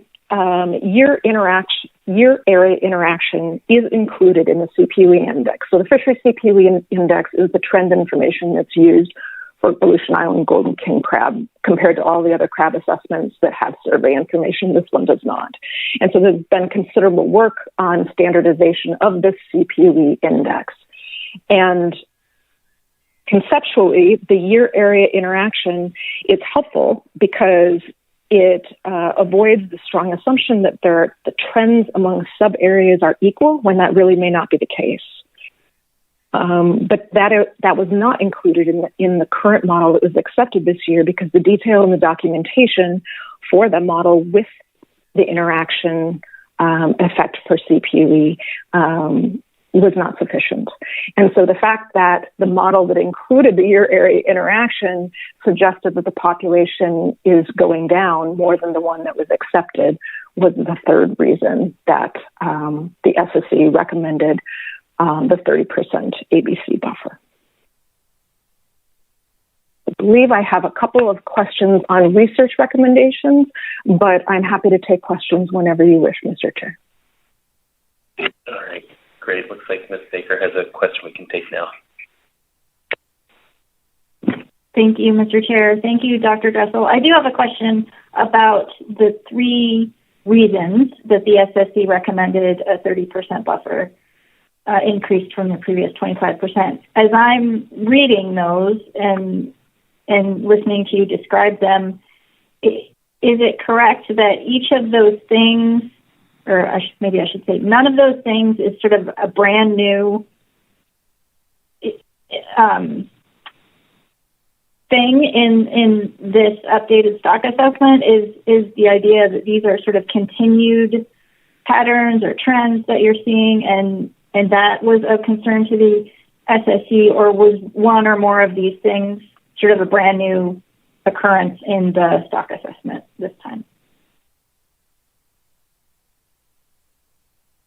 Thank you. Through the chair, Ms. Baker, yes, thank you for bringing that question up. There are a number of reasons why the SSC and CPT have recommended the 25% buffer in the past, and those I did not mention here. So these 3 actually were all relative to the increase to a 30% buffer. So there has been a retrospective pattern in the model for the eastern area for a number of years, but when the 25% buffer was put into place in 2017, the retrospective pattern was not mentioned as one of the reasons for setting it at 25%. So even though it's been noted in models since then, it has never, to our understanding, been considered in that 25% buffer. So in our view, that accounting for that retrospective pattern, which is suggesting when we get more data that the population is lower than we thought it was, that is it's a new factor to include in it's newly accounted for is in this 30% buffer. The second one is, I believe that there have been some convergence issues in the past. I can't remember that for sure, but that is part of why the SSC recommended a jitter analysis in the past. And a jitter analysis essentially changes your starting value and sees to see if the model ends up in the same place, which is your the maximum likelihood estimate. And so it's normally a jitter analysis would produce some range of results for biomass and other quantities. And but in this case, all of the biomass estimates were absolutely identical from the jitter analysis. The likelihoods were identical, and all the totals were identical as well, which is very unusual. And so it was a new comment from us, I believe, this year, that based on the results from this particular model then. or model runs this year. And then the third one, I know that there's been that the author has been looking into interaction with CPUE in the past, but I do not believe that that has been accounted for in or like a declining trend from that. I don't believe that that's been included in the buffer before. So those three were all new considerations, and they were the reason that we thought that an additional 5% was justified in this case. Thank you for that, Dr. Dressel, and I appreciate that you going through those points. I know you and I have had the conversation in terms of the buffers and the SSC's discussion of those. So I just thought it would be helpful to get a little clarity on this particular one. That's all. Thank you, Mr. Chair. And thanks, Ms. Baker. Mr. Downs. Hey, thank you very much. I'm just following up on the questions on the buffer and the retrospective pattern in the Eastern Aleutian Islands golden king crab. A recommendation by the SSC that we increase that buffer by 5% from what we've done previously, and from the crab planting meeting. Is Dr. Dressel, is there no other? Is there any parameters within the, or I guess I should say, are you certain there's whether there's parameters within the model that account for a retrospective pattern in the model? In other words, I'm just concerned that if there's accounting for this in the model and then we set a buffer, then what we're doing is we're double counting on our consideration for a retrospective pattern when we look at the analysis. But I guess my question is, to be more clear, is this accounted for in the model, or do we know that, or do you know that for certainty without talking to the assessment author? Through the chair, Mr. Downs, I appreciate that question. As we talked about for this tables for groundfish, the issue of double counting is obviously of concern. In this case, uncertainty and parameters that are included in the model, if this was based on uncertainty and parameters within the model, so observer error in particular, what that would mean would be that your retrospective pattern, in some years it would estimate higher, in some years it would estimate lower. And then you actually wouldn't have this retrospective pattern. And so the pattern of every year it's suggesting that the population is lower than you thought the year before suggests that there is some bias that's actually not being accounted for within the model. Otherwise, actually, you'll see for snow crab, the author did a lot of work trying to figure out ways to reduce this retrospective pattern. And so, no, what I would say, I would not consider this as a double counting issue. And if the author can figure out what is causing this retrospective pattern, then the author can change the model, and then this buffer would not need, this reason for increasing the buffer would no longer exist. Yeah, does that answer your question? It does. It does. And I appreciate that very much. Thank you, Dr. Dressel, and thank you, Mr. Chairman. Thank you, Mr. Dunn. Please continue, Dr. Dressel. Thank you. With regard to the Aleutian Island golden king crab assessment, the SSC supports the crab planting and some other research recommendations, as we note here. First, there's a suggestion for additional maturity modeling and possibly holding studies to provide better input data for the model. The second is a recommendation to explore the use of the NIMS Aleutian Island trawl survey data. It's not clear whether that data would be beneficial for this model, but we do believe that it would be worth the author exploring that as an option. A third one is to include more detail in reporting the CPUE standardization so that we can use that year area interaction model that I talked about before, which currently is suggesting a steeper decline than the model that we currently have. The fourth one is to include a routine projection of incomplete in-year catches. And this just means that in cases, we do this for groundfish as well, but in cases where the harvest is not complete for the season and the assessment is done, in groundfish, we often project what we think the remaining catch will be so that we can incorporate that when we're estimating the OFL and the ABC. And in this case, the author didn't use a projection. It just didn't account for the harvest that will occur after the assessment. And we're suggesting that the authors do that in the future. The fifth one is to, as we've recommended for a number of crab stocks, to progress towards using the model using GMAX, which is the generalized model for Alaskan crab stocks, and it's a standardized code that's easier for people to exchange and review. And finally, we recommend continued consideration of one combined model with two areas versus two separate models. And this is conversation that the SSC has gone back and forth on with the author. The question is whether there is exchange of larvae or crab between the two areas.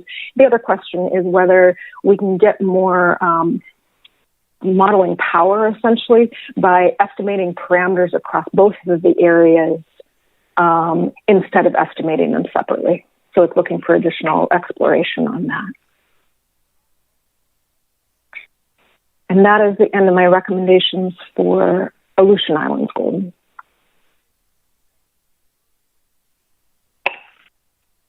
Okay, thanks. Looks like we are ready for Pribilof. Okay. For Pribilof Island, blue king crab, this is a full assessment on a biennial scale. As I'm sure you'll hear in the CPT report, the biomass has been low since 1999. There's no indication of recruitment. The SSC recommends using a random effects model, which is like a smoother, essentially, as recommended, or smoothing for biomass estimates from the survey, as recommended by the author and the CPT. And this is the same method that's been used since 2015. So the projected mature male biomass is considerably below the minimum stock size threshold. Therefore, the stock is in Tier 4C. For status determination, there is no directed fishing allowed, and the stock is overfished. Tier 5 considerations are used for estimating the overfishing level, and so we estimated that for this assessment. Overfishing determination will be done in October, and the SSC and the CPT recommended a 25% buffer, which is the same as was used since 2019, or the same as in 2019, the last time the assessment was done. The SSC supports the CPT recommendation to move the timing of the Pribilof Island blue king crab assessment back to September for the CPT. This was originally moved from September to June due to workload and meeting timing. But since St. Matt's blue king crab has now been moved to a biennial schedule, it can be evaluated in 1 year, and Pribilof Island blues can be evaluated in other. So it seemed reasonable to move it back to October when we can do the overfishing assessment at the same time. The SSC looks forward to receiving a stock status template report for blue king crab in the near future. And that is all I have for Pribilof Island blues.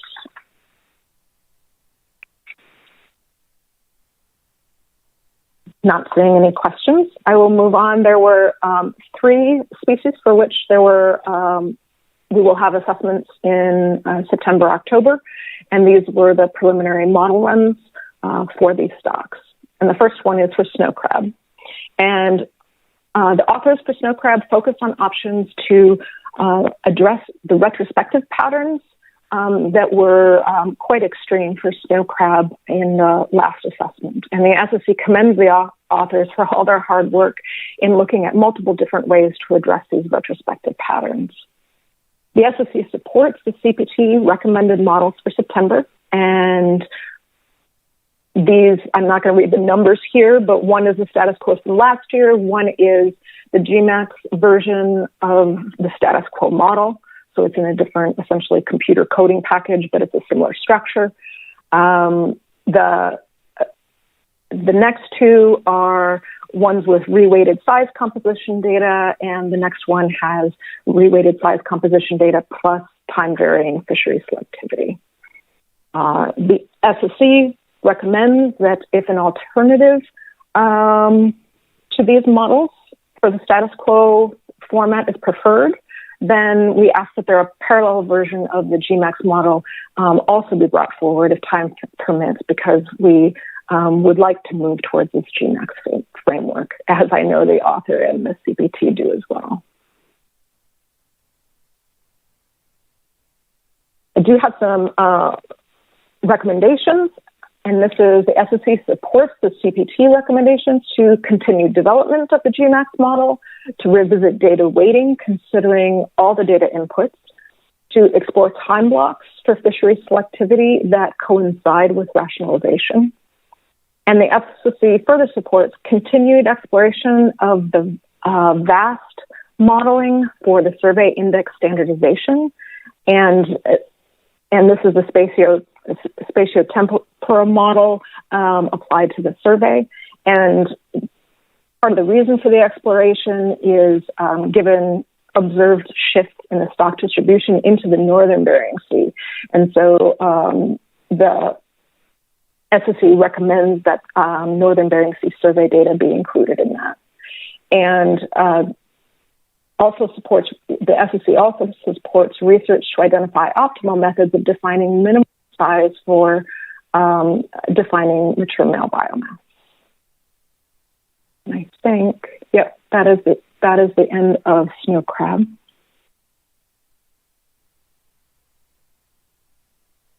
Okay, seeing no questions, the next stock is Tanner crab, and these also were recommended model runs for September. The authors focused on addressing issues with parameters hitting bounds. This has been an issue with the model for a number of years, and the SSC was really glad to see the author address these issues. The author commends the authors for their diligence and hard work in looking at these. They explored 20 different models, and the SSC supports, in particular, the transition from a normal to a log normal likelihood for fishery catch and bycatch data. And by doing so, the log normal likelihood assumes a more appropriate multiplicative error structure. So we see that as a good improvement. The SSC supports the CPT recommended models for September. These include the base model from last year. It includes a model that implements changes to the likelihood for size compositions, and this was used to address these parameters hitting bounds within the model. And then the third one is same as 21, 22. It's the same as the middle one here on this slide, but it adds a pre-specification of growth increments based on external information. So the SSC supports also the CPT recommendations for model development, and that is to explore methods for reducing complexity and selectivity. This actually looking at reducing the number of selectivity parameters in the model. And the next one was to explore the impact of a changing reference time frame. And essentially what we mean by that is that starting the model, not using some of the early data, but starting the model in 1982 due to poor early data quality, and hoping that this may reduce some impacts of both the spatial and temporal changes of the stock on parameter estimates.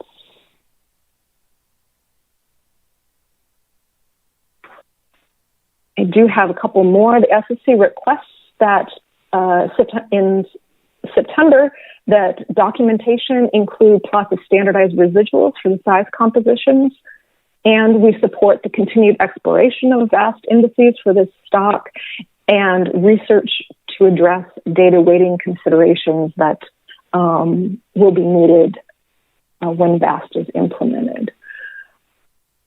I will say that the SSC is supporting continued exploration of VAST for this stock, but there is not a specific model being brought forward that includes VAST for Tanner crab.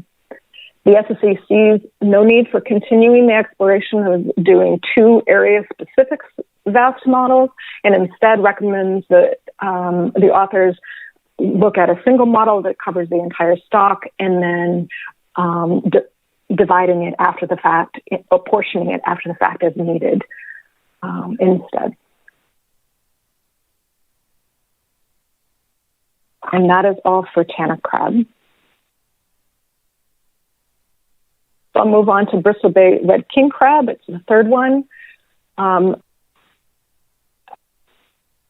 Authors provided 8 scenarios considering the way that natural mortality, observer data, catchability, and the use of VAST estimates are modeled. It was notable that likelihood profiles and other new methods are suggesting that natural mortality might be higher than what's currently used in the model. So the SSC, as a result, if you look at the bottom bullet on this slide, as a result, the SSC requests additional work on age validation because this can be used for natural mortality estimation. As far as the models go, the SSC supports the CPT recommendations, and that is using the base model that actually includes updated observer estimates and updated sample sizes for those estimates.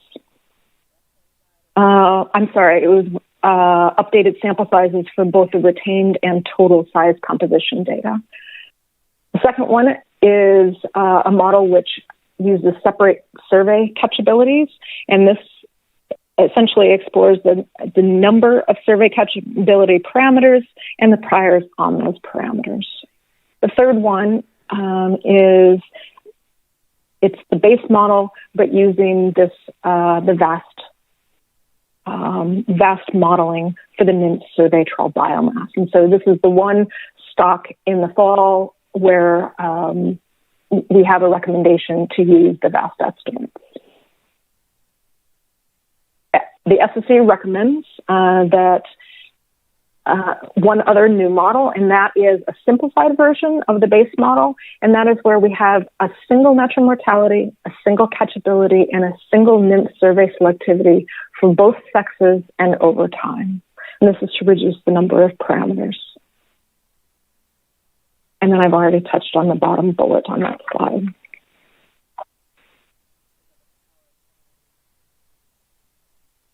And that is all I have for model runs for Bristol Bay red king crab.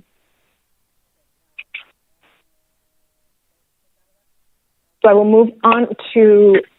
No, I was just saying I didn't see any questions, so please continue. Okay, thank you very much. So to continue into the crab planting report, we received a report on the 2021 survey planning, and the SSC appreciates the CPT's consideration of the assessment cycle, and specifically the data timelines and their planning process. And the reason that we note that in particular is because full survey coverage is expected in the Eastern Bering Sea and Northern Bering Sea, as Dr. Foy mentioned this morning, in 2021, but slight delays in data availability are expected. And this includes partially, I think, a couple of days due to vessel timing, and another few days in case retows are necessary for Bristol Bay red king crab. And it depends on sea surface temperature for those. And so the issue is, even though this is only a handful of days, the authors have a really tight turnaround from when they get the data from the vessels and when they provide the assessments. And the SSC supports the crab planting concerns that about survey timing and the crab assessment cycle and how it may impact data availability for assessments going forward. And this is the timing between the survey and the assessments are one concern. If the VAST modeling is used, it's even greater concern because then we need the data from the surveys, then you need to model that survey data, and then those model results go into the larger model. And so it adds a number of days. And one of the things that became clear with the crab planting report is that there literally may not be time to do vast modeling for crab stocks because the time between the survey and the assessment is so tight. And so I believe that we may touch on that later, but I think the SSC supports looking at any options that there might be to address that. Dr. Dressel, Dr. Balsiger has a question. Thank you, Mr. Chairman, and thanks, Dr. Dressel. I listened to some of this when the SSC went over it, but I was unclear as to whether the timing of the survey, which would affect the VAST model and the fitting in of all the data, is that a problem for this year, or is that likely to be a problem because of the way the surveys are laid out for many future years?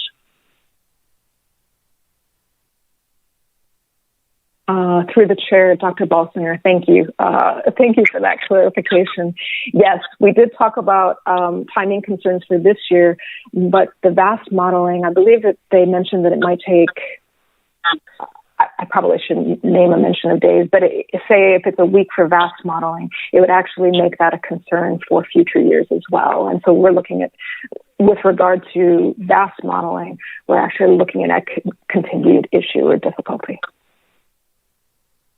I understand. Thank you very much. Thank you, Mr. Chairman.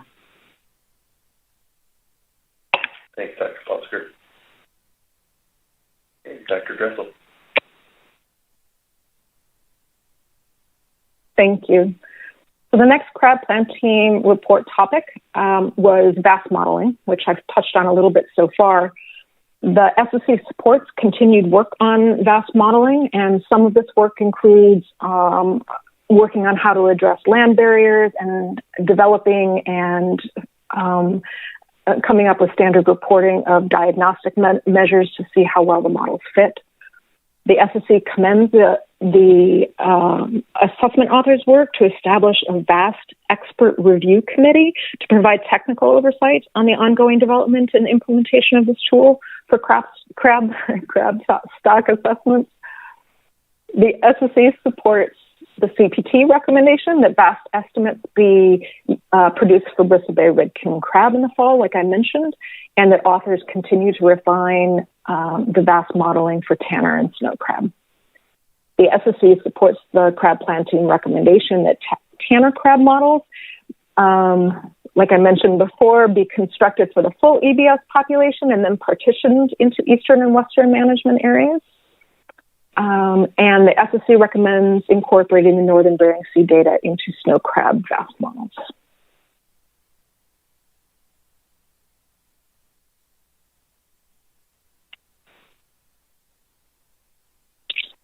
The next section of the report was on the Bering Sea Fisheries Research Foundation surveys and specifically looking at estimates of selectivity and catchability from these. First, the SSC would like to recognize BSFRF for their continued support of research. And the SSC commends Dr. Stockhausen at the Alaska Fisheries Science Center for his continued work on this analysis. The SSC supports the crab planting's assessment that this work is very important for refining crab assessments, but that it's too soon to conclude whether one of two approaches should be used, and one is an aggregated approach and one is a hall level approach. And it's too early to determine which is most useful for the crab stock assessments, and support the CPT's recommendation to continue working to refine both approaches.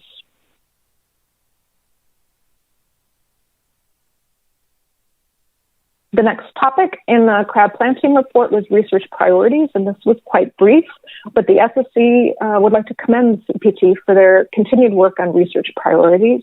And the SSC notes in the report that for the crab planting about updates to the research prioritization that are provided under agenda item D5.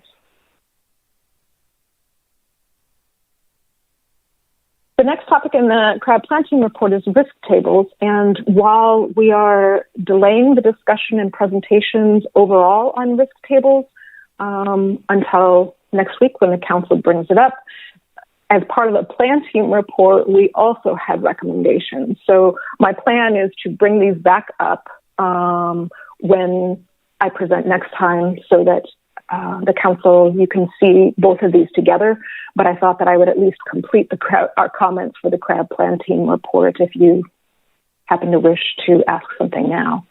The SSC commends the author and the crab planting work to explore the draft risk tables. They brought forward draft risk tables for snow crab and St. Matt's blue king crab at this meeting and sort of tried them out. And the SSC appreciates their time.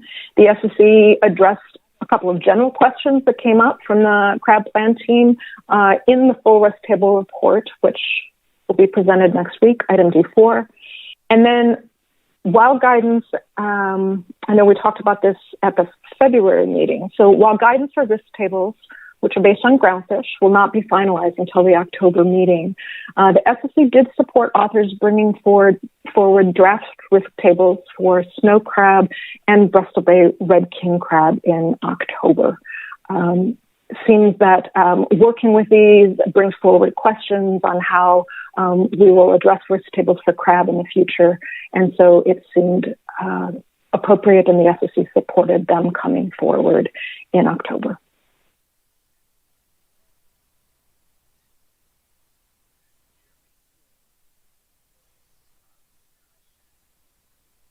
So for this next topic, I'm going to check and see.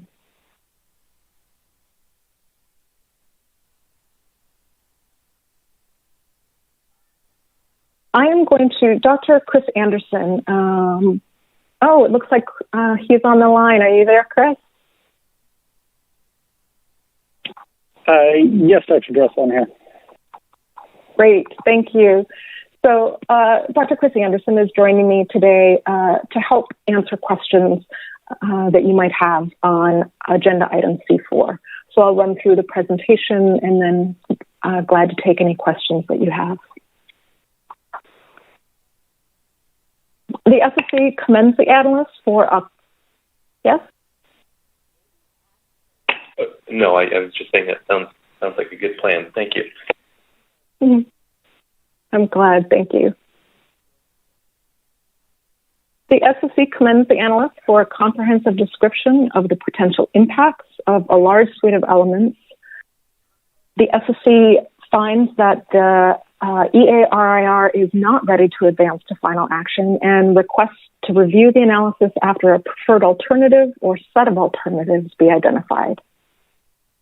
And this is because there are multiple elements that have significant interactions with one another, and with the current structure of the fishery, with existing cooperatives in some of the vessel's primary fisheries, these interactions could vary. Second of all, the second reason was because effects will likely be different for AFA and non-AFA vessels, and so the analysis should identify responses for each.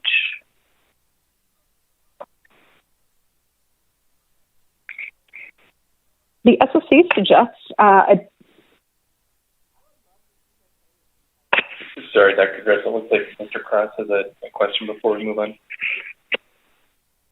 Mr. Chairman, I'll leave it up to you and Dr. Dressel. Do we want to wait till the end or as we go through these different parts? I think I have questions on different parts of it. So what is your preference? I would say, Mr. Cross, if it's relevant to the slide, sure, let's take it now, slide by slide. Thank you, Mr. Chairman. Thank you, Dr. Dressel, and thanks to the SSC for spending the amount of time that they did on this topic. I guess my question is, where did the SSC or where does the SSC expect to get information about the existing co-ops and the vessel primary fisheries versus the second? What do they expect to get back? I think the staff said that they've given all that they pretty much have on what's going to happen with the two. There might be information that says how many AFA boats there are, and that's all in there. But how the two are going to relate and affect each other, I'm wondering where that information is expected to come from. Through the chair, Mr. Cross, I'd like to see, Chris, would you be comfortable answering that one? I think I can provide an answer there, yeah. Through the chair, Mr. Cross, so the SSC had quite a bit of discussion there because we know that there are data limitations, and a lot of the information on, for example, the number of AFA boats, the number of non-AFA boats, are presented comprehensively in this. What we were looking for is some additional reflection on how how the incentives to form cooperatives and the effects of forming a cooperative are going to be different for each of those boats. And we were not able to find those answers in this analysis. And in particular, we're cognizant of the fact that the AFA vessels have established cooperatives and may simply be building off those, or the Pacific Cod may influence how those cooperatives are structured, or the distribution of market power between AFA boats and their cooperative center, their processors around which their cooperatives are currently centered. So we were looking for some additional reflection that might, for example, draw on other programs where there have been processor-centered cooperatives to get some insight about what might happen there. Thank you, Dr. Anderson. Mr. Chairman, a follow-up? Mr. Cross? Yeah, so I understand that that's what you're after. I guess as someone who has a pollock boat that is associated with a AFA co-op and is a cod fisher, and a vessel, I also manage a vessel that is not associated with one. I don't think there's anywhere, the staff would be calling people like me to try and figure out how that market power is going to be used, or how these things are going to consolidate, or what's going to affect the other. I'm not sure, and I guess I would caution the SSC that information, I don't know where you're going to get it. It's just so new. The program is so new, and this is a unique situation in Alaska. As you heard testimony from processors and from catcher vessels about the uniqueness of this situation up there and the way that this is put together, you're not going to find, I've gone back through the literature, and the closest I found is Matlich and James Weiland from Oregon, and Matlich from Washington State, who had some discussion on it early on about with AFA. But because it's unique, I was trying to figure out where you were expecting to get this. And then my second part of that, Dr. Anderson, is what makes it so important to hold up the program?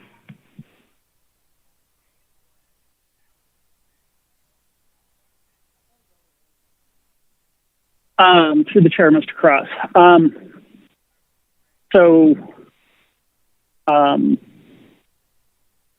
Let me take the second part of that first. I think we have the FSC's discussion revolved around concerns about National Standard 8 and the distribution of benefits that arises from the fisheries. And I don't think anybody at the SSC did not express a belief that this was going to throw market power one way or the other. We simply don't know, and that is why we felt that some additional reflection, deeper reflection on this, and some wider thought about how cooperatives would be likely to form for people who had existing cooperatives and people who did not have existing cooperatives would be important to consider. In terms of why it's important enough to hold up the program, this was not something about which we had an explicit discussion. We did talk about being aware that the council is eager to take action on this in combination with a number of some of the other issues that we're raising on the next slide here. We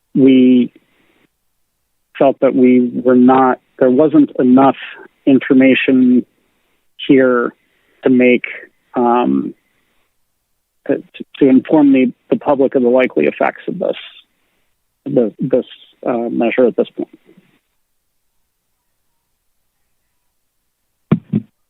Thank you, Dr. Anderson. All right, Ms. Kimball.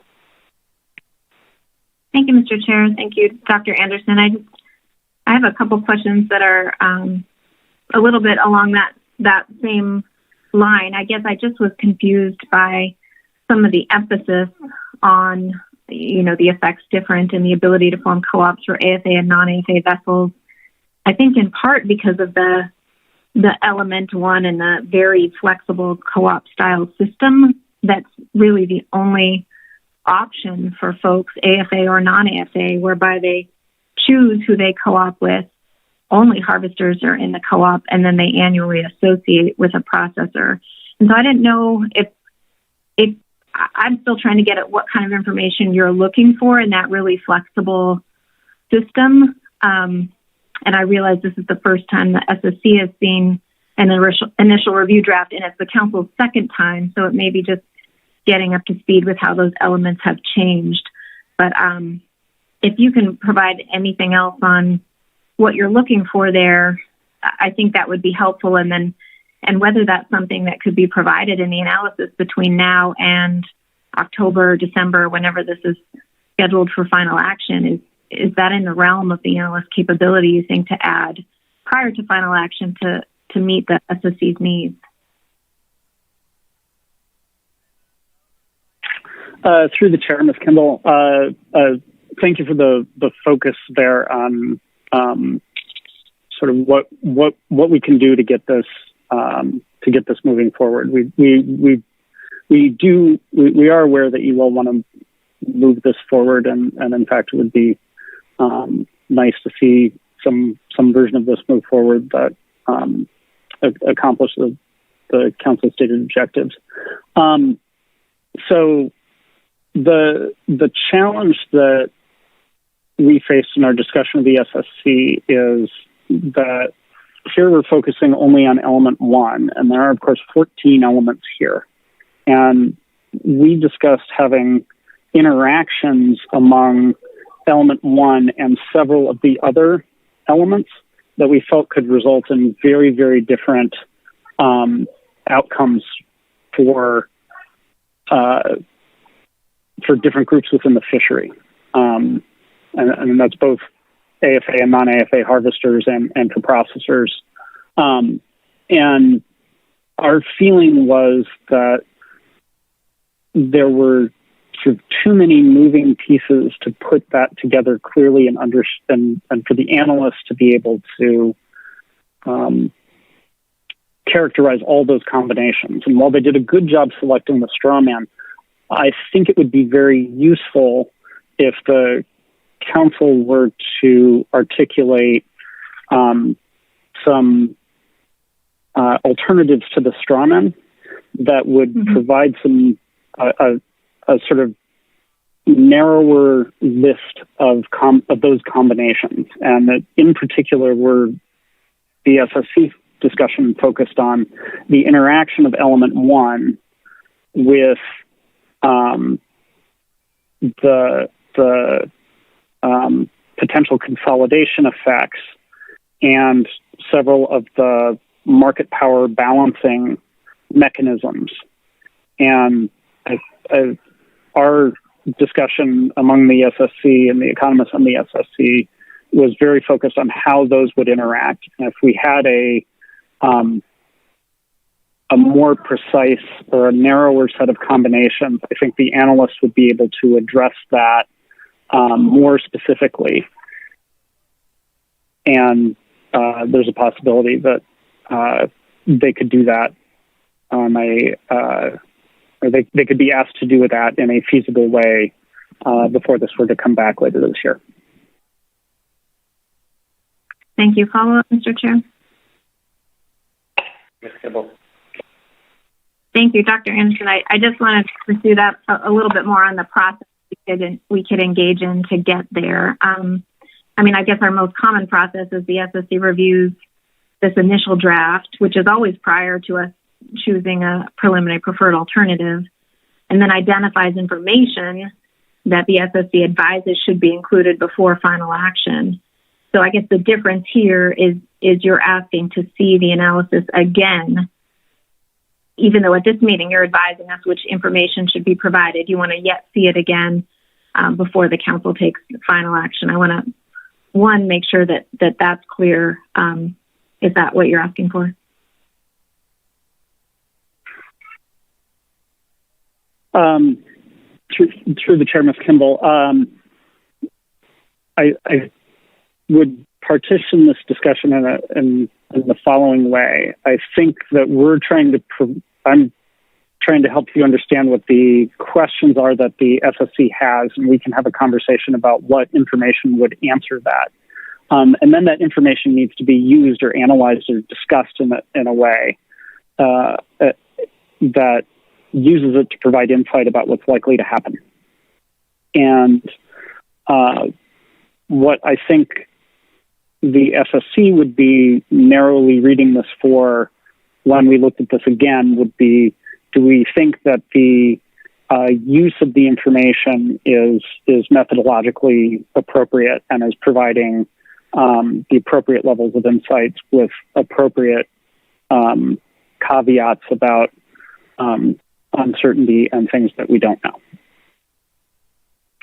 Is that a helpful distinction for you?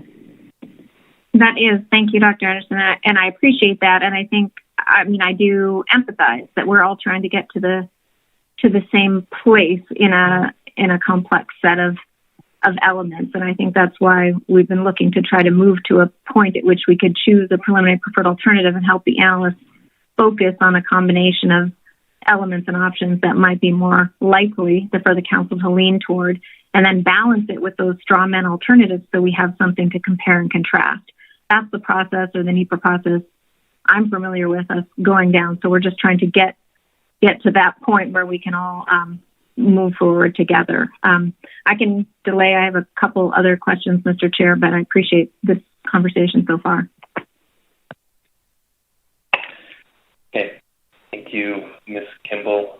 We can move on to a question from Mr. Twite, and then I think at that point, after Mr. Twite's question, let's go ahead and take an afternoon break, and then we'll come back and continue the conversation. So, Mr. Twite.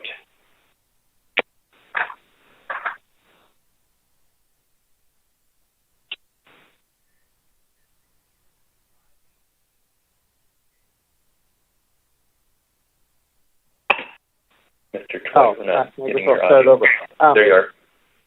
Yeah, thank you, Mr. Chair. I don't know whether this question is for Dr. Dressel or Dr. Anderson, but the SSC report creates this distinction relative to lapse about primary versus secondary species. And first of all, I'll just note that I'm aware of at least one LAP, and that's the Gulf rockfish LAP, that I don't think rockfish is a primary, quote unquote, primary species for any vessel in that. So the SSC's thought that this hasn't been done before, I think, is incorrect. But more fundamentally, I'm trying to, the minutes make this a fairly significant issue, that doing a LAP, at least the message I get, is doing a LAP for a so-called secondary species, and you're labeling peacock as that, is somehow distinct and separate from doing it for a so-called primary species. I'm losing exactly what that distinction is, and B, why it matters.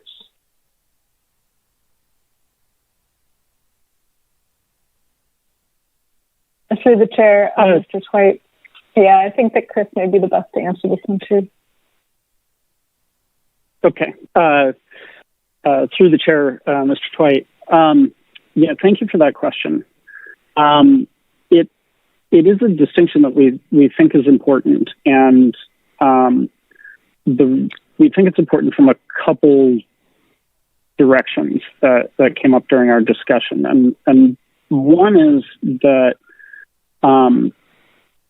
cooperative formation for a species that is of lesser economic importance is going to interact with the contracts that people have for their primary species. And for the non-AFA vessels, we could draw some inferences about how that might happen by looking at the rockfish program. That is a good point. But for the AFA vessels, it's difficult to, there are existing co-ops, and that is how the co-ops that are formed for cod, for Pacific cod, interact with the co-ops that are going to form, or that have formed for pollock, is not known. But some additional careful thought about that, more than is in the document now, would be an important and insightful. And one of the measures that we discussed as important that we think would be affected there are questions of consolidation. So why would would we expect vessels to divest themselves of their LLPs in order to consolidate around cod when their primary species is pollock? I have strong intuition about that, but the SSC was not able to pull out the answers that we wanted to questions like that from the document, and that is sort of articulated more narrowly in our request that the analysts distinguish consolidation from specialization in fleets that have existing cooperatives or do not have existing cooperatives.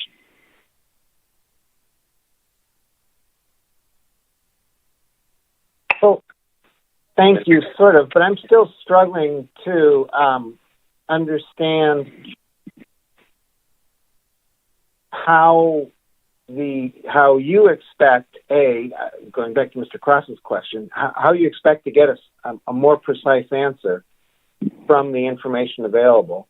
And then secondly, how we would somehow hinge a decision on what I think everybody acknowledges is a long overdue program from the standpoint of protecting the vessels that are highly dependent on cod, allowing them to continue their business plan, addressing safety at sea, and addressing loss of product value, all of which are happening under status quo.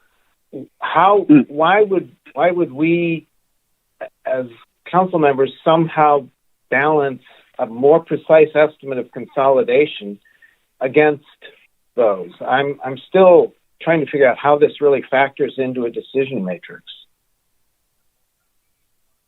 So the SSC discussion was not around the precision of the estimate, right? We don't have data. Nobody is going to build a fancy model here, but that would predict that there's going to be 80 or 60 or 40% consolidation. But there are significant dynamics at play here that were not discussed at all. And I guess I'm still struggling to understand why they're significant.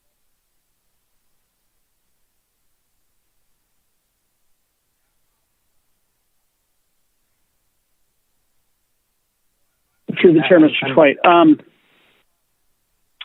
So the significance that the SSC saw is that the degree of consolidation in both the harvest and the processor sector is going to critically affect any performance metrics we might have under National Standard 8.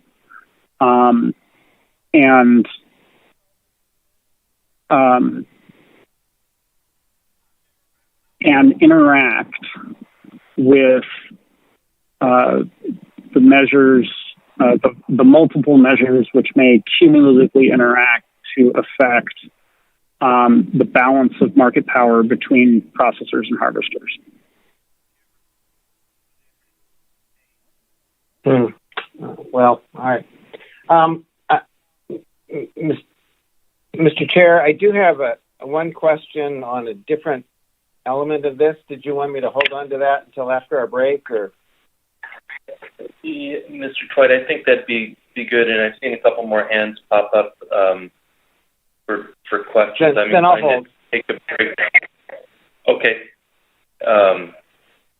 And if Mr. Cross or Ms. Kimball had questions on any point that had been made and you'd like to get those out before we take a break, please let me know. Otherwise, we can come back to them after a 10-minute break.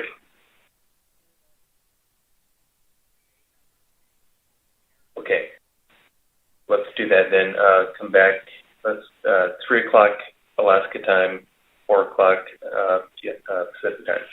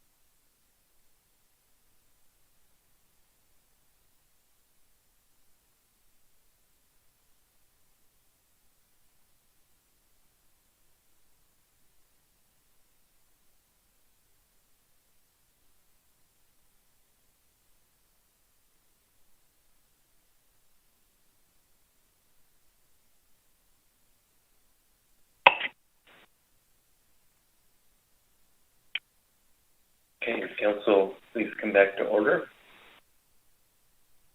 Okay, we were going through a series of questions from council members on agenda item B4, so I think we'll go back to Mr. Twite. Dr. Balspear, did you have a question as well, or is that a latent hand raise?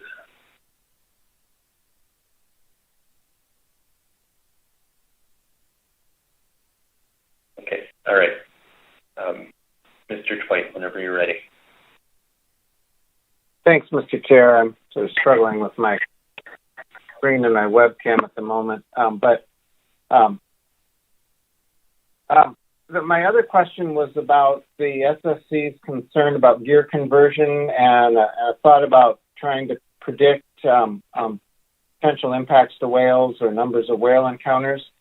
And I guess the first part of that question is this an issue? I don't recall the SSC raising this issue when the council implemented gear conversion from longline to pot for the sablefish fishery, and where we've seen a very dramatic swing in pot usage, dramatic increase in pot usage. And I don't recall the SSC flagging that then. Am I missing something? And if I'm not, why was the SSC concern triggered here, but not with sablefish pots?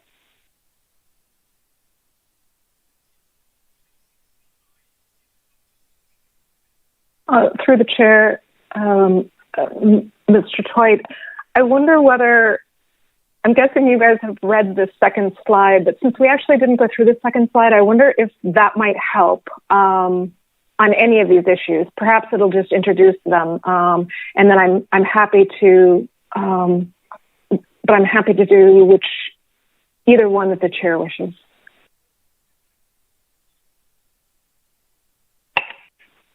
Thanks, Ms. Dressel. If you think it may touch on those, let's go ahead and move on to the next slide, and then continue to entertain questions after that. Great, thank you. I think that the third slide in here is a little bit separate, but the second one seems kind of integral to what we've been talking about.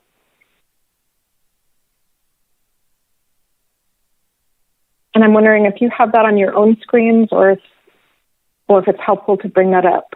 I know it's difficult to go back and forth from cameras to presentations sometimes. Yeah, no, we can have the presentation loaded. Great.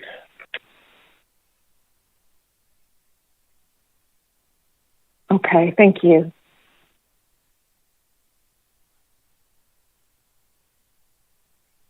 So we've touched on a number of these topics, but what we're going to say is that the SSC suggests that the additional analysis that the SSC was asking for include a number of things. And the first one is the extent to which the LAP will drive consolidation or specialization in the fleets, and what effects there will be on employment, crew working conditions associated with each. The SSC noted that predictions based on prior experience should consider consider not just previous results, but the factors that make those experiences applicable.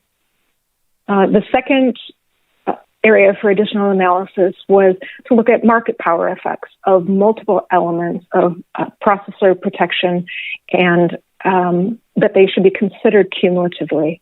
And I know that Dr. Anderson mentioned that some in his discussion. The SSC noted that stranded capital claims should be valued, as should compensation. And finally, and this point was the one I believe to which Mr. Twite was referring, and that is, the scale of the gear conversion to pot gear should be predicted, whether that's going to be frequent or infrequent. And if the increase in the number of pot days is extensive, then the effects on whales, such as the North Pacific right whale, should be considered. And if it's okay with you, Mr. Chair, may then just go right into trying to address Mr. Twite's question. Please do. And so through the chair, Mr. Twite, why this wasn't mentioned in previous analyses, I have to admit, I do not recall what was included in those analyses. My response to that would be, if it was not included, in the past, it doesn't necessarily make it a point that isn't key for now. And I'm not a marine mammal expert by any means. I recognize that, interactions with North Pacific right whales have been few in the North Pacific, but I know that there has been considerable effects in the Atlantic. And so that was why it came up. And I'm sorry that I don't have the memory to say whether they've come up in the past or why they may not have, whether they were just missed or whether there was a reason.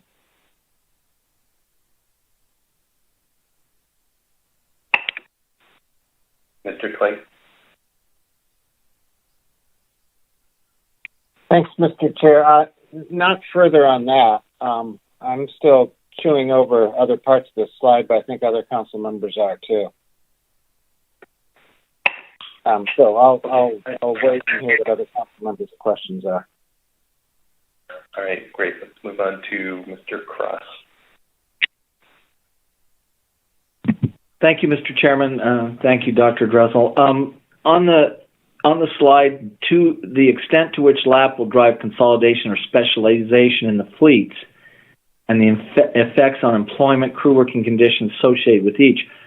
Again, I ask, where is that information going to come from? This is a very unique situation. cod is as important to these plants and to, for instance, one of my boats, when Dr. Anderson said that it's a secondary product, for my one boat, it's the only thing they do up there. It's very important, and the plant we deliver to has put a lot of money into that. So it's a primary for my boat, and it's part of their plan. It's a primary. So I'm trying to understand this consolidation or specialization, where you're going to get that information, and why. I just don't get where you're getting that information.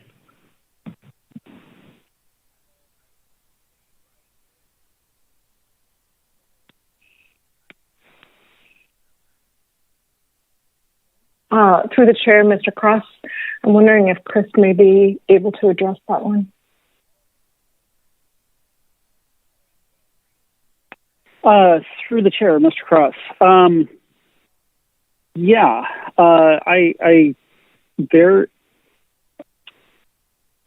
There's a lot of heterogeneity in the strategies in the fleets here, and the question that the SSC was left not able to answer as we looked through this analysis dealt with the extent to which it was possible for fleets to harvest cod separately from the other species that they harvest, and therefore potentially consolidate cod effort onto a single vessel.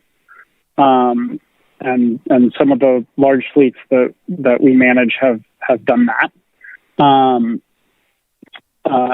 under other programs, and that was going to drive the distinction between whether we would expect to see a lot of consolidation in the sense that there would be fewer boats out there.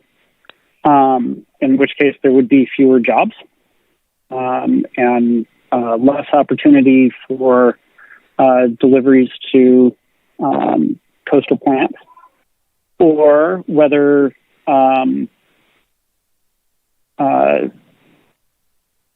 individual vessels would maintain essentially the same fishing profiles that they have now, in which case we would not expect to see a reduction in the number of vessels.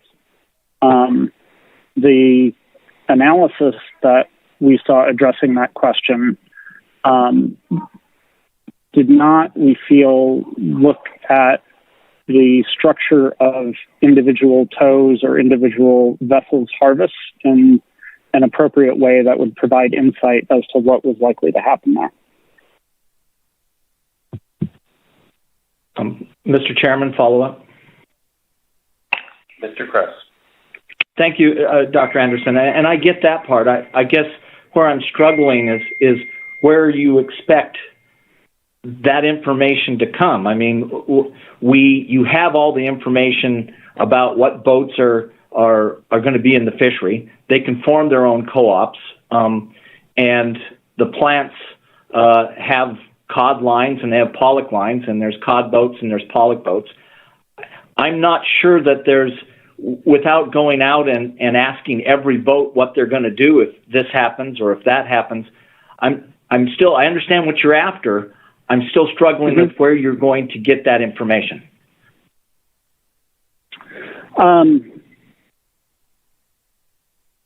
Through the chair, Mr. Cross, the SSC did not get into the nitty-gritty details of how we would design that analysis. We felt that was for the analysts to come up with. We did discuss the types of information that we did not feel were used, but could be used to provide some insight on that. And that could include things like typical hull composition. The analysis that we saw in this in this document focused on relatively aggregated catch and across vessels and across periods of time. But whether any consolidation would be possible would hinge critically upon how effectively vessels could target cod separate from other species. And I have a guess about what that data would say, but that it would be helpful to the public and help us fulfill our role to make sure that we understood that it was clear where the degrees of flexibility were for vessels to change their operations. If we were able to see the extent to which these are joint products, that is, you catch pollock and cod at the same time, or cod and other species at the same time, or would it be possible for vessels to almost entirely avoid cod and reassign their cod to other vessels within their co-ops? Then you would ask, is there significant economic advantage to switch some of that cod quota to harvest under from trawl to pot gear and look at the average productivity of pot gear to figure out how much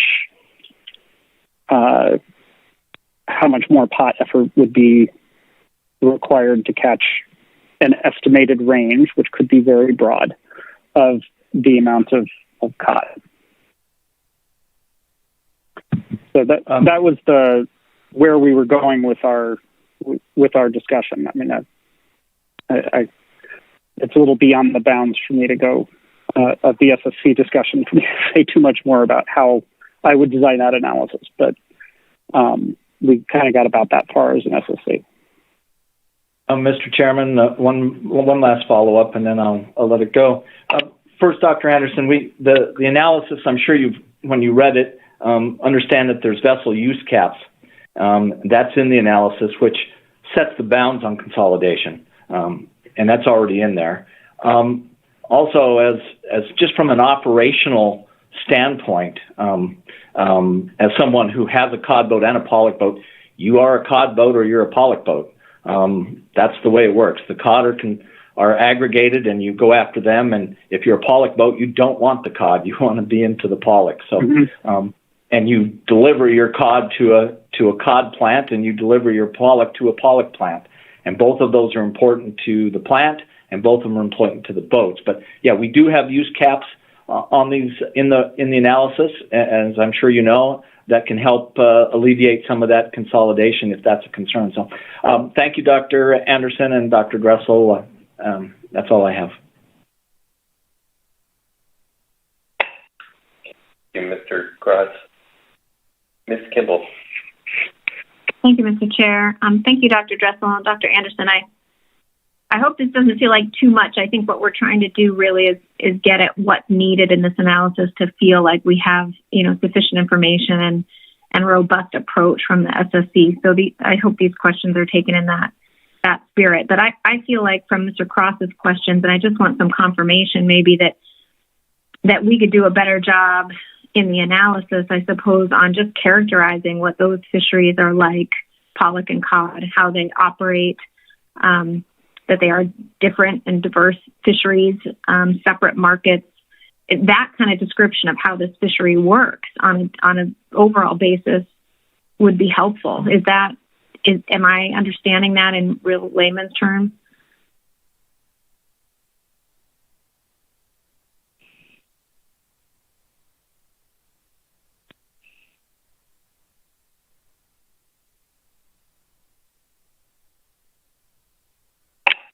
Through the chair, Ms. Kimball, I'm wondering if, since this is related to the previous questions and whether or not a description would address those, I think that I would pass that on to Dr. Anderson.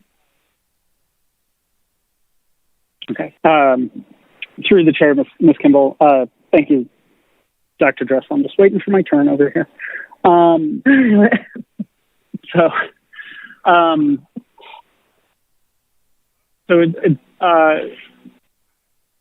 comment the SSC did make is that sometimes in this analysis there are sort of so many very detailed tables which are about the fishery that it does become very difficult and time-consuming to tease out ways in which the fishery does actually operate.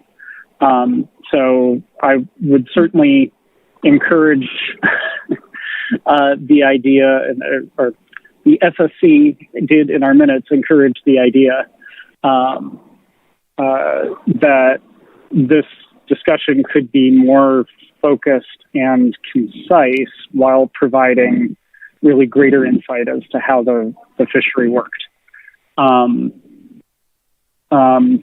That doesn't, so I think that is an element which would help the transparency and clarity of the analysis of a fair bit. I think that's not quite the only thing that we're looking for here, but could go a long way towards helping us see why certain questions or certain dynamics that we are concerned about might be less relevant in this fishery. And if in fact these dynamics are not relevant, then that is a useful thing to state and a useful thing to know. Okay, thank you. That's very helpful. My second question is, and just because it made it into the bullets, I just wanted to hear a little bit more on either how or the importance of valuing the stranded capital, or making some estimate of how to compensate for stranded capital. And I understand that, that claim comes into play whenever there's a situation where you're rationalizing a fishery and becoming much more efficient. You end up with stranded capital. But this seems to be related to the discussion about market power and potentially processor protections. And I'm a little curious about it only because it's not a stated objective in this council's program around processor protections. And I think I see one line about it in the analysis. I know it's come up in other councils and in other discussions about other programs, and it may have come up in testimony, but this council's objectives have been really around, providing stability, providing, improved product yield, creating more efficiencies, all the things that are in the purpose and needs statement, and then beyond in recognizing historical dependence. So we haven't focused on stranded capital. So I guess I need to understand why we would try to go down that road in the next draft. Through the chair, through the chair, Ms. Kimball. That's a good question. So a lot of the SSC discussion centered around the sort of suite of what we might call processor protection measures, which are designed to do the things that you described. And one measure there is including processors in the cooperatives. Another measure is having processor-owned quota shares. Another measure is sideboards. Another measure is regional set-asides. And the SSC's concern is that the effect of these accumulate. So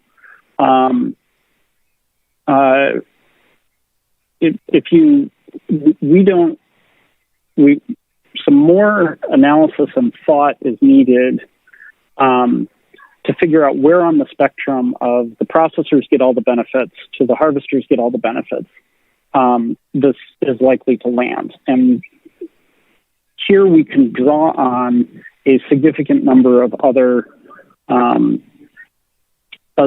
programs. And in fact, during the SSC discussion, brought out a new paper that looks at the whiting, the processor-centered, the processor-owned quota share program in whiting, shoreside whiting.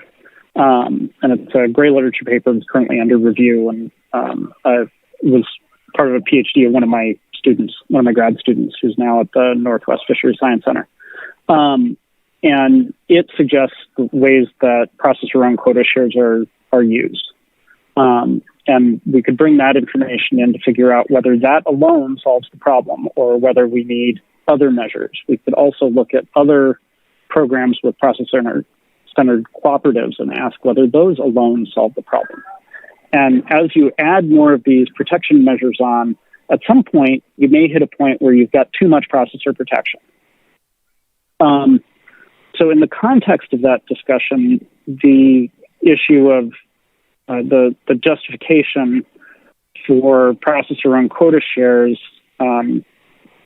shifted, and this was partly raised by the analysts and then came up again in public testimony, from this is a balancing measure to this is compensation.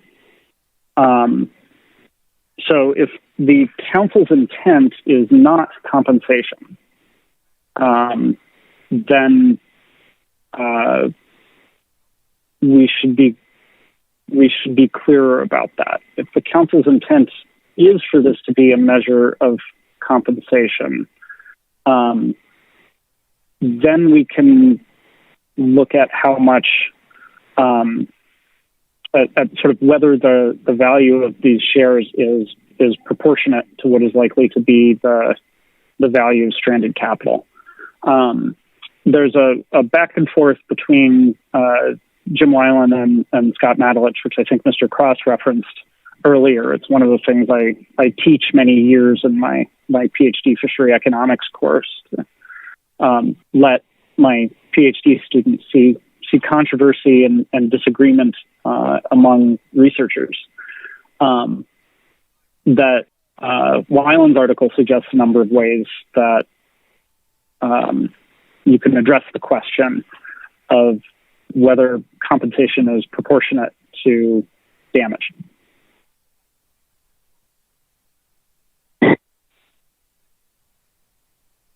Thank you. Thank you, Dr. Anderson. I guess if the council was more clear that that's not the purpose or driving factor behind particular processor protection, then we maybe wouldn't need to go down that road of trying to value stranded capital. I think it's absolutely justified to know and recognize that exists. But if it's not the council's objective, I'm just having trouble seeing the additional work associated with that bullet. And maybe your very first statement is where I should be leaning, is that we should be more clear, or assume the analyst could be more clear about what the objectives of each element are. Through the chair, Ms. Kimball, yes. In particular, discussing these elements in reference to this specific one, the SSC did have a brief exchange wondering what the objective was, and a clear statement of what it's supposed to accomplish would help us ensure that you had the information necessary, that is both the best scientific information available and necessary to address the question of whether or not it's achieving the stated objectives.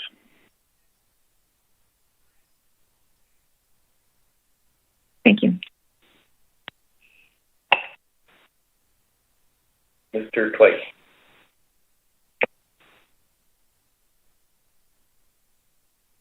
Thanks, Mr. Chair. Well, so Dr. Anderson, then following up on a little bit of both Mr. Cross's and Ms. Kimball's questions, but going back up to the first bullet here about looking at the extent to which consolidation or specialization might happen. As Mr. Cross reminded us, use caps are the council's tool for essentially setting the acceptable zone of consolidation in an action like this, and that. So, if it's clear then that the council in choosing a certain use point as saying, or looking at a range of information, this is an acceptable amount of consolidation. Why do we need to then estimate the extent to which, through a hall-by-hall analysis, the extent to which it would, if they can't consolidate more than the use caps, so it's a hard ceiling. Can certainly consolidate less than, but what sort of, again, following Ms. Kimball's logic, if we're just clear that we intend to use use caps to define the zone or the amount of acceptable consolidation that would be associated with this program, then do we need the hall-by-hall analysis that you were suggesting?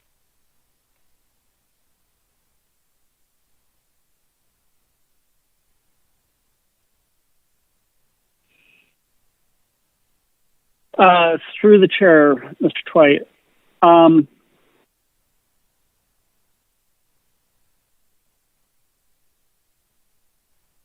making my thinking face, which isn't clear online here.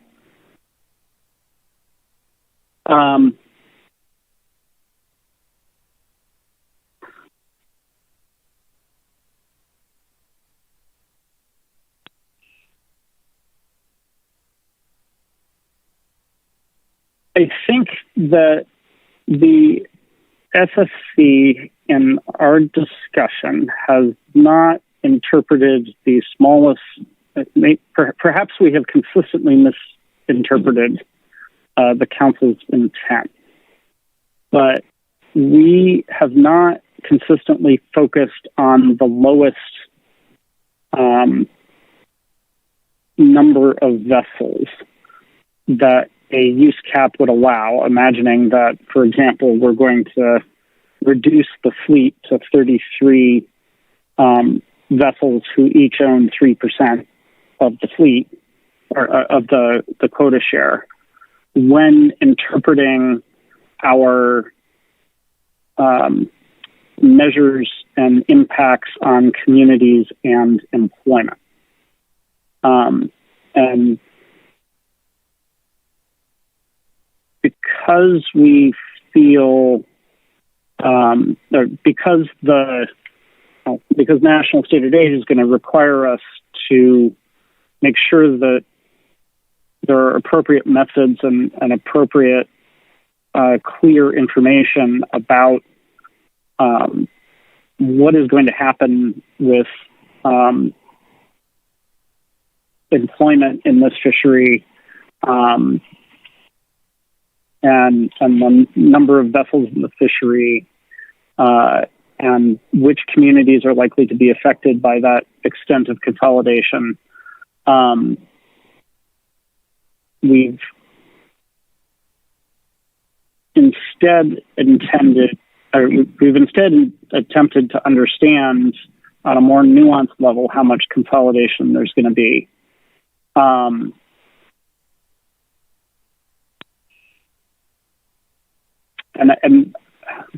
I can describe our process that way. And I'm hearing you're suggesting that we should be doing that different, and we should be focusing on the sort of most consolidated version in the use cap, allowed under the use cap. I'm suggesting that the choice of use cap represents a policy choice about capping consolidation at a certain point, and we know it's actually always lower than just the numbers would allow in a use cap. But right, and that once you've made that decision, trying to understand within that range how much might actually occur is, as Mr. Cross points out, highly speculative based on information that may not really be available. I really don't think your hall by hall analysis is going to get anywhere near that either. And that it's our resources are probably better devoted going after other parts of this, is what I'm suggesting. But I'm not suggesting just focusing on the single highest one that's in the current range of alternatives, no.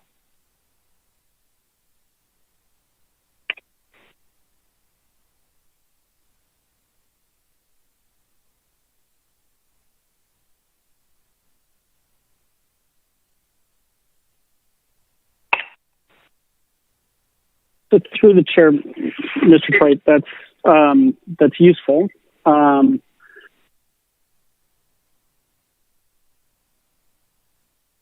With the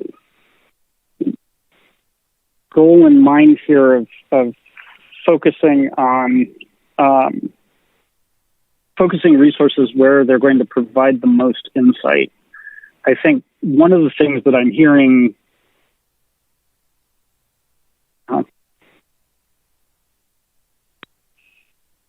I don't want to speak on behalf of the SSC when we can talk about this. I would think that the SSC would be receptive to looking at something that was very preliminary and persuasive, an initial look at the structure of this fleet that got directly to the question of the degree of specialization that already exists in this fleet. I think that some of what I'm hearing from you and Mr. Cross is that this fleet is already fairly specialized. And that would be useful in addressing our concerns about the extent of consolidation that might occur, and provide us with information that we were not able to pull out of the current document. But that could be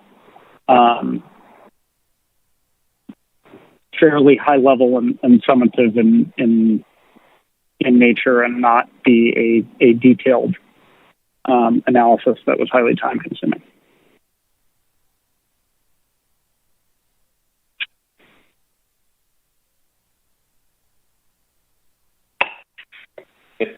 Mr. Twite, anything further? No, that was helpful. Thank you. Okay, thanks, Mr. Twice. Okay, I don't see any additional hands at this point, so I think we're ready to move to the third C4 slide. Thank you, Mr. Chair. So there were three additional points on this last slide, and the first one was with regard to data collection to support a review. And the FSC recommends that measurable objectives be articulated for this lab so that a data collection program may be designed to support review and adaptive management. And so I guess my point with that would be, I recognize that the SSC did not go into details on the specific data that was needed, and that this bullet was meant to represent that part of the reason for that was because the objectives, having the objectives identified would make a difference for determining what data would need to be collected.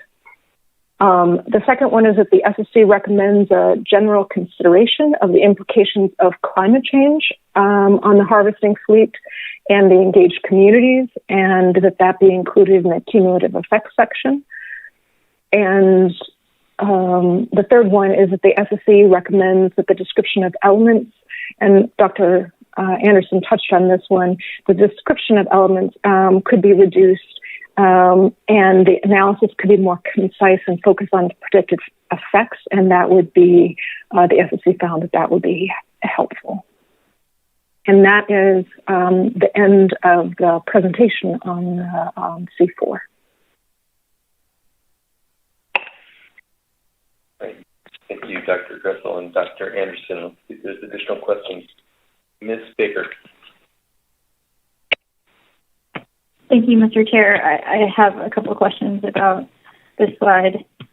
With respect to the first bullet, the recommendation for a data collection program, I appreciate Dr. Dressel's additional discussion about the fact that measurable objectives would need to be identified. Did the SSC discuss the Council's purpose and need statement at all as the foundation for this analysis and identify specific data that would be needed to evaluate under the Magnuson-Stevens Act review requirement that would require a data collection program? It seems like there were several determinations made possibly leading to this recommendation, and I'm just wondering if the SSC discussed those at all.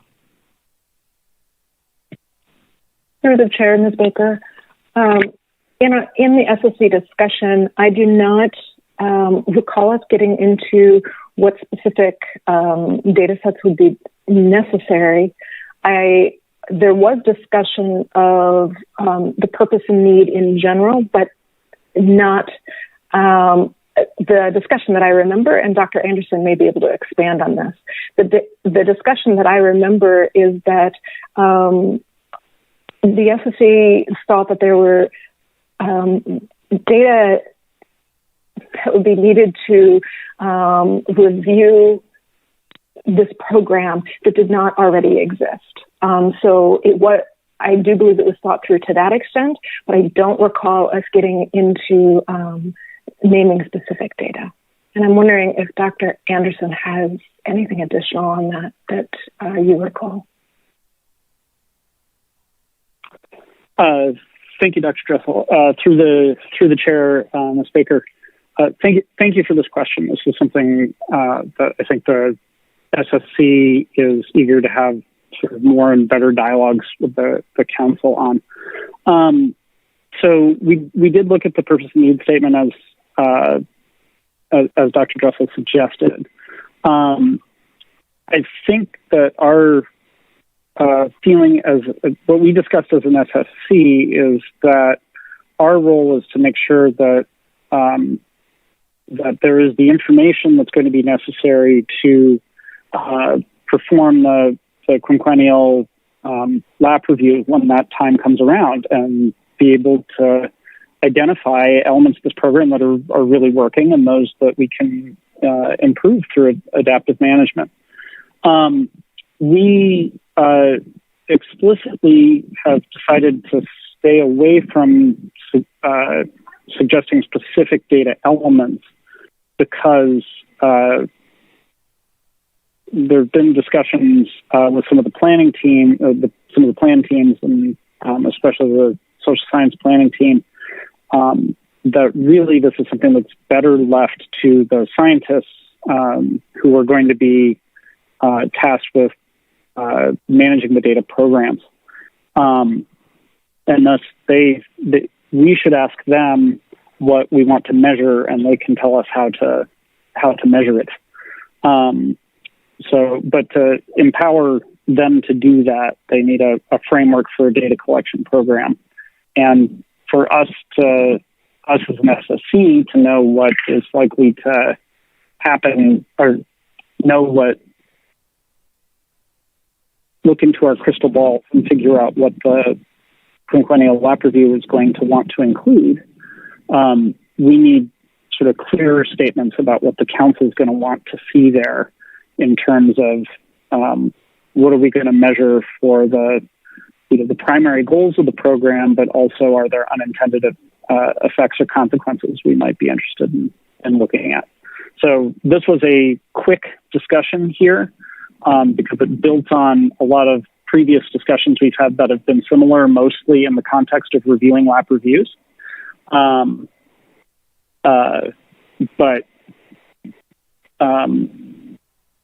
We are explicitly not turning to the council and asking you to tell us what data elements or suggest what data elements to collect, but rather advance a discussion about what sort of specific measurable items we can track as this program is implemented and evolves.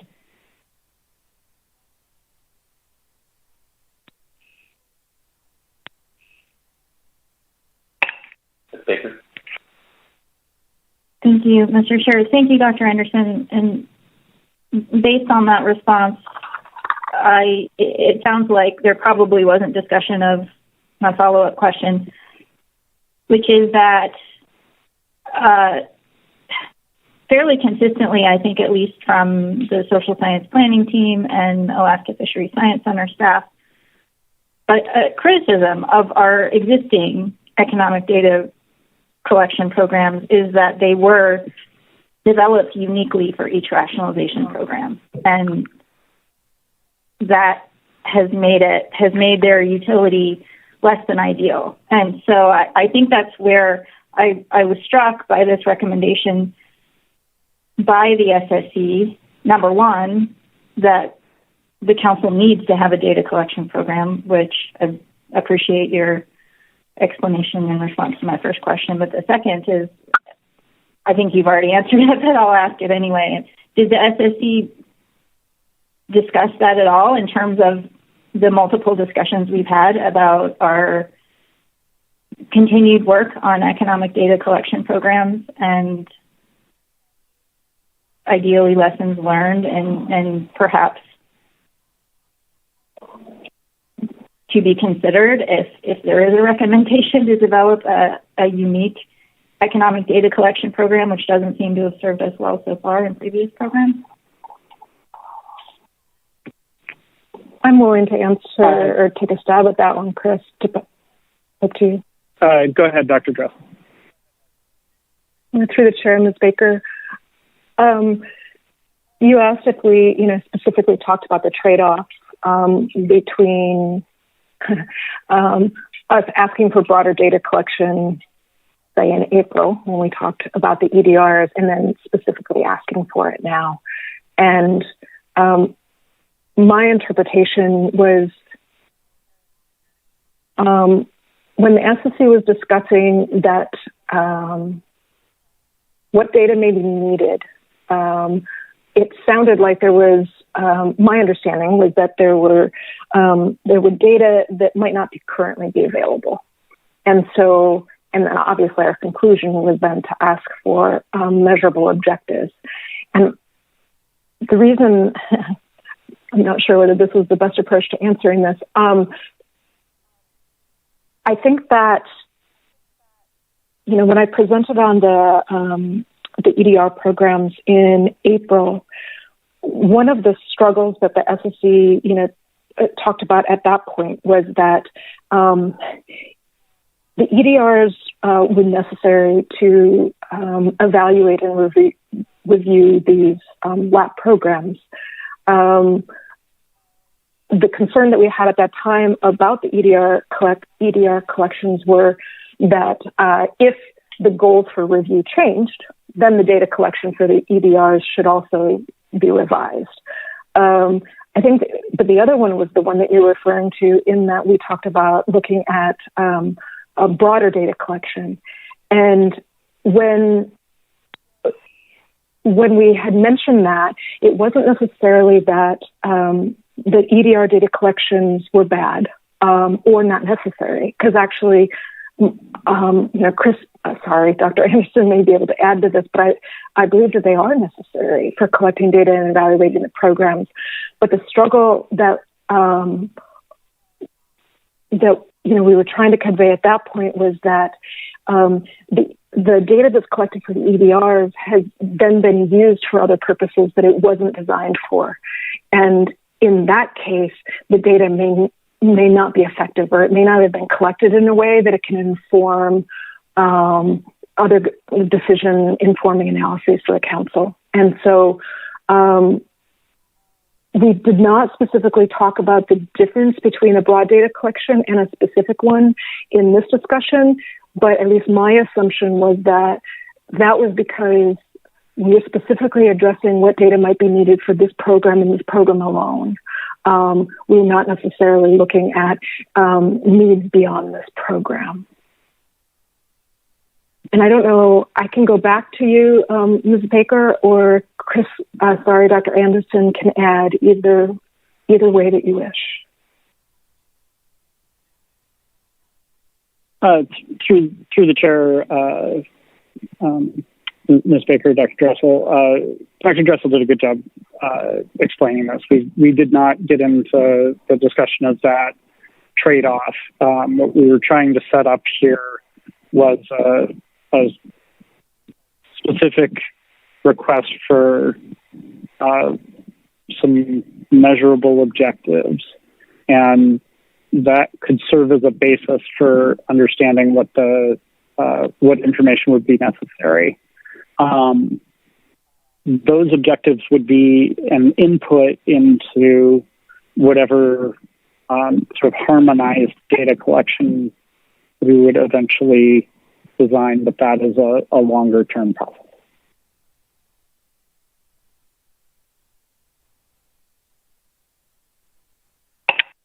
Ms. Baker?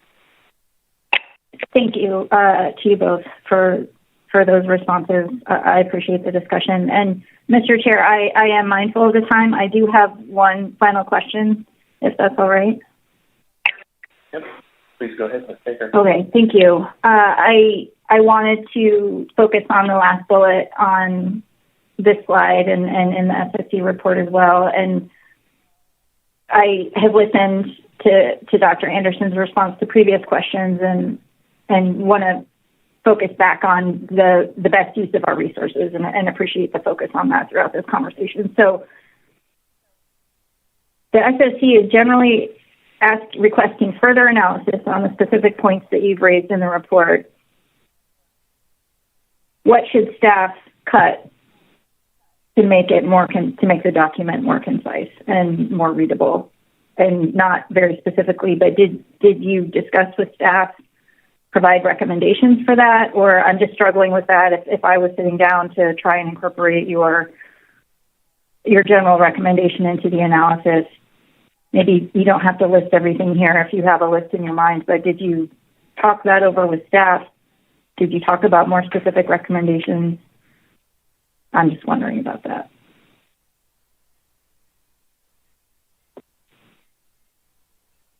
I think Dr. Anderson may be best for that.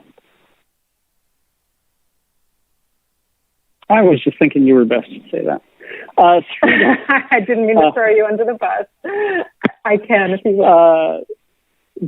through the chair, Ms. Baker. Thank you. That's a good focus. A good focus question. We did not go through the document and suggest specific tables and sections to be cut. The discussion that we had on this was more focused around sort of telling a clearer story about how this is likely to how this measure is likely to impact the fishery, and using the tables and the discussion that we choose to include to support elements of that story. And I think that's kind of about as deep as we got into it. And it may, in fact, we did explicitly state that we do not want to see a 600-page version of this analysis.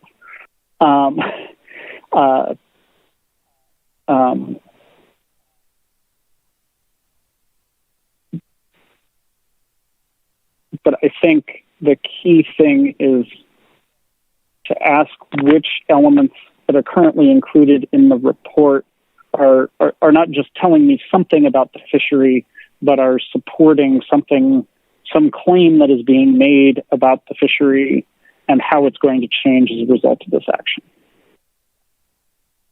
Is that a fair summary, Dr. Dressel? Yes, it is. And the only thing that I would add is, I don't believe that we were as clear on this recommendation as we could have been. I think that it was clear from our discussion that we were looking for a more concise analysis. But exactly like you asked, what to cut, I don't believe that we didn't touch on in detail. But I would like to say, if the authors would like to, we'd be glad to talk about that and give suggestions so that it's not just a trap to ask for more and then fit it into less.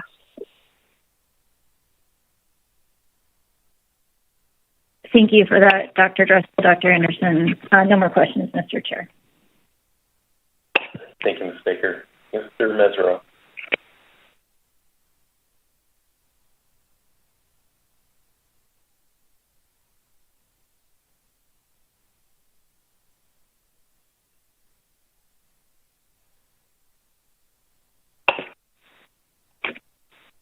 Double muted again, Mr. Mesereau.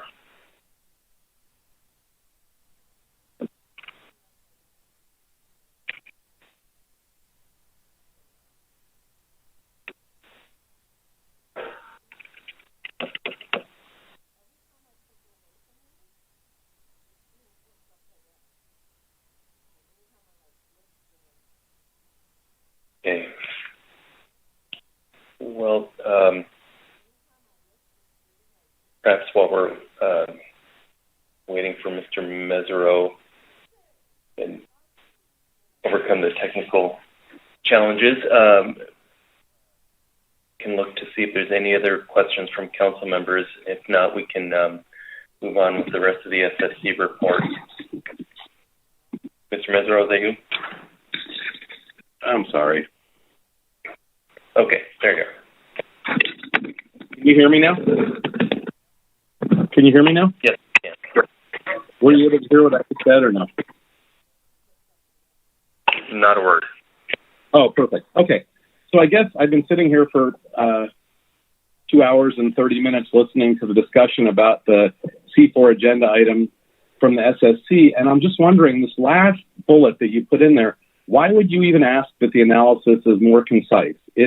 It's only 385 pages right now, which by any measure of a LAP program is a relatively concise document in itself. We've had 1,200-page documents before this council, and I guess I'm wondering, when the SSC is a table full of, scientists and professors and PhDs, that the length of the document even matters. If you want more information in it, why don't we just have the staff give you the information you want in addition to what's in there? What is the benefit of creating a bullet that is almost a trap in and of itself, which is asking for it to be more concise, but to include all this additional information that wasn't in there. I guess I'm just confused as to why you would even put that in there when we've had documents that are so much longer and so much more complicated than this, and they've been acceptable, that this one fits into a different criteria. Through the chair, Mr. Mazzaro, thank you for that. And I think that at the SSC, it was clear that there was angst about the length, and and actually I appreciate your question.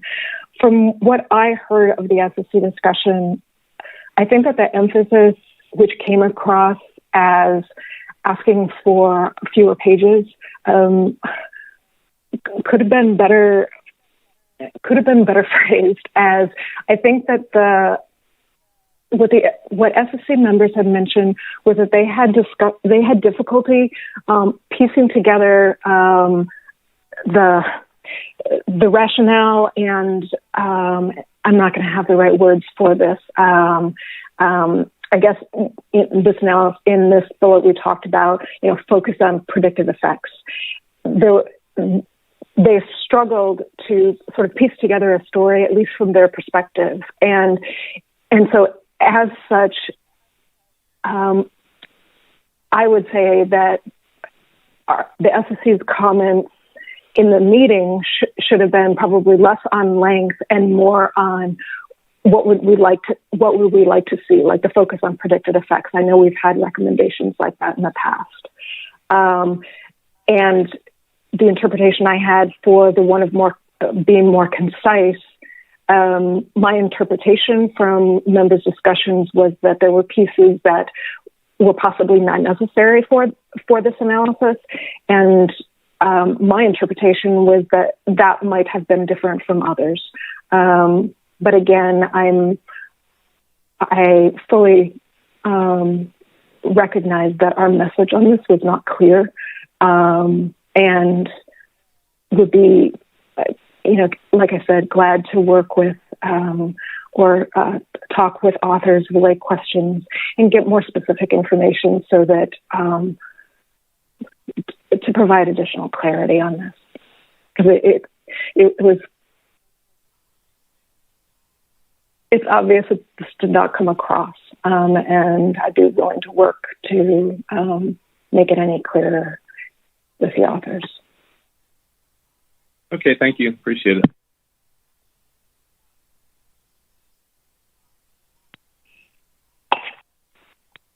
Any further questions on C4?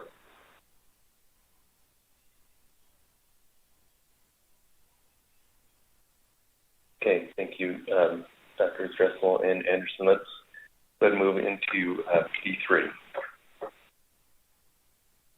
Okay.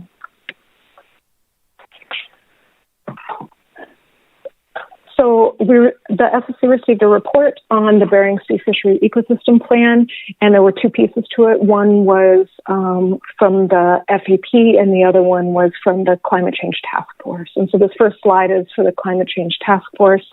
The SSC commends the Climate Change Task Force on the strong improvement in the graphics, much clearer delineation about the various groups and the tasks, and the plain language that were incorporated into the overview of the work plan. The graphics in particular clarified the process by focusing on relationships among the products and where they plug into the existing management process. And refining language and clarity is certainly not an easy task, but it really made a great difference. The SSC supports the proposed timeline and the goals for the Climate Change Task Force from now until September, which include updating the collation of climate change data sources, producing a synthesis of current climate readiness in a climate briefing, and outlining the climate change report for communication.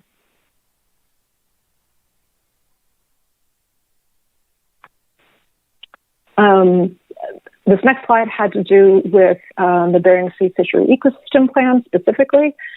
The SSC commends the FEP team on their progress with outreach and communication materials. The SSC supports the continued development of the Bering Sea Ecosystem Health Report and looks forward to seeing a draft product in March of 2022. And the SSC does recommend that the FEP team continue to evaluate the use of the word health in the product title. And there were a couple of reasons for this. The SSC had suggested this at the February council meeting, and the reason that we came back to it was because the SSC felt that health implies a narrow interpretation, and it suggests that we have to define what healthy is, and healthy may change over time. And so health also may imply that you've got a static ecosystem, and that state is desired to be healthy when everything is actually changing and will continue to change. And so we gave a couple of suggestions and asked if they would continue to evaluate it. The SSC recommends that the FEP team carefully consider indicators selected for this report to ensure that they cover both broad indicators as well as local ones. And we also suggested including indicators that are atypical compared to other ecosystem reports that we have. And examples of these could be like marine debris or pollution. And also to indicators that capture the multidimensional complexity of the system. And what we meant in this case is that the Bering Sea isn't a closed system, nor is it static. And so the SSC recommends that the FEP team consider not just single metrics, but multidimensional ones that capture the complexity of the system.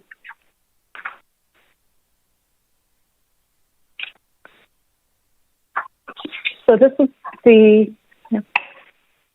Dr. Dressel, Mr. Twite has a question before we move on. Thanks, Mr. Chair. Dr. Dressel, the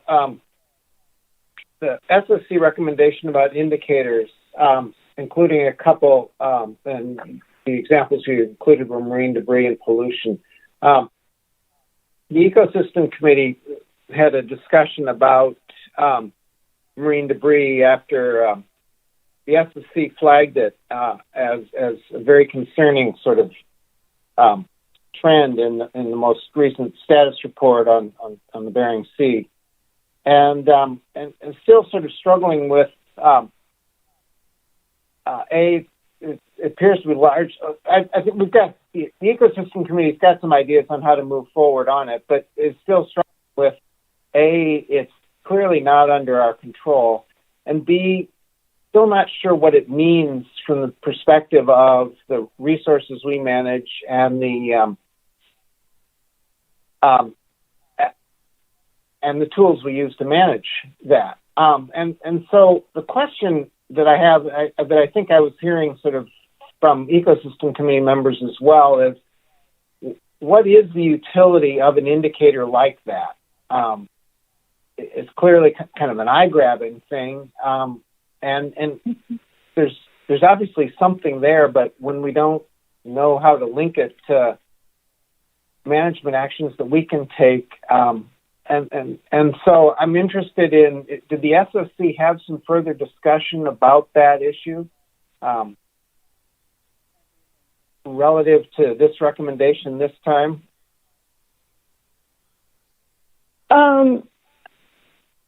Through the chair, Mr. Twite, no, actually, we did not have we didn't have discussion during this meeting. You know, I can think of some connections myself, but they wouldn't be representing the SSC. We didn't get into detail, but we're trying to come up with examples. Mm-hmm. Let me just throw a thought back at you, and I don't even know if you need to respond, but the Ecosystem Committee was, I think, and it sort of came out of, to some extent came out of this discussion as well as a couple others, is thinking about having a meeting with, if the council decides this is a good idea, the Ecosystem Committee is interested in meeting with the FEP team. And my guess is that'll be one of the issues that'll be a real discussion, is these indicators that clearly mean something, but it's hard to tell what they mean, and it's even harder to tell what we would do about it. The role of that kind of indicator. And so, again, that's part of the reason why I asked you the question, was just to see if the SSC had done any more mining on that issue right now. But I guess if you did want to react, I'm interested in your thought about how to sort of continue this conversation about indicators, and particularly these kinds of indicators that aren't clearly linked. Sure, through the chair, Mr. Twite. Yes, and while we didn't talk about it, and I am not, we have people on the SSC that are more in tune with this than I am. But when I think about indicators, you're right on. We aren't able to control marine debris.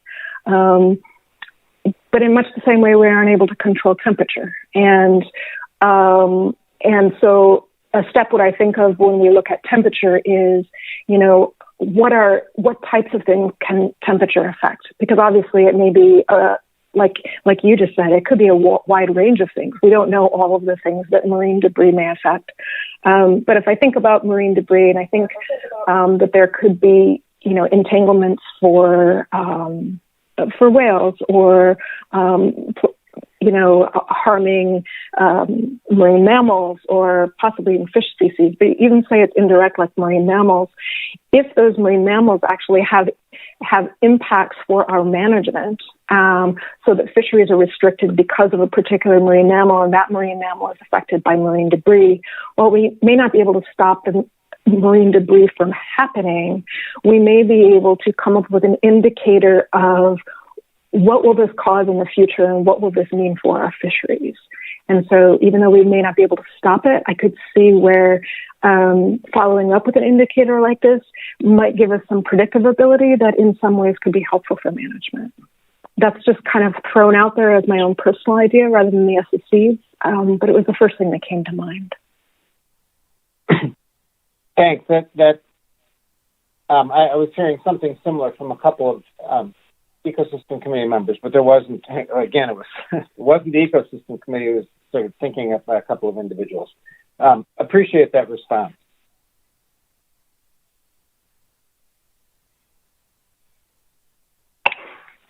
Right. I think we're ready for D5.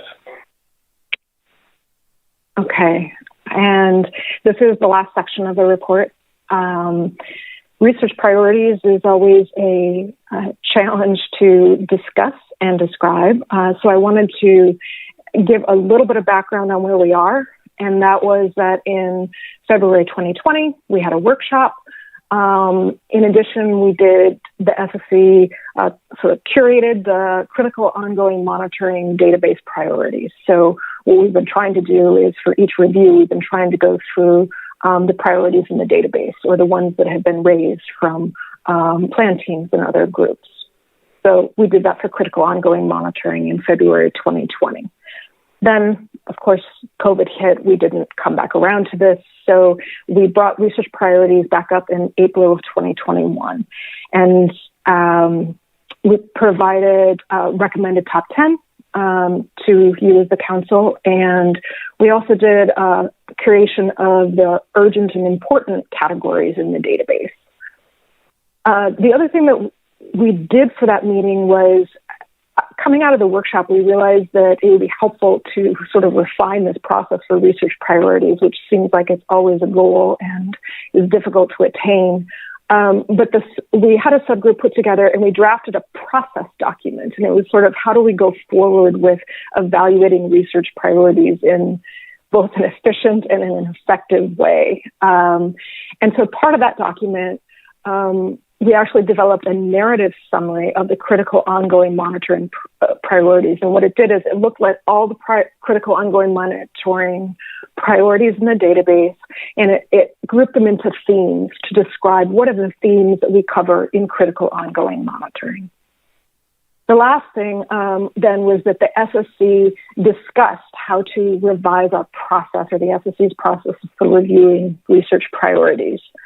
Well, we didn't finish with that, and so we recommended that we revise this process document and the subgroup bring it forward for this meeting, June 2021.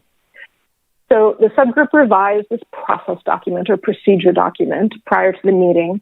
Part of that, we actually included a narrative summary of strategic priorities, and just like we had done for critical ongoing monitoring, that looked at the priorities in the database and broke them up into themes. We actually, in trying to make our time and, time for the public and for the SSC effective, we had the subgroup write a document. We then had SSC members suggest revisions to this document online prior to the meeting, and then we posted this document, the original one, as well as footnotes with SSC suggested revisions on the agenda prior to the meeting. And we have that in its original form in Appendix B of our report. And our goal with that was to be publicly transparent on what the subgroup did, what the SSC recommendations were, but to get ideas for where our discussion needed to go. So in this meeting, we received a presentation from NPRB on the purpose and nature of the collaborations between NPRB and the Council, identifying opportunities to improve tracking of funded research, and updates on the progress of NPRB, their system developments, and then also Dr. Baker mentioned an intention to work with the SSC subgroup in preparation for the next review in 2024. We, between the subgroup and in the meeting, we curated the strategic database priorities. That was the last section that we needed to do for this 2021 review. And we had some recommendations in our minutes on what those were. I'm not going to go through them. We recognized through going through this process that we actually did not have the collection for fishery-dependent data, the observer program, as a critical ongoing monitoring priority, which it certainly is. So we added that to the database. The SSC as a whole adopted the narrative summary for strategic priorities, and they had one recommendation, and that was to expand the section on marine mammals and make it protected species. And then finally, we had a discussion of the subgroup process document. So what I'd like to do is, so that sort of the conclusions that we came out of this were, we wanted to thank the plan teams, the FEP team, the council staff for developing and reviewing the database and developing the past, providing information for our past top 10 priority list that we've passed to you, the council. We then had a number of recommendations for the next 2024 review. The first one was that the SSC and the plan teams no longer curate the database on a triennial basis. And this was, the database of past priorities will remain available, but we recommended not curating them and focus instead on the top 10. And this was for similar reasons to which you as the council mentioned in your letter this April, and that was to reduce the burden, in this case of the SSC and the plan teams, and to improve our communication of highly relevant priorities.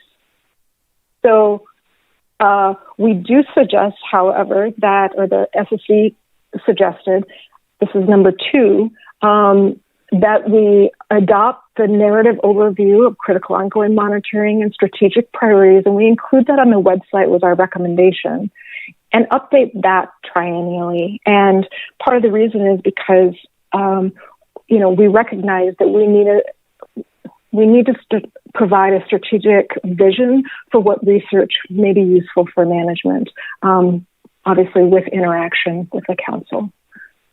The third one was, this has to do with the top 10, and that is that plan teams, the social science planning team, the FAP, and any other on-ramp groups that are identified,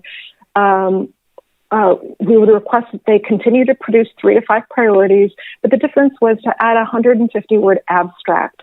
And the reason that, or some summary, and the goal of that was to describe how the research would address the identified data gaps or other recognized council fishery management information needs. And this is because with a single sentence, sometimes it was difficult to evaluate. And finally, then triennially, the FSC would select the top 10, this time with a summary or an abstract, and then provide our recommendations to you as the council. I have one more slide on this. Prior to the 2024 triennial review, the SSC recommends a handful of things. The first one, it was very clear from public testimony that we need to continue to work on ramps. And so our recommendation would be that council staff work to develop on-ramps, and we will have an SSC subgroup that can coordinate and provide input on that. The goal of those on-ramps, can be two types. One, the primary one that we were talking about is a way to get public input. And the second one was possibly on-ramps for research of protected species or things that don't have a specific plan team. The second one was, actually, before I go there, there was much discussion about how to incorporate research priorities that are identified by the public, and we had a really great question and answer session during public testimony. And the SSC determined that there wasn't sufficient time at this meeting to develop the effective, receptive, and efficient on-ramp process that we would need. And so we were looking to identify those prior to 2024 so that we can make those clear to the public. I think that's all that I need to say on that one. The second one is that the SSC subgroup will need to develop clear criteria by which we're going to evaluate the top 10 submissions so that it's clear what we're looking for and how they're going to be evaluated. The third one, the SSC subgroup, we recommend that they engage with NPRB in the process leading up to the 2024 review. And the last one was that this SSC subgroup, we recommend that they revise this process document and bring it back to the SSC for review and public input prior to actually going through the review. It was clear from public testimony that it was important that we make our methods clear and our recommendations clear. And so it was obvious that we need to bring this document back in a clearer, fuller form to present to the SSC and the public as we develop this process. That is the last slide that I have, Mr. Chair, and I would be glad to answer any questions. Thank you, Dr. Dressel. Ms. Baker. Thank you, Mr. Chair, and thank you, Dr. Dressel, for walking through that. I know it was a challenging issue for the SSC, has been a challenging issue for the SSC and some of the rest of us also to understand all the issues. So I appreciate that. And I don't have any specific questions about your recommendations, and I have a question that might not actually be fair, but I'll try it anyway.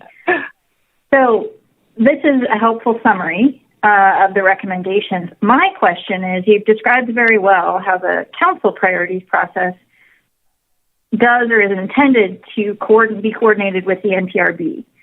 When Dr. Foy was giving his presentation this morning,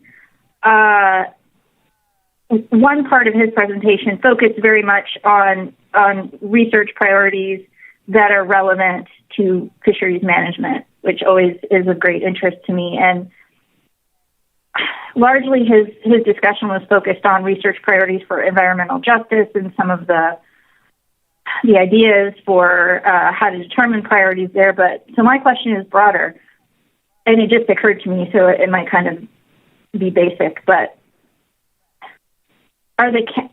is the council's research priorities process coordinated at all with the Alaska Fisheries Science Center research priorities process other than the SSC members that happen to be AFSC staff?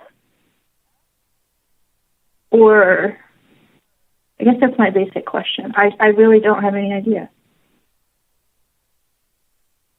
Through the chair, Ms. Baker, maybe it sounds like a basic question, but I agree with you. I don't believe that it is. One of the questions that comes up regularly at the SSC is, who is the audience for this list? And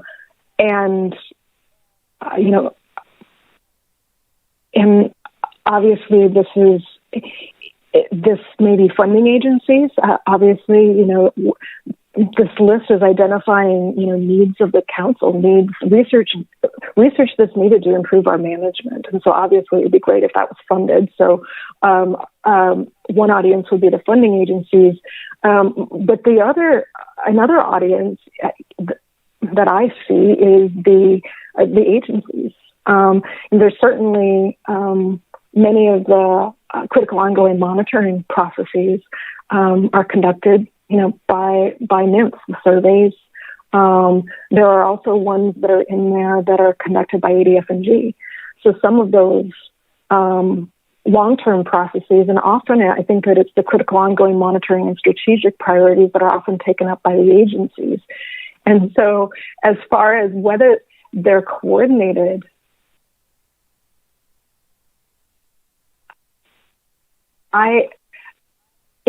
to my knowledge, I don't know that they are coordinated formally. I think that, like you had mentioned, it comes through members, and it would be not only members of the SSC, but members of the plan team, or it could even be people that participate in plan team meetings that aren't on the plan teams. But I think that, as you and I have discussed for ADF&G, I think that there can be, better coordination of identifying what are the needs of the agencies, or what are the abilities of the agencies to do the research that this council needs. So anyway, I don't know of formal coordination, but like you said, since many of the people are part of agencies, I think there is some definitely informal interaction. But like everything else with research priorities, I'm sure that could be improved. Thank you very much. I'll give that some thought. No more questions, Mr. Chair. All right, thank you, Ms. Baker. Mr. Twite. Thanks, Mr. Chair. Dr. Dressel, I may have lost this, but if the SSC and the plan team are no longer curating and reviewing the database, does that? I'm assuming it's still, though, of considerable value to both the SSC and the plan team. So that now falls just to council staff to perform that, or I think you described it better than I heard it. So I guess in a way I'm just asking you to repeat it. But through the chair, Mr. Twite. Perhaps the way I described it sounded better, but I think that you pretty much nailed it. So what we were recommending was not curating this database. We get very tied up going through all the individual priorities. And in one of the questions that the SSC had for Dr. Baker was, what would NPRB use? Would you use a narrative description of a theme? Would you use a top 10? And the response that I heard was that both of those are helpful. It was less clear that a database of whatever 160 maybe we're at this point was directly helpful for NPRB as a specific funding agency. But like you said, if we aren't going through the individual priorities, the question that we did not answer in our meeting is sort of what happens with that database. So, in my presentation, I said that the database will exist. And personally, I see that there, and I think that we talked about in the meeting as well, there's benefit to that database. It identifies a real breadth of research that are short-term, long-term, focused, and what categories they're in. There's a lot of value to that database. We did not determine what would be done with it. So at the moment, it's static. There is value to the static database, but without having it updated every year with new priorities, at some point it could end up sort of not being as up to date as it could be, because obviously research priorities evolve. And so what we would be doing is we would have that for history, we would have that for reference. It actually was the basis of coming up with these narratives for strategic and critical ongoing monitoring. And at the moment, we did not name a specific plan for that. So I see uses for it, but we did not come up with a plan for sort of updating or curating that database. It would just be a static, it's still searchable, but it's sort of a static product at this point. Thank you very much. Thanks, Mr. Dwight. We have one more question. That'll probably bring us right into our 4:30 executive session timing. So, Mr. Mesereau. Thank you, Mr. Chairman. Thank you, Dr. Dressel. My question is regarding engaging with the NPRB. I've been serving for the last few years as the chairman of the NPRB, and I appreciate your discussion with Ms. Baker about the synergy between the different organizations and the research priorities. And I was just wondering, at the SSC, was the discussion of the subgroup engaging with the science panel? Was it engaging with the science director, Matt, or was it engaging directly with the research board itself?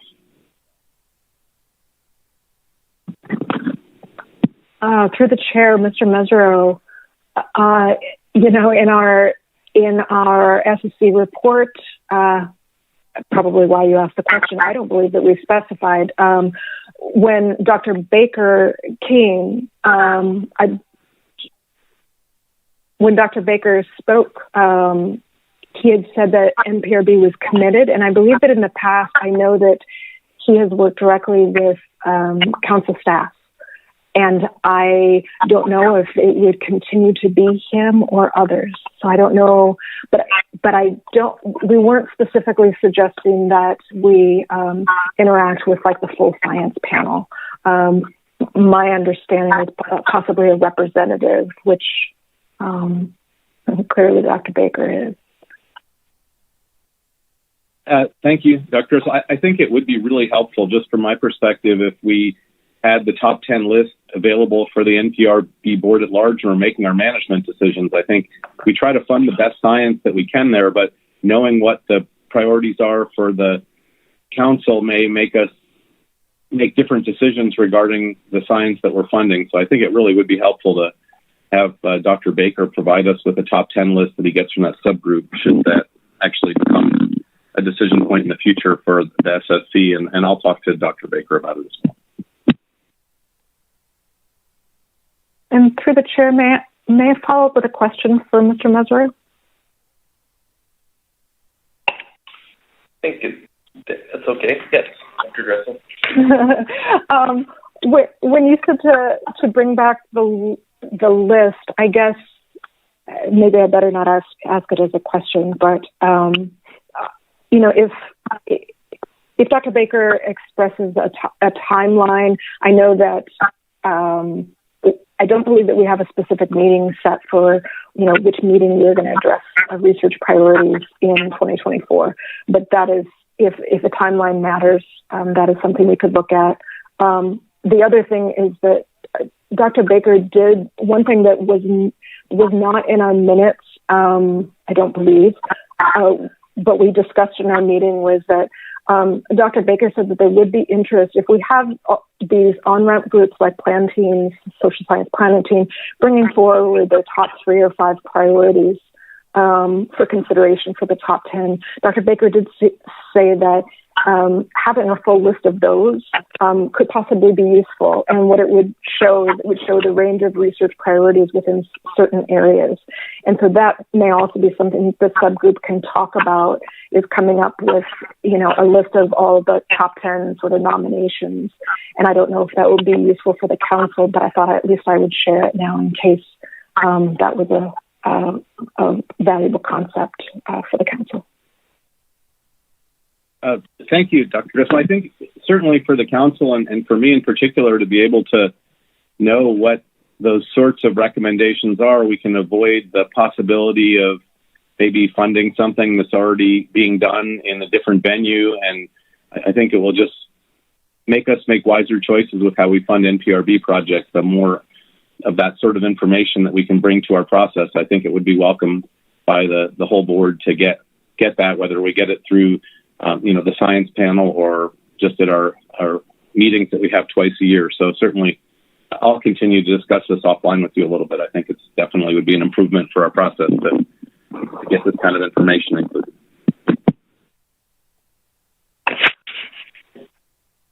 Thank you, Mr. Mesereau, and thank you, Dr. Dressel, for all the time this afternoon that you spent with us.